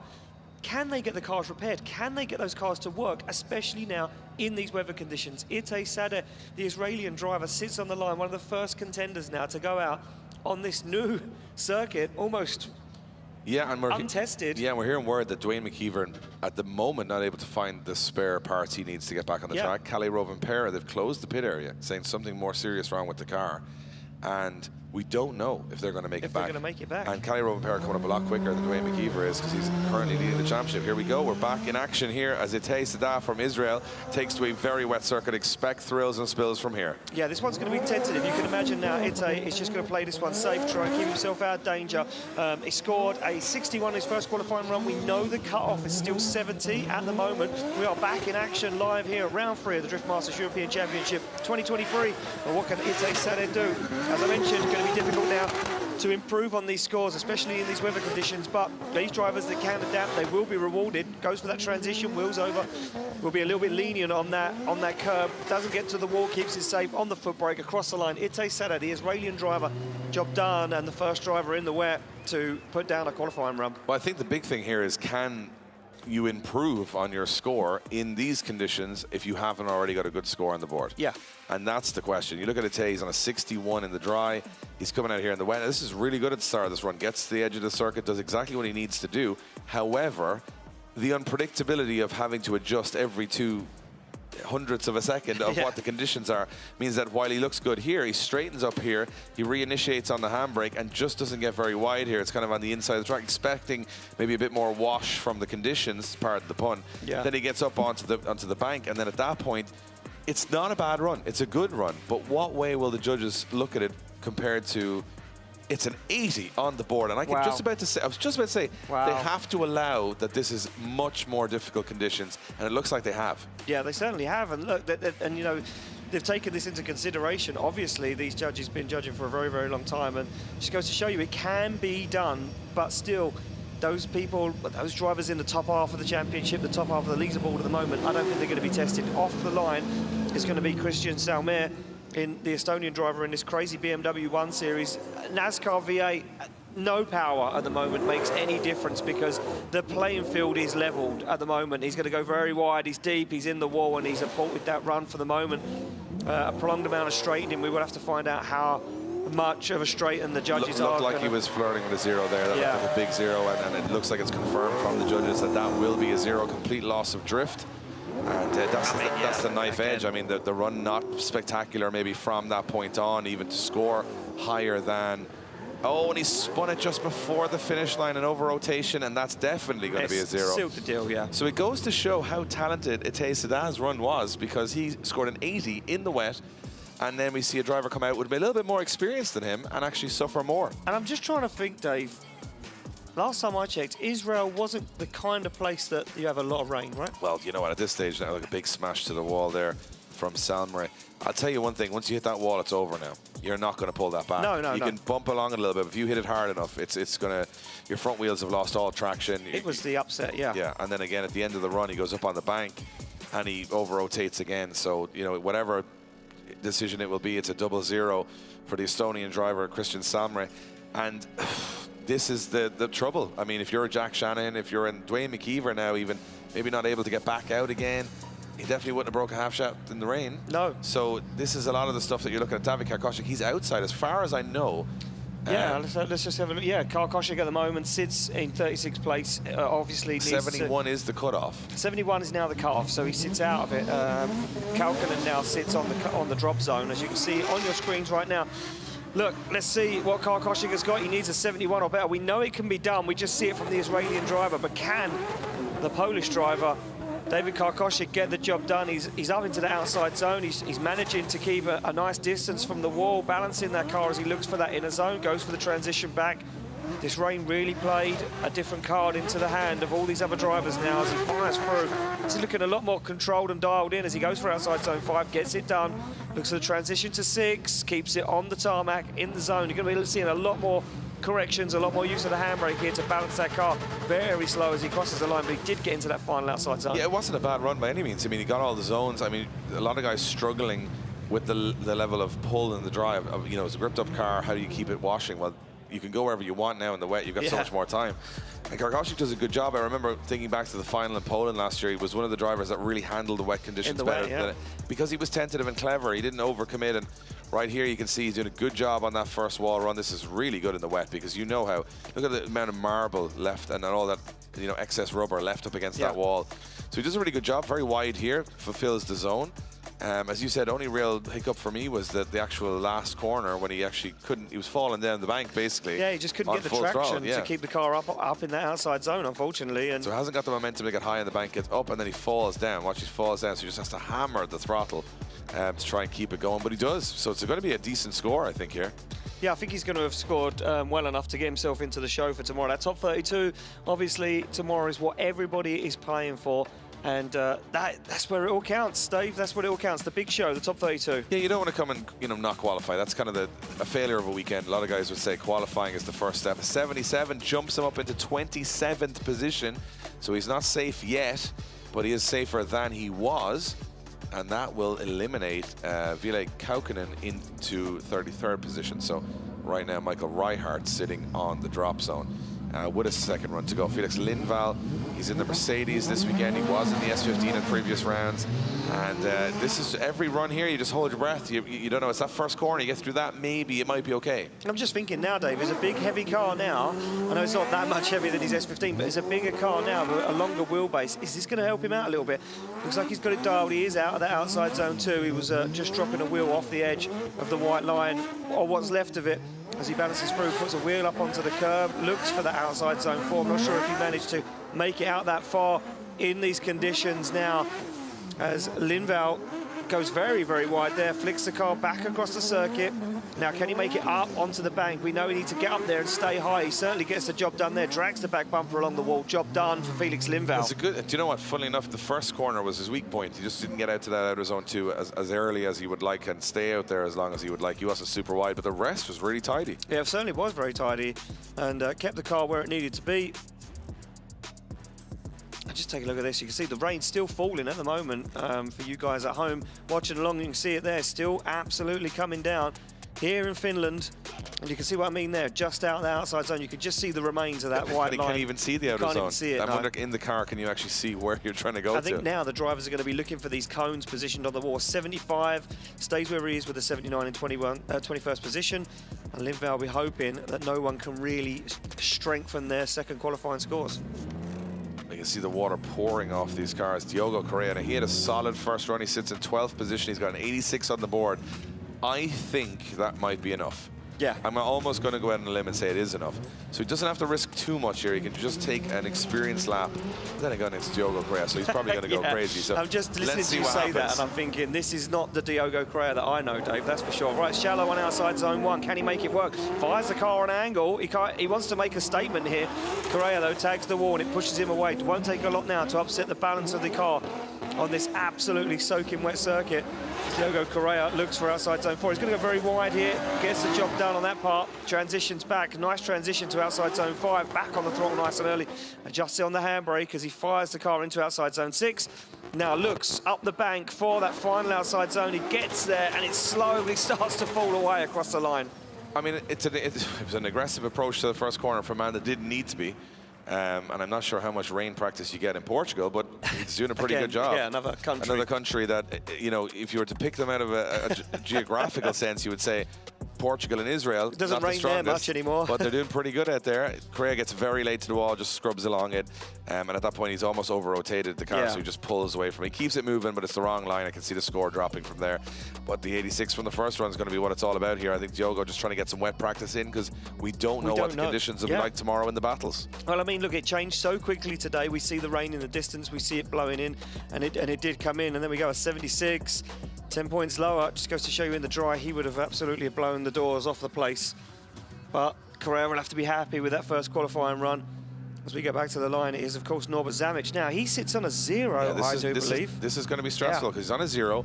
His dry lap, he just over-committed to the first corner and had to back out. Yeah. Now he's in the wet. This is not an easy day for Norbert Zeme. I think he's going to have to really go for it here to get a high enough score to get in. But then he's never had any wet practice, so this is so stressful. Yes, very stressful, and as you can see, flicks the car across the circuit. He can't make that same mistake he made in his first qualifying run. Now, he's got a little deeper on that first outside zone compared to anyone else. He's in outside zone 2 comfortably, tags the wall, just about keeps the rear wheels in it. It did upset the balance of the car. Now, looks for that inner zone, looks for the transition, and it will take ages for that car to transition and change direction across the circuit, but he dials it in, gets it nailed now. Zame, a little straight and a little wobble, goes for outside zone 5, dials the car back on angle, looks for the transition through 6. It's very shallow now. Can he make it work? He's in the wall, he's up onto the outside zone, across the line. Did he do enough?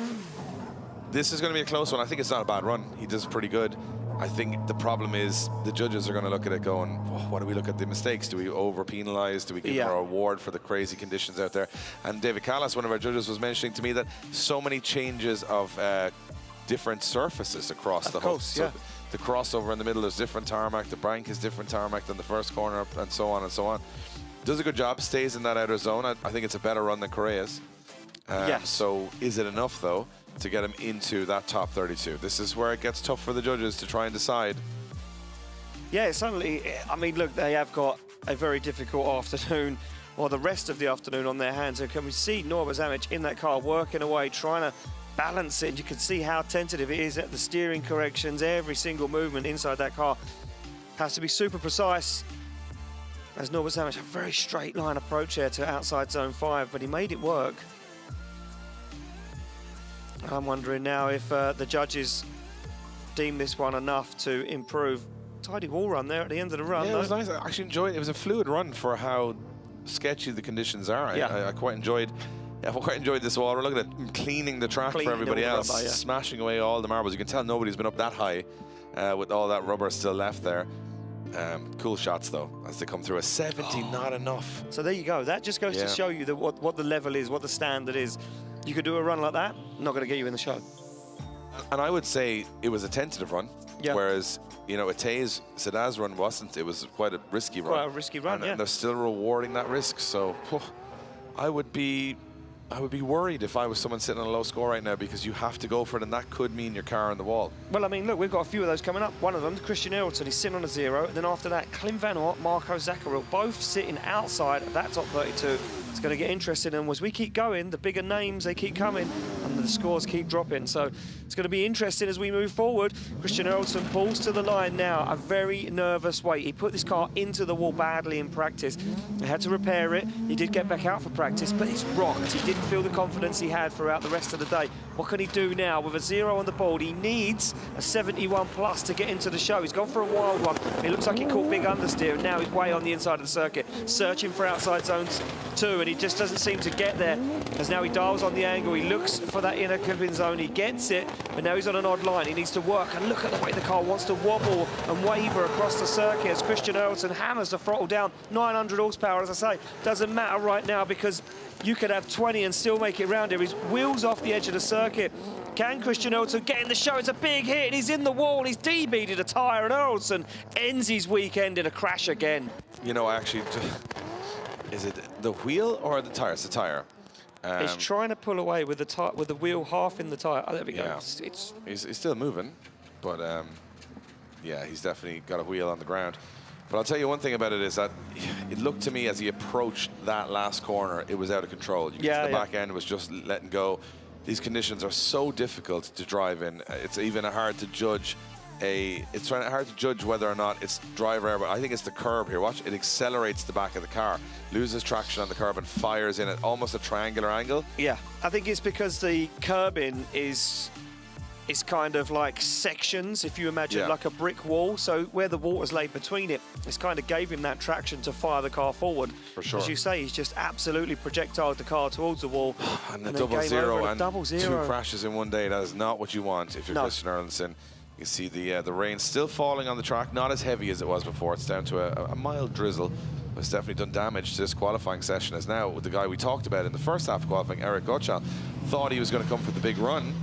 Now it's a lot more difficult when it's wet. Well, I mean, look, he's comfortable at the moment. 17th position, 83 on the board. I mean, he's got nothing to lose, Dave. He just goes for it. The only thing he's got to risk is the car. Fires it in, looks for outside zone 2, works the back end, and you can see him on the foot brake, on the clutch, on the accelerator, trying to get that car around this circuit. Very tidy line through that inside zone 3. Now, he's absolutely on a beautiful line, Dave, as he goes for 4. This is beautiful from Ykovich right now. 5 for field. He looks for outside zone 6. This one could be coming together for him. Can he improve? Maybe. Could this be a bigger score than anyone else in the wet so far? It just could be, as he puts the bumper to the wall and across the line. Ykovich absolutely on fire. Well, it shows me that it's possible. It shows me there on that run that it's possible to go out there, be aggressive, be controlled, and get a good score, because I think this is really good. I mean, if you watch the zones, he gets them all. Yeah, oh, 100%. And the line, really, I'm going to say, isn't that bad. He makes it work. He makes it flow around the circuit. I love this part. He's absolutely glued to the wall all the way around here. Just backs off just towards the end, but he still has a wheel in there. And as you said, the line was good. It was fluid. We saw a lot of wobbling from other drivers in the wet. There wasn't much from Eric there. He was very fluid through the course. Yeah, he was. And even here, I thought he was going to go in the wall, but he kept the foot down. And look at that, perfect on the outer zone. Absolutely fulfilling it more than anyone has, I think, in the dry either. And then even wide here, a lot of people cutting the course here. He stays wide. I mean, he goes as wide as anyone else. Yeah, gets that transition done and then gets up on the wall. I mean, I'm not sure there's much for the judges to criticize. It's difficult to get that style point when it's wet because you're not getting the smoke, you're not getting the speed. And 87 puts him into 11th position. Ykovich improves in the wet. Watch out for him tomorrow. He is going to be one tough driver to beat if he can do it in the dry and the wet. Well, there we go. It just goes to show you can almost test those top 10 in qualifying. Ykovich was almost there. Look, a man that is very good in the wet. He practices a lot in the wet in the Netherlands. Is this man, Clint Van Aert? Well, he needs it right now. 67, he'll want to get himself in the show. The wet is where he trains all the time, so this should be second nature, but he misses outside zone 1. Clint Van Aert will need to find some form here. He's up onto the wall. He's dragging the back end of that S14 along the wall. Almost over-rotates, but he keeps a hold of it now as he looks for inside zone 3.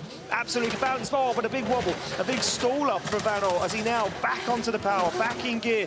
Down the circuit he comes, but another big straight, and this one falling apart. He completely misses outside zone 5, and Clint Van Aert is rocked in the weather as he cannot seem to find any form. He comes up to the wall, he tags the bumper along the wall and across the line. It's job done, but I don't think that's enough, Dave. Yeah, it was a sketchy one from Clint, and we've watched him, you know, grow into this championship and grow experience, and I think that's probably one you won't want to watch back. It's a couple of errors in there, a lot of straight. This is the problem for me. Initiates too early, completely misses the outer zone. Now he's on a weird angle towards this wall where he has to kind of slow up. He does a good job of getting into the wall, but he kind of hits the wall to get into it. Stays late in the zone, maybe a little too late in the zone, but you get away with a little bit more in the wet. And this was good for me, getting right to the edge of the wall. But look, straight in here. And again, he expects the car to transition and float, but it doesn't. Yeah. So there's actually a lot of grip in that car. There is, yeah. In the car, maybe not the track, but again, look, trying to transition, the car straightens up in the middle. So I think they've dialed every bit of grip into that car, and it's actually got more than he thought it would. Every transition, it almost doesn't transition.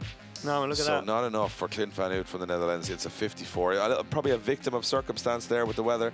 And I can see that being a tail of the tape for the rest of this qualifying session. Yeah, I agree there, Dave. As we move it back to the start line, it will be Marko Zakaril now, the driver from the Czech Republic, to pull up to the line to throw down. Look at this as we see scenes in the paddock of Kalle Rovanperän's Toyota Supra making his way back out onto track for his second qualifying run. Look, he had to get it done. They had to find out what was wrong with that car to fulfill a second qualifying run, or it would have been another weekend wasted for the team. Yeah, back on the line we go into the Czech Republic for Marko Zakaril. He sits outside the top 32 with a 64. Has to improve. It can be done. Eric Gottschall showed it, but you can't make any errors. This is very wide very soon. Maybe it's the right line. Maybe that's the clever line. Go wide early, get the scary bit done, and get to the wall quick. As Zakaril, just no grip whatsoever on the track there as he tries to manhandle the car through the course as he goes wide to the edge of the circuit. This is pretty good so far from Marko Zakaril, doing exactly what the judges want him to do, getting all those zones. Zakaril looking even stronger in the wet than he was in the dry. Maybe he does improve in scoring. Can he get to that last wall? You bet he can. Nice job from Marko Zakaril as he thumps the wall on the way across the finish line. Yeah, that's a very nice run there for Marko Zakaril. Gets the job done. It looked fluid as well, and I think the fluidity and the control is what's going to be rewarded. The bravery on initiation for me. You were right, Dave. Look at this. Enters very, very wide, fulfills outside zone 1, and then gets to the wall early and just kind of gets himself balanced, gets himself set up, sticks the back end on the wall and says, right, let's ride this one out until the end. He's in that out of zone so early. Like he's about 20 feet in it before he gets to it. But and will that be? I think it'll be rewarded. I mean, you got to say he took a risk on the initiation. He went for it. He more or less got through every zone on the course. So the judges are going to have to reward that. But is there amazing amounts of angle? Is there amazing amounts of style? Probably not. And then at the end, that mistake straightened up a little bit, hitting the wall a little too hard. But it is a big improvement. An 87 on the board for Marko Zakaril, jumps into 12th position. And it goes to show that I think the wet, if you can hang, you're getting rewarded for it. Yeah, well, there we go. We go back on the line. Pavel Grosz now sits with an 83. Look, we were discussing this off camera, saying, God, you know, if you were in that top 15, would you go for your second qualifying run, or would you sit it out? Well, Pavel Grosz, just outside of that, he's in 18th position. He's gone for it. He's decided, look, I have nothing to lose. I should just fulfill my second qualifying run. Maybe I'll improve. And look at this. He gets to it, and he goes for that wide line, and he absolutely nails it, and it works. That is the key. You got it right, Dave. Get to that wall early.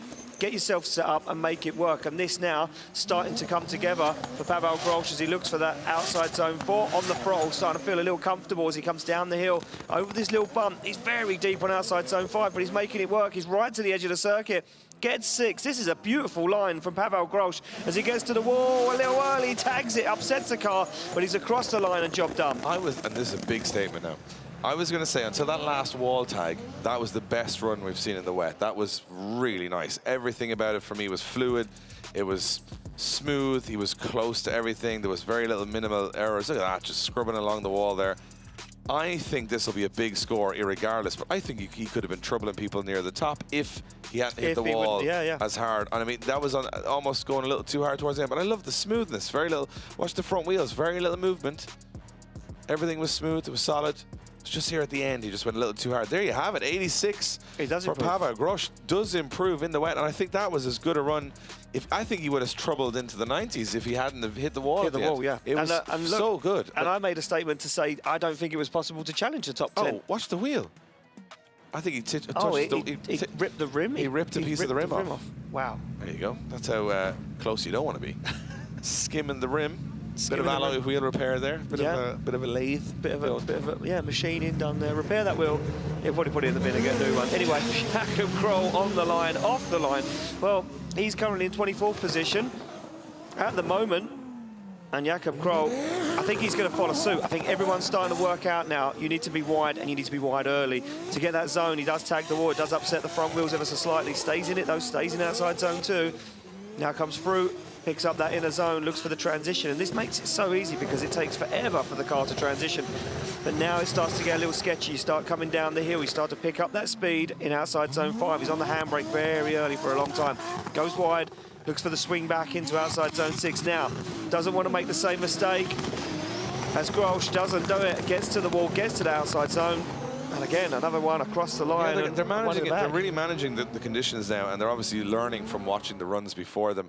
For me, Jakob does a great job here. Goes early to the wall, gets wide. The only thing is he's got a lot of handbrake through the whole run. Maybe the right call for not making a big error, but he thumps into the wall there. And I think a lot of the judging will be looking at, say, you know, those big drags to say, oh, it's a bit too safe for me. He's kind of making sure that he's not in any trouble. For me, this is probably the biggest error when he transitions back here. It's a big drag. Watch the back end of just like handbrake, big drag over the. I mean, I'm not saying I would do any differently or anyone else would do any differently, but I'm just saying we've watched a couple of guys improve from that. Yeah. And he kind of stays where he is in 22nd position with another 78. Pretty much the same as his first score. So he's done pretty good in the wet and the dry there, to be fair. Similar. Yeah. Consistent in all weather conditions. Here we go back on the line. Mikko Johansson, 44th place at the moment, out of the competition. Fingers crossed. That's the feeling of these guys. They sit on the line, they say, who knows, let's just try and make it round and try and survive. What this track has got to throw at us now as Johansson flicks that car. Big angle, looks for the outside zone. He's on the throttle nice and early, but he's very shallow. But now he works the back end of that BMW in to outside zone 2. Oh, and he's over-rotated. You know what? He was being very aggressive. Yeah, I think he was on too much angle almost all the way through outer zone 2. He just was on the knife's edge. And to be honest, that's the problem. When you go to that edge of angle, one little wobble, one little change of surface, one part that's a little more nowhere to go back from. You're at full extension. You've nowhere to go. So didn't leave any in reserve, and it's a 0 for Michael Johansson. Stays at 44th, which means he's out of competition after a very strong showing in the first round. He is out of competition towards the end. He's furious with that. Yeah, just going to finish off the run, and he'll know himself that the end of the weekend has come. Here's a big one coming. But yeah, I mean, this one, 48th place, out of competition, damaged the car badly, now sits with a 0 and looks down a track that can be conquered, but isn't that easy to conquer. No, and Kalle Rovanperä will have, limited wet drifting experience. He's got a wealth of experience of every type of condition in a car. But I will tell you one thing now about Kalle Rovanperä is that he's got to learn from that first run. He went too hot, too hard, hit the car. He's in the wet now, and this is going to be tough for him because he's got to go for a big run. He can't go for a safe run. It's not enough out here. We've watched, you have to risk it, but he risked it on the first run and hit the wall. So this is going to be tough. But of course, one of the most talented young drivers in the world. He's the youngest WRC winner of all time.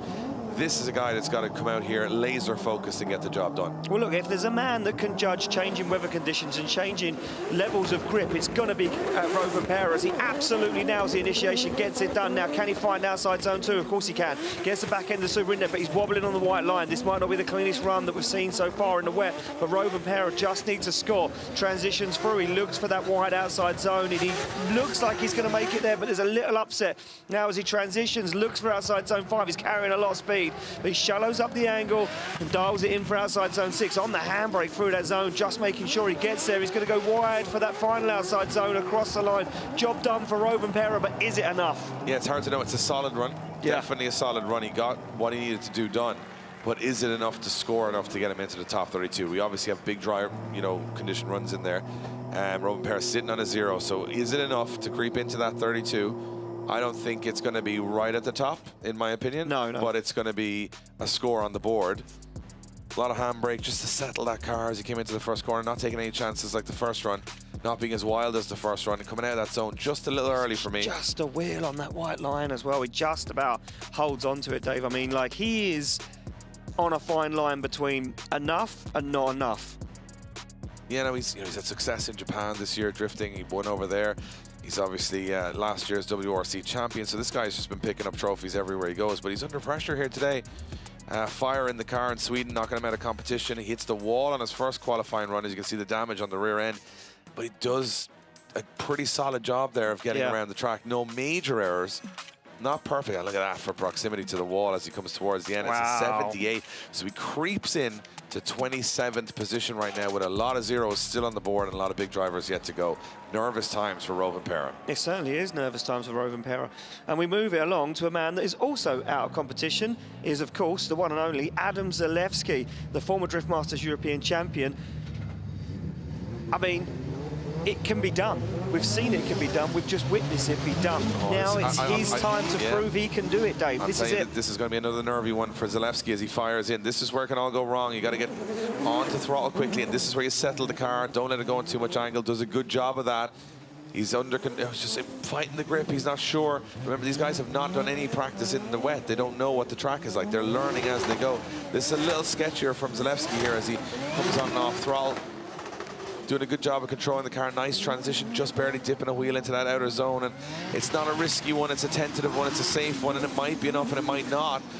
Oh, he's had a big error coming up towards the last corner there. He's had to back off, and the judges will watch that. And if I was looking at that run compared to Rovanperä's run, Rovanperä's looked cleaner to me. Yeah. And he only creeped into 27th position. So this is worrying times for Zalewski. It certainly is worrying times. Let's take a look at this, break this one down, see where it all went wrong for Adam Zalewski. You can see how on and off the throttle he is. He's dabbing the foot brake. He's trying to keep that car balanced. These weather conditions are not easy. These cars are on the limit of oversteer, understeering, oversteering, over-rotating, and he's balancing it right on the edge. This is where it comes to. Watch as he goes to the wall. Throws a little too much angle at it.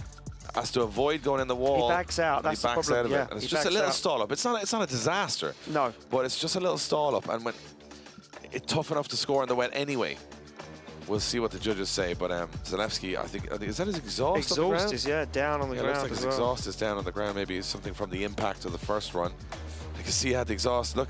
Pushing the water as he comes off throttle, and it's a 64, and Adam Zalewski goes out of competition in qualifying. Big shocker here at round 3 of the Drift Masters European Championship, and that is 2 rounds in a row with no qualification for Zalewski. Never seen the likes before. No, never seen that before, and huge upset. Mikael Reihart at the moment sits in 34th place, so the cut-off now moved up, and it's now a 74 required. We did say the scores would be big. We wasn't expecting a massive rain downpour, so we may have seen them higher, but look at this. Reihart now fires through outside zone 1.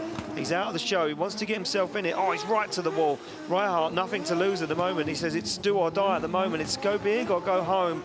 As Reihart fires through the centre of the circuit, very tidy line, and this one looks fluid, and that fluidity is being rewarded at the moment. And look at this, deep on outside zone 5. I'm going to go out there at the moment and say this is one of the best runs we've seen in the wet at the moment for Reihart as he gets himself into that final outside zone, dials it onto the outside zone, tags the tail light and across the line. Yeah, that finish line couldn't come quick enough for Michael Reihart. He was like, just get across the line and get it done. Again, it looked to me like the mistake comes on the last corner. I thought I was worried for Meer when he went up on the curb. I thought, is he going to get a little bit of the back end get away from him? But he does a really good job. Look, smashes into the wall, but not enough to upset the car a whole lot. Not a lot of weight or structure in that part of the car. And he does a good job, as you said, fluidly getting to all of those outer zones, all as well. But for some reason, if you seem to nail the first wall, you can't seem to get away with the last wall. And it's difficult. So maybe expecting a little bit more grip here or less grip, I'm not sure. But as he comes up here, watch, handbrakes up. Comes up as a good old thump of the wall there, and he sort of falls down the track at that point because he's off throttle completely, and he's like, just get across the line.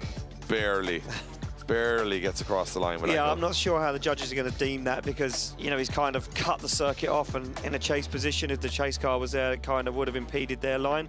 So they may reward him for the rest of the circuit, but there's going to be points deducted for that last outside zone, and there is points deducted for that last outside zone, and that is what hurt his score. 74. He matches his first run, stays in 32nd place because he's got 2 runs back to back. He's right on the drop zone. He's on the cusp. And 74 is the drop zone right now. Anything less than a 74 for someone outside that top 32, and they're going home. And Oliver Randall got a 79 on his first run, which must have been 25th position. Yeah. So he's a little bit safer, but still not quite safe enough that he would definitely want to improve here. Yeah, he certainly would. There's still a few drivers yet to come that are out of that top 32 competition. If we go Oliver Randall, who comes off the line, the Estonian driver, through the gears, looks for a big opposite flick. You see how long it takes the car to react when they put the steering inputs in. On the limit where he goes, you can see the water splashing up all around the car. Oh, he's in the wall. You know, it's just that moment between outer zone 1 and 2 that you see the back end start to over-rotate. There's no coming back. There's no coming back. And as soon as you see the contact, you know they're off throttle. That's it. They're gone. There's no way coming out of that. No, it's going to drag the front in, and that's what happened to Oliver Randalou there. And he is still in the top 32 with his first score of a 79, and he's going to have to rely on that. But yeah, just that moment, you see the back end just start to get loose. You're like, oh, it's going in the wall. Yeah. And a heavy enough hit will put the front in too. Exactly. He was very lucky to save it, and he's saying now, look, is there damage to the front wheel? Obviously, he's at the moment in the show, so he'll be asking all the questions about what they need to do to fix that car before tomorrow. And Oliver Randalou, it looks like it may not have been that bad. I think he might have what just he's asking is it bent enough to drive it back? That's what he was asking. So I think, let's see if both wheels turn the same way. No, yeah, look, he's being told no straight away. So there we go. We need recovery on the circuit. And Oliver Randalou, one of the first drivers after the short break we had due to adverse weather conditions to be recovered. He gets, I mean, these Finnish fans standing out in lightning, thunder, rain, applauding every driver. Just well, I see what they did. Such an incredible bunch of people. Oh, unbelievable. Very hardy, good in all weathers. Yeah, I think they'd have to be. They're good in all weathers. But I know what they did. What did they do? They all went to the bar, had a cold beverage. And came back. And then they came back. And they're absolutely flying. And now they're flying, yeah. Flying fins. Hey. So the recovery truck is back out again. Yeah, done a lot of seat time. Had a lot of seat time. He's had a lot of laps. He knows the track. If he spins now at this point, there's no excuse because he's done a lot of laps here to recover as many cars as possible. They're probably going to bring this one up in reverse, I would imagine, with the steering gone on the front of the car. Yeah, just went into, watch this. This is the bit where you're on throttle, watch the handbrake, and then this bit you go, he's gone. He's gone. The back end's gone, and next thing, boom. He tries to straighten it out, does a good job of getting away with it and straightening the wheels, because if you hit the wall with your wheels on angle, that's going to push that wheel in through everything. Yeah. So he straightens the wheel, gets away with major damage, and he could still be in battle action tomorrow. I mean, watch it from the in-car, Dave. You can see how hard it is, and you can see him on the handbrake slowing it down. He knows at this point. Watch the steering wheel as he hits the wall. Bam! Completely snaps it out of his hand, and he's a passenger at this point and kills the car and says, ah, man, what a day. There's no easy way around here at the moment. There wasn't in the dry, and then it definitely isn't in the wet. No, there's even less now in the wet than there was in the dry earlier on today. And there was a lot of drivers that were struggling in the dry, that's for sure. So, Oliver Randalou awaits to be recovered off the circuit. And there we go, we make it official. Will be a 0 for Oliver Randalou. Yeah, I'm just going to bring in one of our judges, Ian, David Callis, and I just actually want to talk about this changeover of from dry to wet, what the judges are looking for and how they're figuring these scores out. It's going to be interesting, right? I want to hear from the horse's mouth, as they say. Yeah, of course, yeah. So we're going to jump David Callis in here and have a word with him and see how they're adapting or how they're changing or how their scores are affected by this weather conditions. David, look, roller coasters on and off the circuit. This one not easy. How are you changing the way you look at these drivers on this circuit now?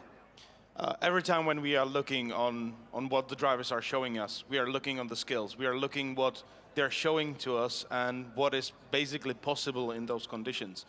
The hardest part is to actually find out what is possible and what is not. But as we are painting all those tracks, we know how the tarmacs are changing. Here we're having like different tarmacs from point to point. In the first corner, you are having like 3 different surfaces.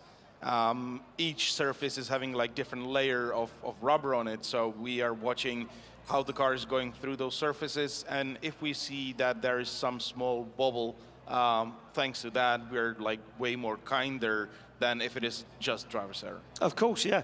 And look, I mean, look, in the dry, we see a lot of these guys struggle massively to get this line. Where were the drivers going wrong in the dry? Because I think there's a lot of question marks from people behind the scenes.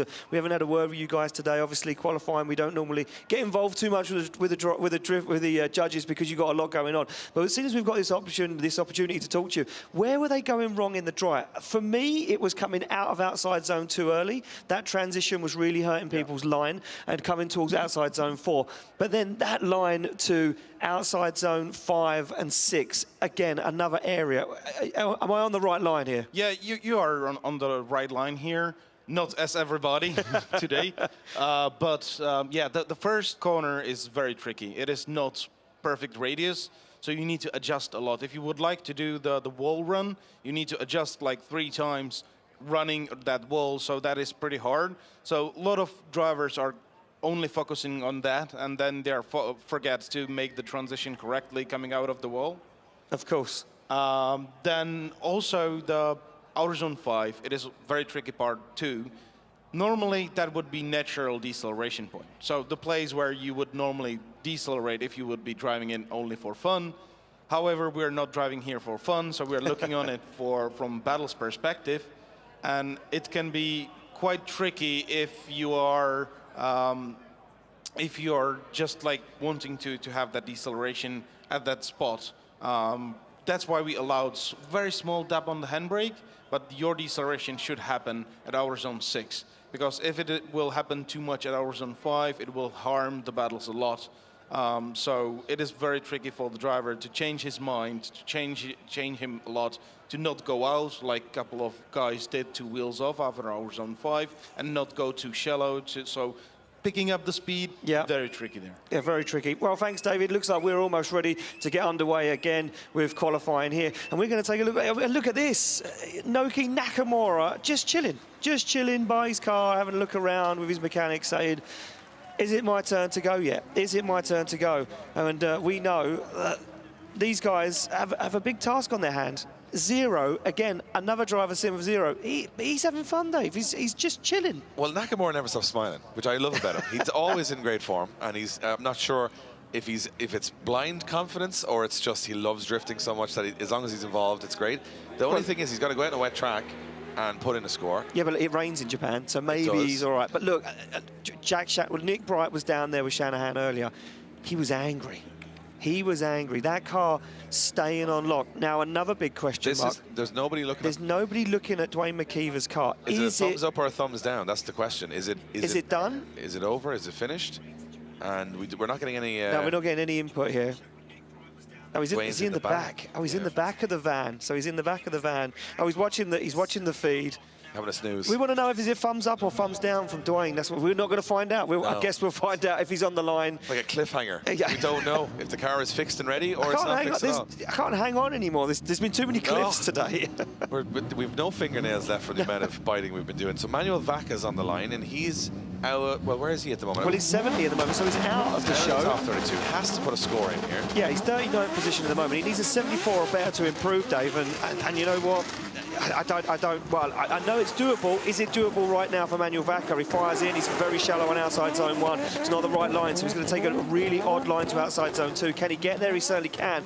Little upset there as he tags the wall, but he's making it work as Manuel Vacca was foot to floor, looks for that inner zone, gets there, and now starts to work his way around the centre part of the circuit, starts to pick up some speed, comes down through outside zone 4, looks for 5, if you can barely see it on the tarmac anymore now, as Vacca flicks that car nice and wide, nice setup there for outside zone 6, looks for the final zone, and he parks it in the wall. He was feet away from success. I was just about to say, this is it, he's going to get the score, and then all of a sudden it just went wrong again, and the recovery team are like, guys, can we have a minute? Because it's car after car in the wall. Heads in hands all around the place at the moment, because I don't think anyone can mentally take this pressure anymore, Dave. If you're a fan of cars, this is not fun to watch, because these are beautiful cars getting destroyed, and it's they can't even get out of the car. No. But the problem you have, I mean, I think the car, maybe it'll drive out there, but it's just the last moment of the track. I mean, he's got through everything. Yeah, I mean, look, this is a very nice run. There's a very nice line there as he comes to outside zone 6, keeps it within the white line, so the judges will reward him for that. But you can see the line was kind of off. He kind of, that front wheel was absolutely destroyed. He's mashed that front wheel and suspension into the wall there. Absolute carnage on track here in Finland. We expected some thrills and spills. We got a roller coaster overlooking the track, but I was on the roller coaster earlier on, and I think I had the easiest time of it all. This is worse driving around. Yeah, I mean, look, these guys are not having it easy today, and yeah, it looks like they are going to get that car recovered. Watch that front wheel, it's on lock. This is where the damage gets done. He doesn't pull the steering back, so watch it. And he's trying, look at him inside the car, he's trying to rein it back. You can see how much flex that puts on the car, and that front wheel says, I am out of here. Yeah, not good for Manuel Vacca, and You know what? That's going to be the end of his weekend, Dave. That is going to be the end of the weekend Not what for you Manuel want. Vaca. In the wet, car destroyed, and you're going out in 30th Yeah, position. we make it official. Manuel Vaca, false foul. I thought we were getting some dark clouds again. Turns out it was just Timo Patola revving the diesel BMW. So we're like, oh, thank God. Thank God for that. No more rain. No more rain, but still a very tricky track. You can see there our president and vice president of Drift Masters. They're all smiles. They're happy. Yeah, but they were inside when it was raining, though, to be fair. Yeah, then they came back out. They're all brave when the rain goes away, like the rest of us. We can't say anything because we're in an air-conditioned commentary. We have not been dealing with the weather conditions at all here, so I really do feel for all the fans. I am hungry. I haven't eaten yet today. Boys there, look at the boys there. They're like, oh, beautiful food. 8:30. Yeah, just having the dinner. Yeah, that looks good. Whatever it is, I'm starving. It does. It's nice. So we're waiting. Cuisine. Good cuisine. Could be on the cards later on for us. Yeah. I feel like I've earned it, Dave. I don't know how you feel. No? You've been so-so as usual. But you know what? You gave it a good go. Mildly average. Yeah. Had a go. Had a go today. That's all that matters. What I love about this is that, you know, the track team were probably like, you know what, guys, tomorrow will be the big day. And then they've been out there. I don't think one of those guys have even stopped running since the start of qualifying. The Finnish fans, they're prepared. We got the ponchos out. Finnish flag still flying. And a lot of Finns still left in the competition doing very well as well. And we've got some of the biggest names in Finnish drifting still to come in this qualifying session. And they'll be watching on. And we look at the likes of Lauri Heinichen. We look at the likes of Juha Poitalakso. We look at the likes of Juha Rintanen still all to go in the competition. But it will be the end of the competition for drivers like Manuel Vaca. And, you know, we look at Dwayne McKeever. We can't tell if he's chilling out or he's not. Or Nielsen, he had a bit of a sketchy first run as well. I don't know if the season can get any more sketchy for Oran Nielsen. I don't know if that Soarer can take any more hits, to be honest. I feel sorry for that car because in the last 2-3 years we've known it, all Oran Nielsen has done is smashed it up. Well, that car has had more hits than the Beatles, to be honest, at this stage. It's hit everything and every track, but it was on its roof at the last one. It's been in the walls at this one, but it's still in the competition. What can he do now? What can he possibly do today? I just hope a steady run and get into the show would be just keep all four wheels on the track for a change. Something different for Just Oran do Nielsen. something absolutely normal. Out of nowhere, Oran Nielsen just does a smooth lap and nothing happens. Would just be totally off character for him. And you can see Manuel Vaca there going, what a day. He just that looks to me like Juha Poitalakso. That is Juha, and Juha is coming up pretty soon. We've got Alex Halovnia from the Ukraine up next, and Alex, well, I'll put it this way, he's had a 79 on his first run, so he's still in the competition for now, just about, though. I'd say he's in the 20s somewhere. He is 25th. Yeah. I don't know, is it enough? I can't tell at this stage because I don't know if we're going to see many more big scores, but if you think about Nakamura on a 0, Shanahan on a 0, and Dwayne McKeever on a 0, that's 3 drivers that could put a score on the board here and jump you from 25th to 28th very quickly. Can I just say something? I've just looked at the scoreboard, right? Trying to do math now, Ian. This is going to be a challenge. And my brain's just died. Christina Alto is currently in 30th. Still in the game? She's still in the game. Michael Reichardt is on the drop zone in 32nd with a 74. Yeah. So 74 is now the cutoff. And a lot of guys sitting on zeros. Still some drama to be played out here. Yeah. And we will recover. We have Manuel Vaca now. Alex Lovney, he's been a long time on the start line here, having a really long think about this, which is probably a bad thing. He's got a beautiful car. We've got a lot of concrete walls. I'm just going to do a little sigh and hope everyone gets through at this point. Alex Lovney from the Ukraine. 800 horsepower. Won't need half of that to get around the track. No wet practice. All these guys going in absolutely blind into that first corner. Halovnia, can he hold it together? It's a washy part there, but he does very well. That's a very good line so far from Halovnia. Now, can he get it tucked in for that inner zone? You bet he can. Nice run there from Halovnia. Really smooth in the right line for the judges as well. And it gets out wide very early here. Makes it work. Oh, stay on throttle, don't go straight up. It does a good job, gets to that outer zone. This is what now everyone's been falling foul of this last corner. He's got to have watched it and said, go a little bit more tentative. The back end's gone. Oh, he's in the wall. He keeps a hold of it, Dave. The wall, it was almost like a stabilizer. Kept him in the run. And he does get across the line and finishes the run and decides to drift out of the circuit, out of the theme park, and just probably says, is that enough? Yes, it's done. I'll start this again tomorrow. But this is really nice from Halovnia. Really smooth, You see very small adjustments on the left front. I mean, there isn't a taillight safe on this track today. No, there isn't. Not one taillight safe. And this was a very nice fluid run for me. Look, carries a lot of speed through the centre of the circuit. He has to use a handbrake quite a lot to slow that down as he comes over that little jump, that little adjustment in the circuit. The line here, lovely. But I think a lot of people driving too far through the outside zone, and they're taking him to an odd line to that last outside zone. He makes it work. He does get there. It does upset the balance of the car, and you can see how early it's making him get to the wall because there's no grip there anymore. And the problem is he's hitting the wheel off the wall. Yeah. So the back end of the car will take that flex like the first corner, but the third corner, you go up there and hit the wheel, it's going to upset the car. It certainly is. So there we go. 78. Oh, stays where he is with a 79. 23rd, not a bad place to be. No. Not too bad, considering the conditions. Look at that, the wheel's like, whoa, Wow. very close. The tire scraping the wall. Halovnia gets the job done. We'll move on to our next driver, which will be Juha Poitalakso from Finland, two-time Finnish champion. And he is an Iron Drift King winner as well in 2019. 850 horsepower, as I said, doesn't matter anymore. Don't even need to quote it. Has enough power to get around in the wet. Pretty much everyone has at this point. But he needs a score here on the board. He's 18th at the moment. A little wobble into the first corner. A lot of handbrake, and he's kind of lost the back end of the car a little bit, but he holds it together.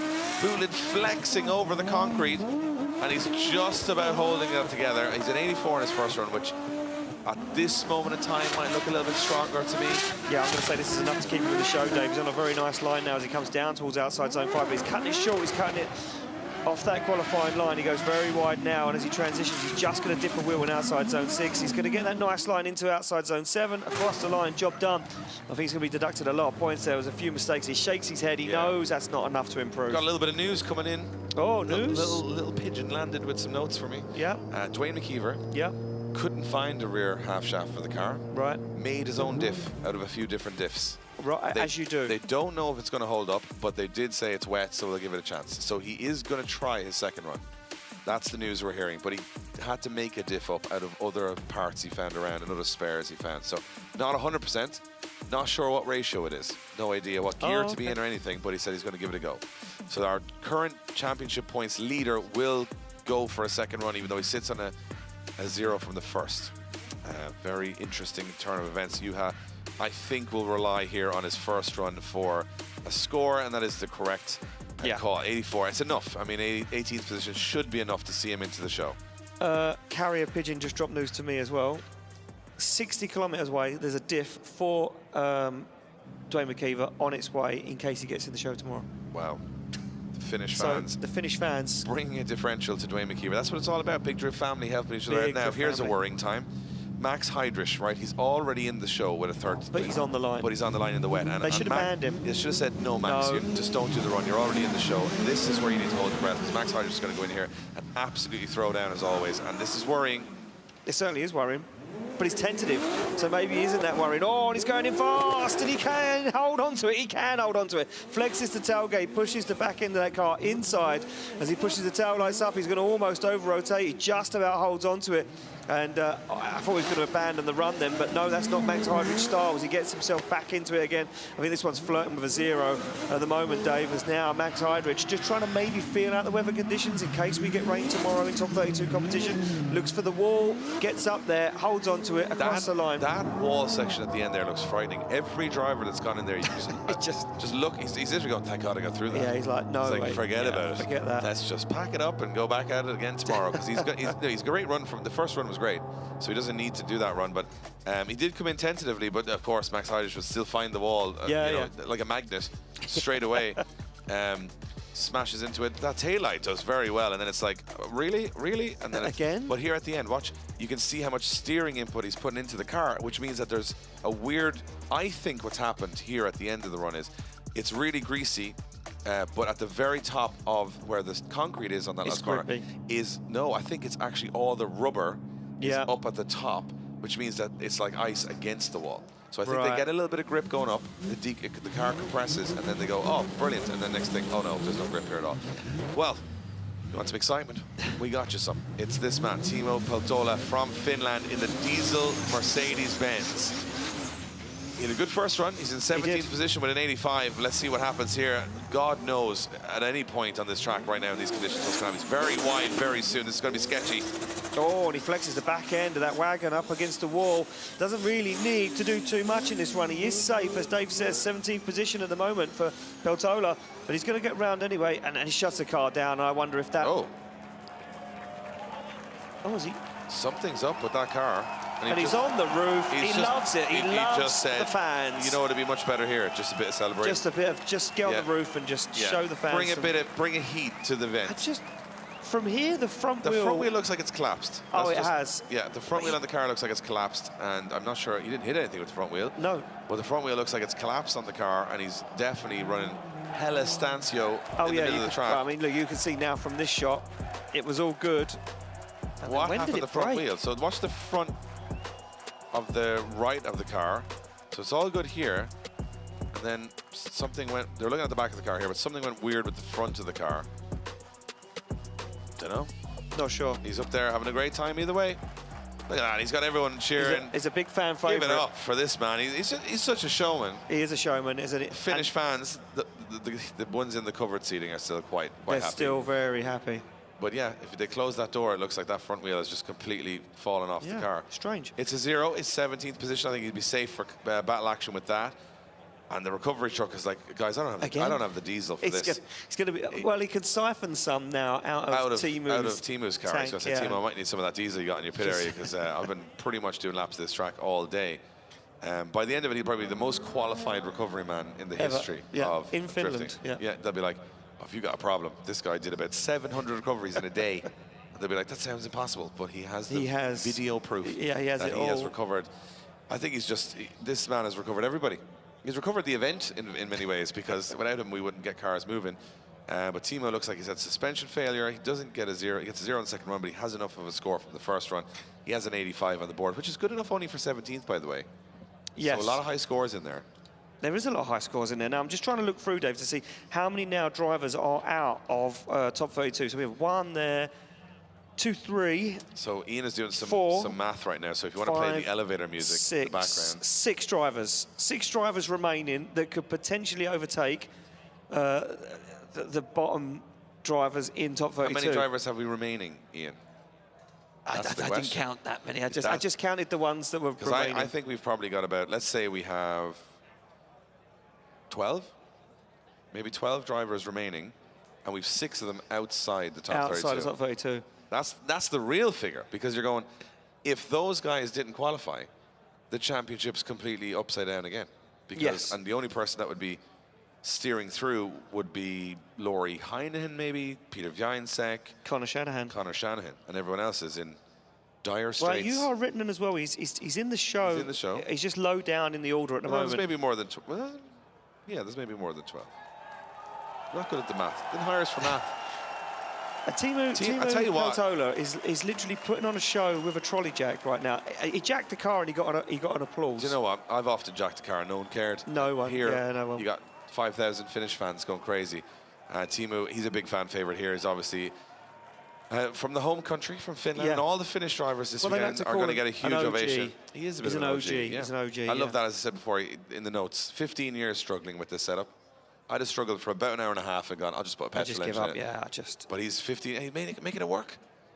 He is making it work. This diesel BMW is going to out-qualify quite a lot of conventional Mercedes, though. Sorry, Mercedes.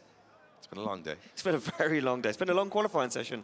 But as I said, it's one of those things where that's out-qualified quite a number of big-name drivers right now in a very unusual setup. I like to see it.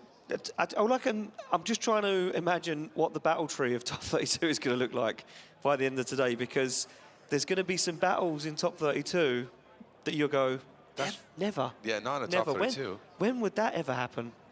And sometimes that can make for a great show, because you have such a mixed match of characters going up against each other at the moment. We're watching some big names drop outside that are, in the top 15 in the championship, dropping outside that top 32. So that would be a disaster. Timu's car is on the recovery truck, just about now, to be fair.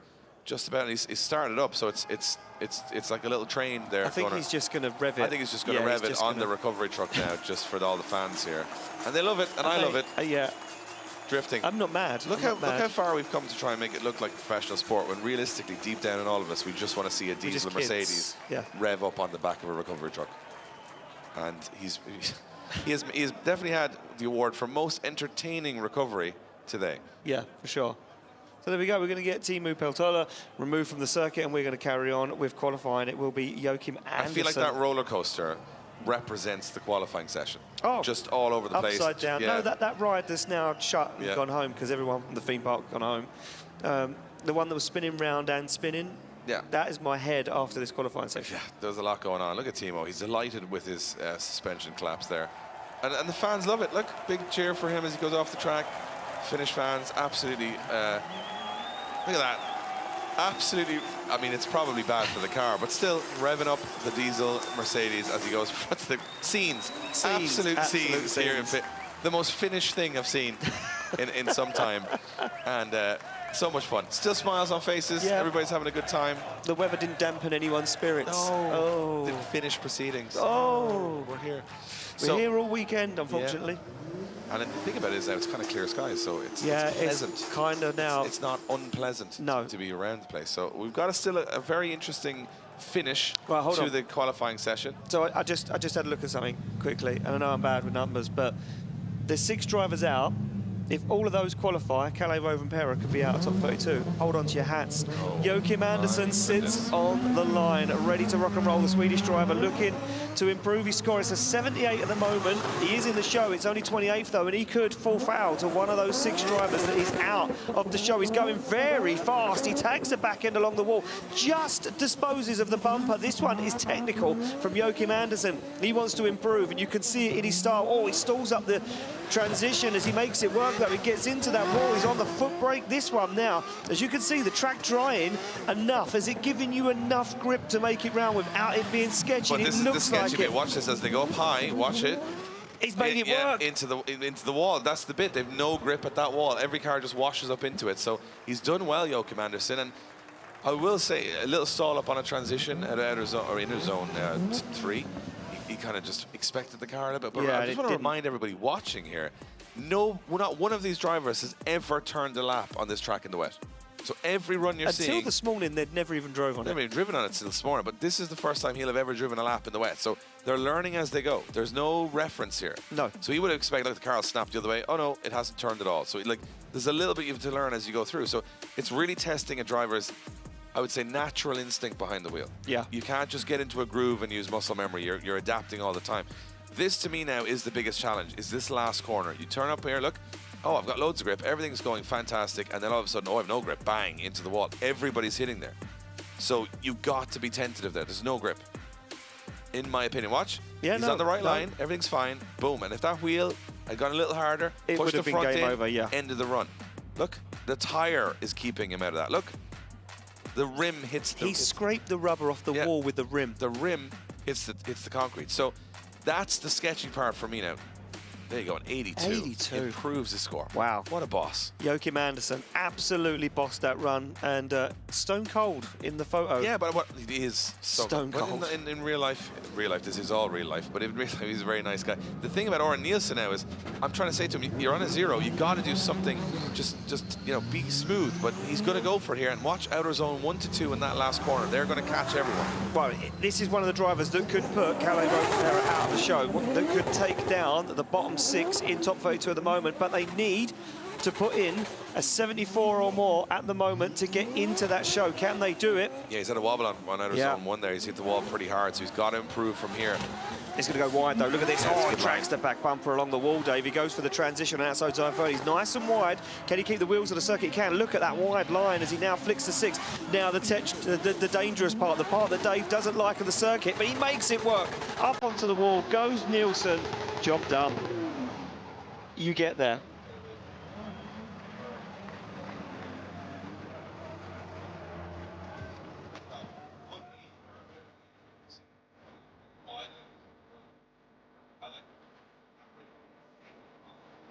Yeah.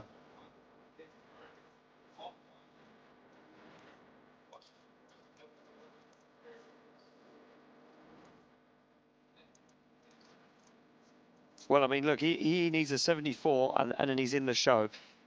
Has he done enough? Has he done enough to get in the show? That's the biggest question. Has anyone not hit that wall at the last corner? That's the question. No, every single person has hit that wall.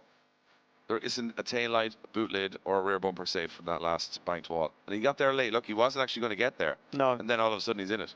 So I think if you go for it, that's the worst way to do it. That's the worst way to do it. And I think if you're, oh, look at that, an 87 for Oran Nielsen, 1 error, and if it wasn't, he'd be way up in the 90s. Oran Nielsen going into 14th position. His spotter, very relieved, very relieved. And then you can see Dwayne McKeever lining up, our current points leader, is ready to go for his second run with an unknown setup in the back of the car. So we shall see. The drama continues. You can see the teams all sort of, it's a war of attrition, just saying, hey, let's just get through this. It certainly is. Nielsen's in the game. Kevin Pazur doesn't have to worry about anything. No. 92 on the board. All he can do now is try and top qualifying in the wet.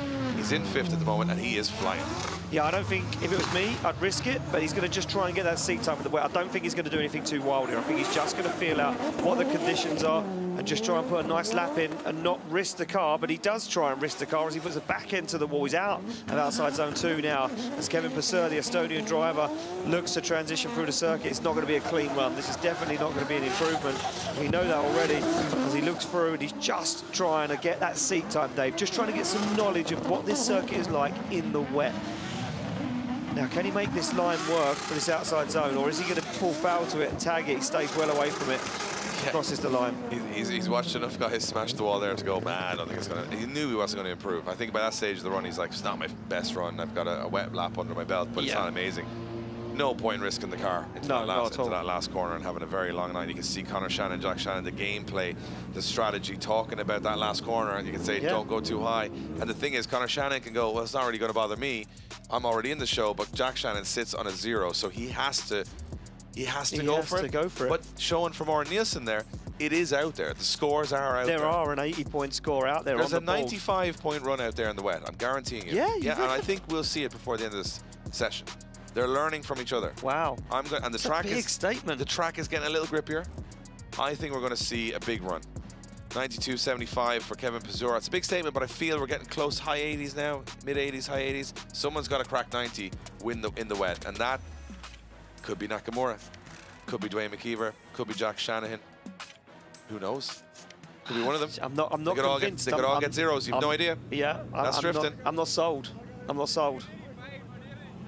And I think they've even heard the commentary there and said, I'm not too sure about that, Dave. I think even Conor Shanahan was looking up then at the commentary to say, Dave, you've said some stuff, Dave. I'm telling you. Well, we'll see. If Kevin Pascotti now bangs in another 90, then I don't know, I'll shake your hand. Back-to-back Kevins here as we go into the last couple of drivers. And Pascotti, wobble from Pascotti as he ends. That's a long handbrake track as well. It's a big he was on there for a while. Pascotti has a 90, so again, doesn't have to do much here. No.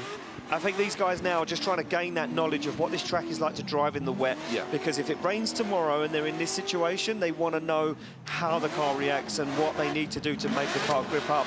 Pascotti goes for outside zone 4, looks for that line, and you can see, look how slow it is now as he comes down that hill, and that is off camber over that bump, gets back on the throttle, bangs a flame from underneath the car, looks for outside zone 6. Now this, the part of the track that is sketchy. Is he going to make it up there? He does. He does get to the outside zone, across the line, unscathed. I think they're all starting to learn a little bit. Kevin Pascotti looks like he's much faster. He's just doing it one-handed. He's just like, this is how good I am. But Pascotti is slow in the wet, fast in the dry. That's what I've learned from that run. And again, he'll be learning for setup changes because of the wet. That's what a lot of these guys are going to go back and talk to their team and say, yeah, car was kind of not moving a lot there, and we need to get a little bit more grip in there. And this is a super fast car in the dry. So, you know, they've got different setups where they'll change their tire pressures, their shock settings, all that stuff will be changed between wet and dry. But Pascotti doing the clever thing, in my opinion, a safe run, just for experience, just for setup, and not risking the car too much. 74 on the board. 6th position is where he stays with a 90 from his first run, so that's pretty good. Yeah, that is a very good score, and stays where he is. I think he's going to... It's going to be a hard task to challenge Kevin Pascotti in that position. We move back to the line. It is Benediktas Gerber, the Lithuanian, sitting in 88th position, sitting in with 88 points, not in 88th position, sitting in 9th position. Yeah, you're doing well to be 88 out of 54. It'd be pretty bad. It'd be really bad. That'd be me. But he's doing really good. He's in 9th. He doesn't really need to improve here. Mathematically, he's already in the 32, so he's just going to do this one for a setup. And again, you try and tell these guys that, but they'll probably push really hard. And another car into the wall, tail lights gone, boot lid flexed. Oh, and he's pushing very wide. Had to come off throttle almost completely there as he was going away. And I think there's grip starting to fall into this track now. You see guys struggling a little bit to not as fluid as it was before. I mean, this is a fast run, Dave. I don't know if you picked up on this. Is starting to get quick now. He's not as slow as what Kevin Pascotti is. I'm going to say this is almost twice the speed. Yeah, I think this is, you can go through this course pretty quick, and a little The bit sun of heat. is out now. Sun's out, track's going to start. We'd hardly have a dry-ish track for, what, 16 runs time? I mean, I just want to correct myself. The sun never goes down, it's just come out from behind Oh a yeah, cloud. we'll remind you all that there is Doesn't no, get dark here there's no either, yeah. nighttime. Yeah, again, which is unusual. the crucifying us You this can year. go at on Drift roller Masters. coasters all day and night because there's no There's darkness. no darkness. It gets a little bit darker for about an hour and a half, which we learned, and then it just goes back up again. Crazy. Or whatever, stays where it is. But Well, I think for on Cherba board. here, he's hit the wall hard, and he's just kind of got through it. But he hit it a few times. But it's a fast car in the wet. And then Yeah. you're thinking, bit of rain tomorrow in the top 32. Everyone's eyeing everyone up going, oh, hold on. Yeah. Scalti's not too quick. He needs to do some changes. Cherba's like, my car is actually pretty hard to drive in the wet. It's pretty straightening up quite a bit throughout the run. So here's a man with some pressure on his shoulders, though, is Dylan Garvey. Right, the next three drivers are now going to start putting pressure on Kalle Rovanperä because they can push him to 32nd position And Garvey, almost out. right now, the rookie from Ireland, sits outside the top 32, has to go for it in the wet here. Plenty of wet practice, but he has to push, and this is going to be really sketchy for him. He's lost, you know, a little bit of ground here already. Gone to go.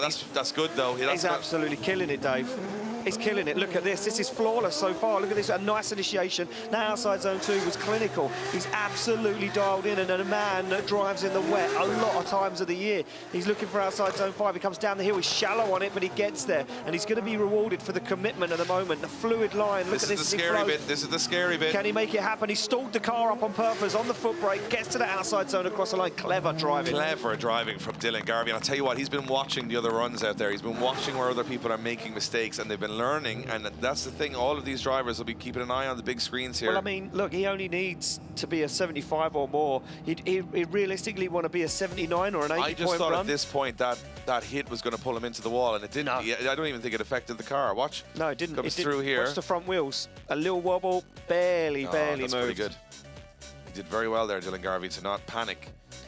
He kept the foot to the floor and used the wall almost as a crutch to help him, to yeah, get him around of the course. corner. The line was good everywhere else, as you said, a little shallow in one of the outer zones, but other than that, pretty solid, safe run. But to be fair, you know, granted, give Dylan Garvey some grace here. To see outside zone 5 there, off camber, over a bump. I can't even see it You from can't the even drone. see it. Never mind if You it was can't in see the it car. now. Do you want to borrow my glasses, Dave? For Yeah, well, like Roch there, look, doesn't overcommit. Yeah, plays it safe. Does enough to fulfill the zone, but doesn't go too far. An 81 for Garvey. Gets himself in the 22nd position. I'm going to say he's safe there. I'm going to say he's well safe. Yeah, he's safe for battle action in 22nd position, and a great Oh, charge. he pushes Rovanperä into 30th place. So right now, Christina Alto sitting in 32nd. She's on the drop zone. Yep, then David Kosik, and then Kalle Rovanperä. So those three in perilous situation at the moment with Nakamura, McKeever, and Shanahan still to go on zeros. Let's see what happens as we come off the line with Pontus Hartmann. Yeah, he's He got also a has to 68. score big. He has to go big. He's on a 68. He's out of top 32 at the moment. Every score matters, but that is a big decel. And another handbrake there after outside zone 1. Judge is going to be penalising for that one. He gets into outside zone 2. He just wanders and wavers along the outside zone. Can he hold on to it? Dials on the angle now as he looks for that inner zone. Transitions through now as Pontus Hartmann looks for outside zone 4. Dials it on, stands on the accelerator and absolutely fires through the middle of the circuit. Starts to pick up some ground. Fulfills outside zone 5. Makes it work. Looks for 6 on the transition and absolutely nails it now. Pontus Hartmann on a flyer. Can he stay safe? Oh, wow! Pontus Hartmann sticks it to the wall, takes the bumper off and says, that's how you do it. That was impressive. I liked it a lot. Pontus Hartmann, I'll give him credit. This year has shown up. This year, we all knew he was good. But we only got a glimpse of it last year. Now we're getting that mistake for me. a little bit of a strain, a little bit of a wobble. And again, it's so easy done when the track conditions are drying in some areas faster than others, and it's difficult. I think the transitions are very difficult now because you don't know. I want to have a little look at this section here as well. Just coming down the hill. Look how deep he is in the outside zone. Watch this as he transitions. Does he go a little bit off course? No, keeps it on. No, he's in the zone. So I couldn't even make out where he was on the track in the first shot. This is good though. Up to the wall. This is beautiful. He's Look. like, whoa, yes, that's what we came to see. Nice job by Pontus Hartmann. I'd be very surprised if that's not enough to move him up. He is really growing into this series, and is. he's someone to watch out for in the future because He's gradually growing and growing as a driver in different conditions. Yeah, but he's been consistent every round. You know, he's qualified at every round. He's made it through top 32 at every round. He's starting to really grow into the championship now. And, you know, we've seen some bad events from him. Look at this. Oh, 73. I'm going to put that down to a lack of angle maybe around the track. Just not enough commitment. I think it was the initiation. Yeah, and I'm right. It was the double initiation, Dave. I was right. Usually double means more. But double initiation and drifting means less. Means bad. That's bad. Because you lose the score on it. That's well, so harsh because the rest was flawless. Not flawless, but it was really good. Well, and again, he's out of competition, high up in the championship. Nakamura sits on the line right now, the Japanese champion, with a 0 from his first run, and this will be his first run ever on this track in the wet. Hold on to your hats. Well, there we go. He's off the line. Naoki Nakamura off the line, absolutely fires through the gears. He's going to go for initiation, but he's grippy down there on the initiation. That's catching a lot of drivers out. He did a big wobble, but now he gets into the wall. He's on the wall. Oh, he tags it. It upsets the car. Can he keep in it? He certainly can. He's put big angle on to slow the car down for that inside zone 3. Now looks for the wall. Outside zone 4 coming up. He's absolutely flying. He hammers on the throttle now as Nakamura, again, a little wobble on the handbrake for a long time in that D-cell. In outside zone 5. Up through 6, looks for the final outside zone. This could catch him out. Now he tags the wall, knocks the cone down, and he gets the job done. Is it enough, though? That was a scrappy run from Nakamura. Oh, I don't know. I'm just looking at that and saying, looking at what way the judges have been scoring it so far, there's a lot of errors. The initiation is an error. He initiates too early. Watch this. Watch this. He's on the handbrake for so long. He has to wobble into that first corner, barely gets the first zone. As he comes through here, a tag of the wall like Garvey was okay, or maybe even Harman, but watch. The front wheels. Yeah, that's an error. And then I think he runs out of gearing here as he comes through the transitions, which straightens the car. So there's scrappiness in there. Now watch this as he comes through. He fixed a big angle, and that does upset the wall car pretty hard. Drops it down the bank. I mean, we're going to see it in a real good way that here. Cone is like gonzo. But yeah, it is an error. Like his hit of the wall, you can touch the walls, little wobble, but he's having big errors there. Does the wheel hit the wall? Does it upset the car? Yeah, look, it's tire on the wall. Yeah. Oh, I don't know. It's going to be very close. I think it'll be very close. Oh, and he's out. Enough. He's out. It's not enough. Engine failure round 1, podium at round 2, doesn't qualify at round 3, and you call drifting predictable. Oh, look at this now. Christina Alto now sits still in the show in 32nd place, and there's only 2 people that can take her out if they can score high enough, and she's sitting there watching the stream. She's desperate to know, is she in the show tomorrow? Well, she's got a little bit of a wait yet before she finds out. We go back to the line to a man that is in the show. It is, of course, Jakub Prashkonsky. I don't think he's going to have any trouble here in the wet. No. This man is cooler than the other side of the pillow. He just absolutely shines when it rains, and I think he's going to be quite smooth here now. I could be wrong, but he's a guy that doesn't risk too much when he's always in his comfort zone. Yeah, he always is in the comfort zone. Look, this is a man that drives in multiple different championships, in multiple different motorsports disciplines all around the world, and again, another driver that can adapt to changing weather conditions and changing grip levels. And look at this from Prashkonsky right now as he flies through the circuit. I mean, he doesn't need to see the boxes because he's got laser focus on exactly that line. Yeah, and the line is everything, and right now he's just doing a safe, tentative, you know, again, none of these drivers have driven in the wet. That is, he's gone around that track, and he's the first driver that I can remember in the last hour and a half that hasn't broken some part of his car going around the track, and that's Jakub Prashkonsky. He's a very confident driver, and he knew, I've got an 83, I'm in 20th, I'm definitely going to qualify. No need to risk the car, no need to go too hard, no need to do anything silly. Just let's get a feel of the track. Let's get a feel of how the car reacts in the rain, just in case we have some rain tomorrow. It's like data analysis out there. He's trying to just gather it all for his team. He's like Terminator. He is. I can see that in his eyes, just all the figures and the numbers. Didn't need to know where the zones were because they were already imprinted into his CPU. Super talented driver, and it's such a beautiful car. And you know what? It's going to be so funny walking around the pits later on because the only car that no one's going to be working on is Jakub Prashkonsky's. Every other car is going to be absolutely in bits. They're going to be in ribbons. Is that your? That's my bumper. Is that a bit of your bumper? Oh, sorry, I have a bit of your back light here. Is that my light? They'll be piecing together. Like Jakub will be like, might have a sandwich. Might just get an early night, ready for tomorrow. Car's fine. He'll probably go for a run. Oh, you probably would. Big athletic guy. Wow. Scores exactly the same as what he scored in the dry. Stays in 20th position. Just goes to talk about consistency. Just the same score. So now we move it along to our next driver, which will be Conor Shanahan. And Conor Shanahan has a 97. As far as I'm concerned right now, isn't he the top qualifier right now. He is number 1. So it's hard to see Conor Shanahan be knocked from that spot in the wet, unless he does it himself. But I have a feeling this will be another, knowledge gainer for Conor Shanahan, or maybe a go for it, I don't know. No, I think he's going to go for it. He's going to try and push the car to the limit, because I think the Shanahans are, they're very clever. They're going to want to know what is out there, what grip is out there if it does rain tomorrow in top 32. And he's absolutely pinging the back end of this Toyota GT86 off the walls. Very slow transition, but weather conditions prevailing. This is how they're going to make it round. And Shanahan is wider and faster than anyone at the moment. He's making it work in outside zone 5 down the hill. He's on the handbrake. He's wide now as he swings the car into outside zone 6, right to the edge of the circuit on the white line. Can he get this one dialed? He can. He's on the foot brake. He's across the line. Shanahan absolutely nailed that. If that's a 90-point run... I think it could be. The reason I'm going to say it is because I don't think there's a better run in the rain out there. No. I don't think there's anything more in the rain you can do. You can't do more style or angle or smoke. Did he just do that just to show off? Well, it's because I said it. He's young. As I said, someone's going to go in the 90s in the wet, because they were starting to learn every run how to do it. Now, not everyone's done it, but look at that. That's absolutely pinpoint. There is no better run in the rain than what Conor Shanahan has done. If he does a 90+ in the rain and then a 97 in the dry, who's going to want him tomorrow? Nobody. Look how deep he is on outside zone 4. But if you think about it, the line, the judges have to forget about style and angle a little bit, because it's impossible in these conditions. So it's an 89, almost a 90. Almost a 90 in the wet. So the one, you got to look at, definitely Jack Shannon, his brother's looking at that, going, it's possible. And he's on the start line, and he's going to get a little radio say, Conor's just done an 89 in the wet. Here's where he was good, where he was bad. The last corner was a bit sketched. That could have been where it fell down.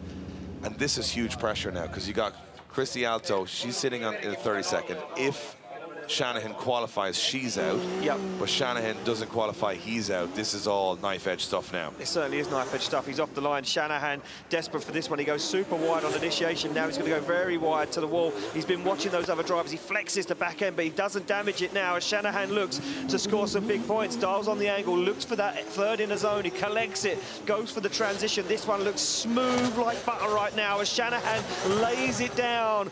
Fires across the circuit, outside zone 5, nailed. He doesn't drop a wheel this time. He keeps it on the tarmac as he gets outside zone 6 perfectly. He looks for the final outside zone. He's all over it and across the line, and he absolutely nailed it. Right, well, I'm going to go back to my original statement and retract that there was no better run than Conor Shanahan's in the wet, because I think we've just watched one. There is. Where he was similar to Conor throughout the whole run. He was better on the last corner. He didn't have the big stall up. He knew it was coming. He adapted to it, and he was wider on initiation. He was just... I thought he was going in the wall there, to be honest.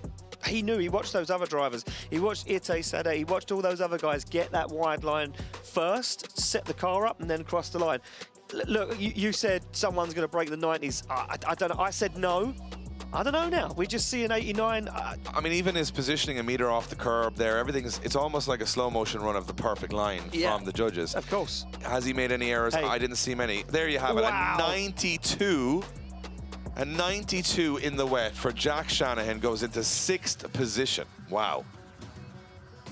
Unbelievable. And you laughed when I said someone's going in the 90s in the wet. I found it comical. I snickered. Crazy Dave. Crazy Dave. Talking about his 90s in the wet. And that does put, unfortunately, Alto outside you can see the top 32. She's got a lot of friends with her, and all of them dejected. You can see Wojtalaxko there, absolutely dejected. Good friend of Christy Alto's, and they worked hard, and they're still working hard on the car now, but unfortunately that will be the end of the weekend. But you know what, valiant effort from our first female Drift Masters driver. She did a sterling job, and she'll always be up there. Well, one man that could do it in the wet is Peter Vincent. He is our two-time reigning 97 plus. Yeah, but come on, he's the two-time reigning champion. He's got the talent, he's got the car. He's going wide. He's very going wide. He's going very fast. He handbraked though after, but he's in that zone earlier than anyone else, and he's pinging the back end off the wall. Now he dials on the angle. Oh, it looked like he was almost going to over-rotate. Big angle from Vincent on inside zone 3 now. Looks for the wall. He tags the back end of the S15 off of outside zone 4. He's on a nice line down into 5. Wide as well, as wide as the Shanahans were. He gets it into 6. Now, can he tag the wall? Can he put the seal of approval on it? I don't know if he got there, and he's across the line.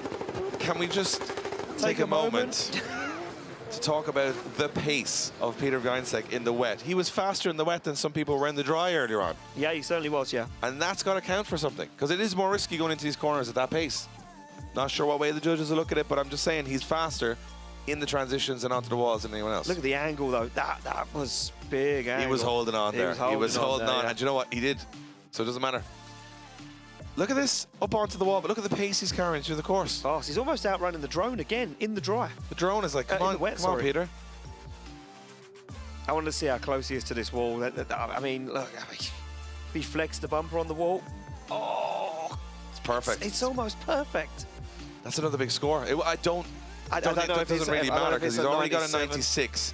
But well, I mean, all he has, if he could get Connor Shanahan, if he equals a 97, he's beat Shanahan. Yeah. Because he's got the higher second qualifying run. Not sure if it's a 97, but you know what? It's a 95. Wow. That's a monster score in the West. Wow, he almost challenged Shanahan.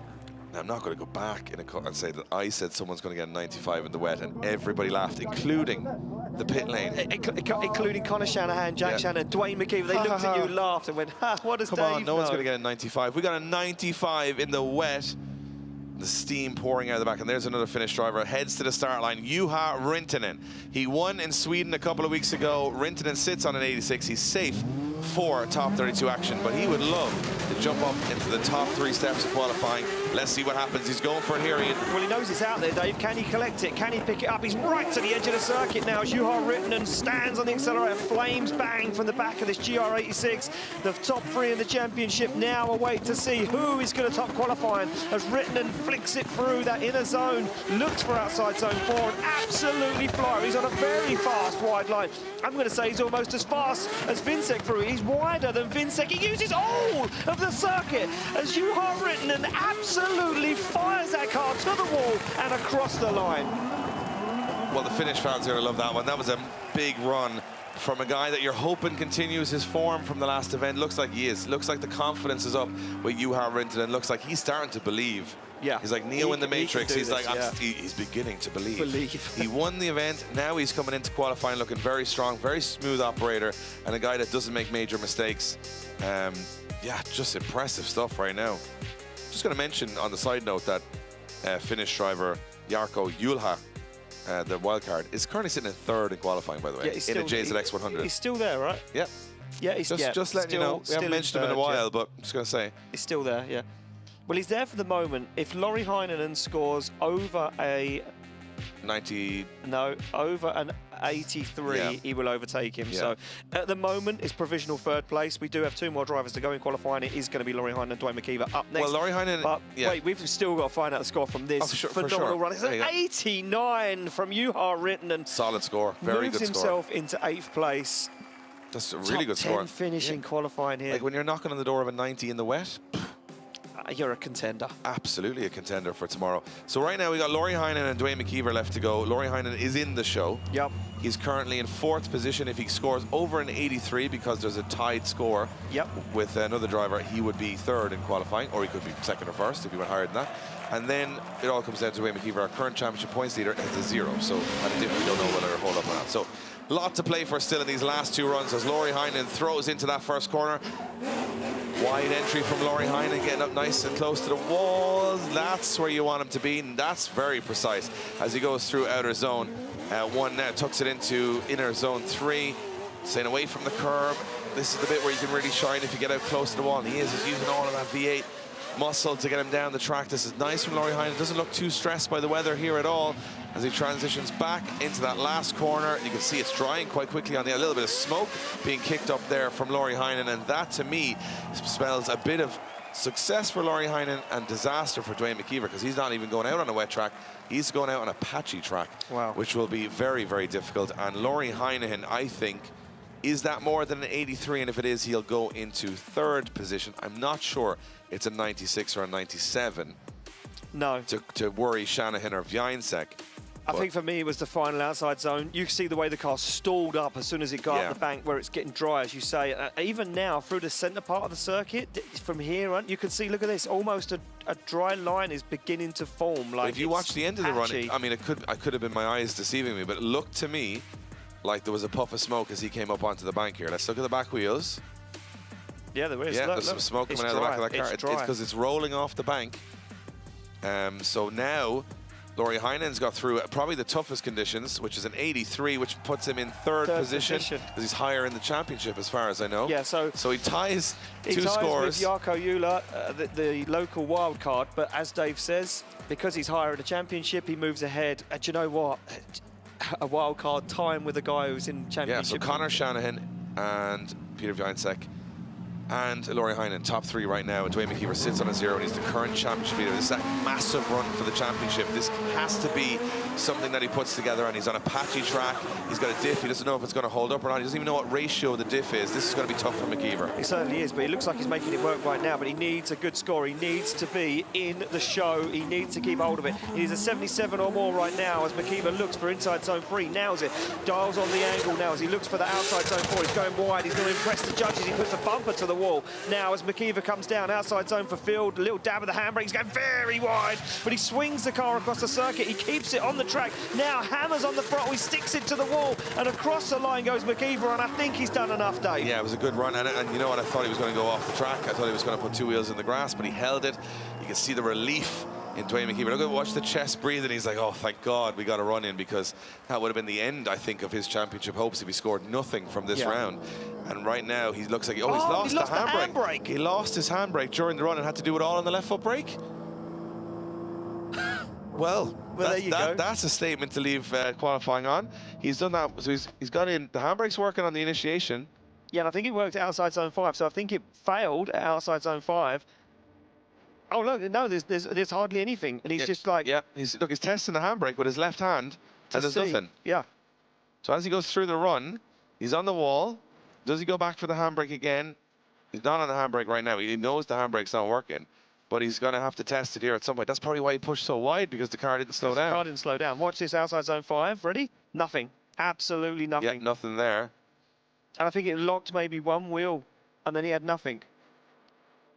Yeah, it's not locking both wheels. So he's trying to do left foot. You're getting a little bit of handbrake, not enough. And then the smoke starts to pour from the car, rubs up against the wall. It's a good run. So I think the judges are going to reward that, regardless of the handbrake thing. They've already got their scores already decided. But McKeever, then he does a big 360, as he does. Almost goes in the grass, but at this stage, the job's done. So the question we have here, it's an 84. He's in the show, 21st position. And it's not where he wants to qualify, but he does want to qualify. So we have got 32 drivers now confirmed for tomorrow's top 32 action. And boy, did we have a stressful qualifying session here in Finland. Rain stopping play halfway through. We had thunderstorms, we had lightning. We had about 468.7 crashes. And then we had some upsets, and we had some of the championship contenders stay in and some go out. And you know what? I know what you're going to say. I know what you're going to say. I'm just going to say. Everybody here in attendance is wondering what happened to Rovanperä. He was on the borderline. It's fine. He's still in the show, but we'll wait for the battle tree to pop up to show you how tomorrow's going to play out for him. You know, I know. Kalle Rovanperä, look, he's in the paddock. I think he knows. I think he knows, Dave. Right, let's have a look at, Dave, how this plays out today. Well, we're going to put Kalle out of his misery, because he has qualified in the 32nd position, which means he will go up against top qualifier in the 32. This is how it breaks down. Conor Shanahan taking the top step in qualifying in 97. Vincent hot on his heels, making no errors here in 96. The fight is on, though. Laurie Heinen still in the mix with 93. Look at this. Jarkko Jula in a chaser, turns up yesterday, don't know who he is, and all of a sudden he's one of the best drivers I've ever seen. As you see, these are Nicknack getting in 10th position. Keski Korpi had a great run there as well, to be fair. And we can see Eric Gottschall. I think he could have got more out of it if it had stayed dry. Dwayne McKeever, current championship leader now in 21st. Dylan Garvey in the mix as well. Joachim Andersson had a great second run. 82nd position. Dogo Kaara, big crash in practice, but he's in 18th. And we get right down, look at that, 32nd position for Kalle Rovanperä, which means he will go head-to-head with Red Bull stablemate Conor Shanahan in the top 32, with the championship points for Conor Shanahan very much on the line. Celebrating qualifying Conor Shanahan, and then all of a sudden you get Kalle Rovanperä, the WRC champion, in the top 32. Outside of that, though, these are the drivers, including big names like Zalewski, Nakamura, Hagblom, Erlandson, all out in qualifying. And I'm going to go down to my boy Nick Bright. Nick, Kalle gets in, creeps in 32nd position, but he's got to go head-to-head with Conor Shanahan in the first battle tomorrow. Yeah, it's going to be a great battle, actually. Kalle, you crept through 32nd position, but you know what that means, right? You against Conor Shanahan. Yep. he's a good friend of mine, so should be interesting battle tomorrow. Of course, not the place where we want to qualify. Never been checking results before to see if I'm in the top 32 at all, but yeah, it happens, and we need to do a bit better job tomorrow. Yeah, how does your rally experience come into the drifting arena? Do you lean on what you do in WRC here, or is it completely different? I don't really. It's quite a different sport, and as you can see, the guys who drive a lot these cars all the time have a good feeling with them, and of course, it's a bit tricky for me always coming to the races without testing. I try to do my best, but it's not always easy to get into the groove. But yeah, hopefully tomorrow we will do a good job. But just in terms of the mental experience, you've got that because you've done it on the biggest stage in a slightly different discipline. You're going to need that tomorrow against a driver like Connor. Yeah, definitely. But also in rallying, it's quite different. You are racing against the clock, and it's much more longer. Let's say you do thousands of corners during the weekend, and at the end everything counts. Here it counts on 5 corners, let's say, or 4. So it's actually quite a lot different mentally how to prepare. But yeah, of course, tomorrow we need to wake up well for the first battle. And just a word for the Finnish fans as well. They've turned out here, sold out really quickly. It was great today. Should be even better tomorrow. There's lots of them just behind the camera there as well. Just a word for them. Yeah, it has been actually really nice to see that the support is so big. You can clearly see that it was a good time for the event to come to Finland. Everybody was ready to come here. I think there could have been even much more people if there would be more space. So yeah, it's nice to see all the fans here, and I hope to see you all tomorrow also. And let's do a bit better day tomorrow, and I hope all the Finnish drivers do a good job. You confident? Of course. All right, nice one. Back to you guys. Thanks, Nick. Confident? Of course. Of course. Well, Wow. you got to be, because you're going up against a man that scored 97 in qualifying, and it's going to kick off the whole show tomorrow with an absolute heavyweight encounter. Rovanperä versus Conor Shanahan. Championship, not the concern of Rovanperä, but certainly the concern of Conor Shanahan. And then there's some massive, big... Look at this. Gillingarvi, Keski, Korpi. I'm just looking down. They got Palinski, McKeever, Randalou, Viansek straight off the back. Heinichen, Kosov. And then I've got Jack Shannon, Jakub Kroll. Look at that. Chirba versus Pishkonski rounding out the 32. These are massive battles straight from the off. Heidrich and Correa. This is going to be very interesting as we kick off top 32. A lot of championship hopes on the line, and because the qualifying's been a little bit all over the place with the weather, now the battles are all a little bit all over the place. Who knows who's going to take this home tomorrow? Who knows what the weather's going to be like? Because I'm looking at my iPhone app and it's saying a bit of everything. Doesn't know. Could happen, might not happen.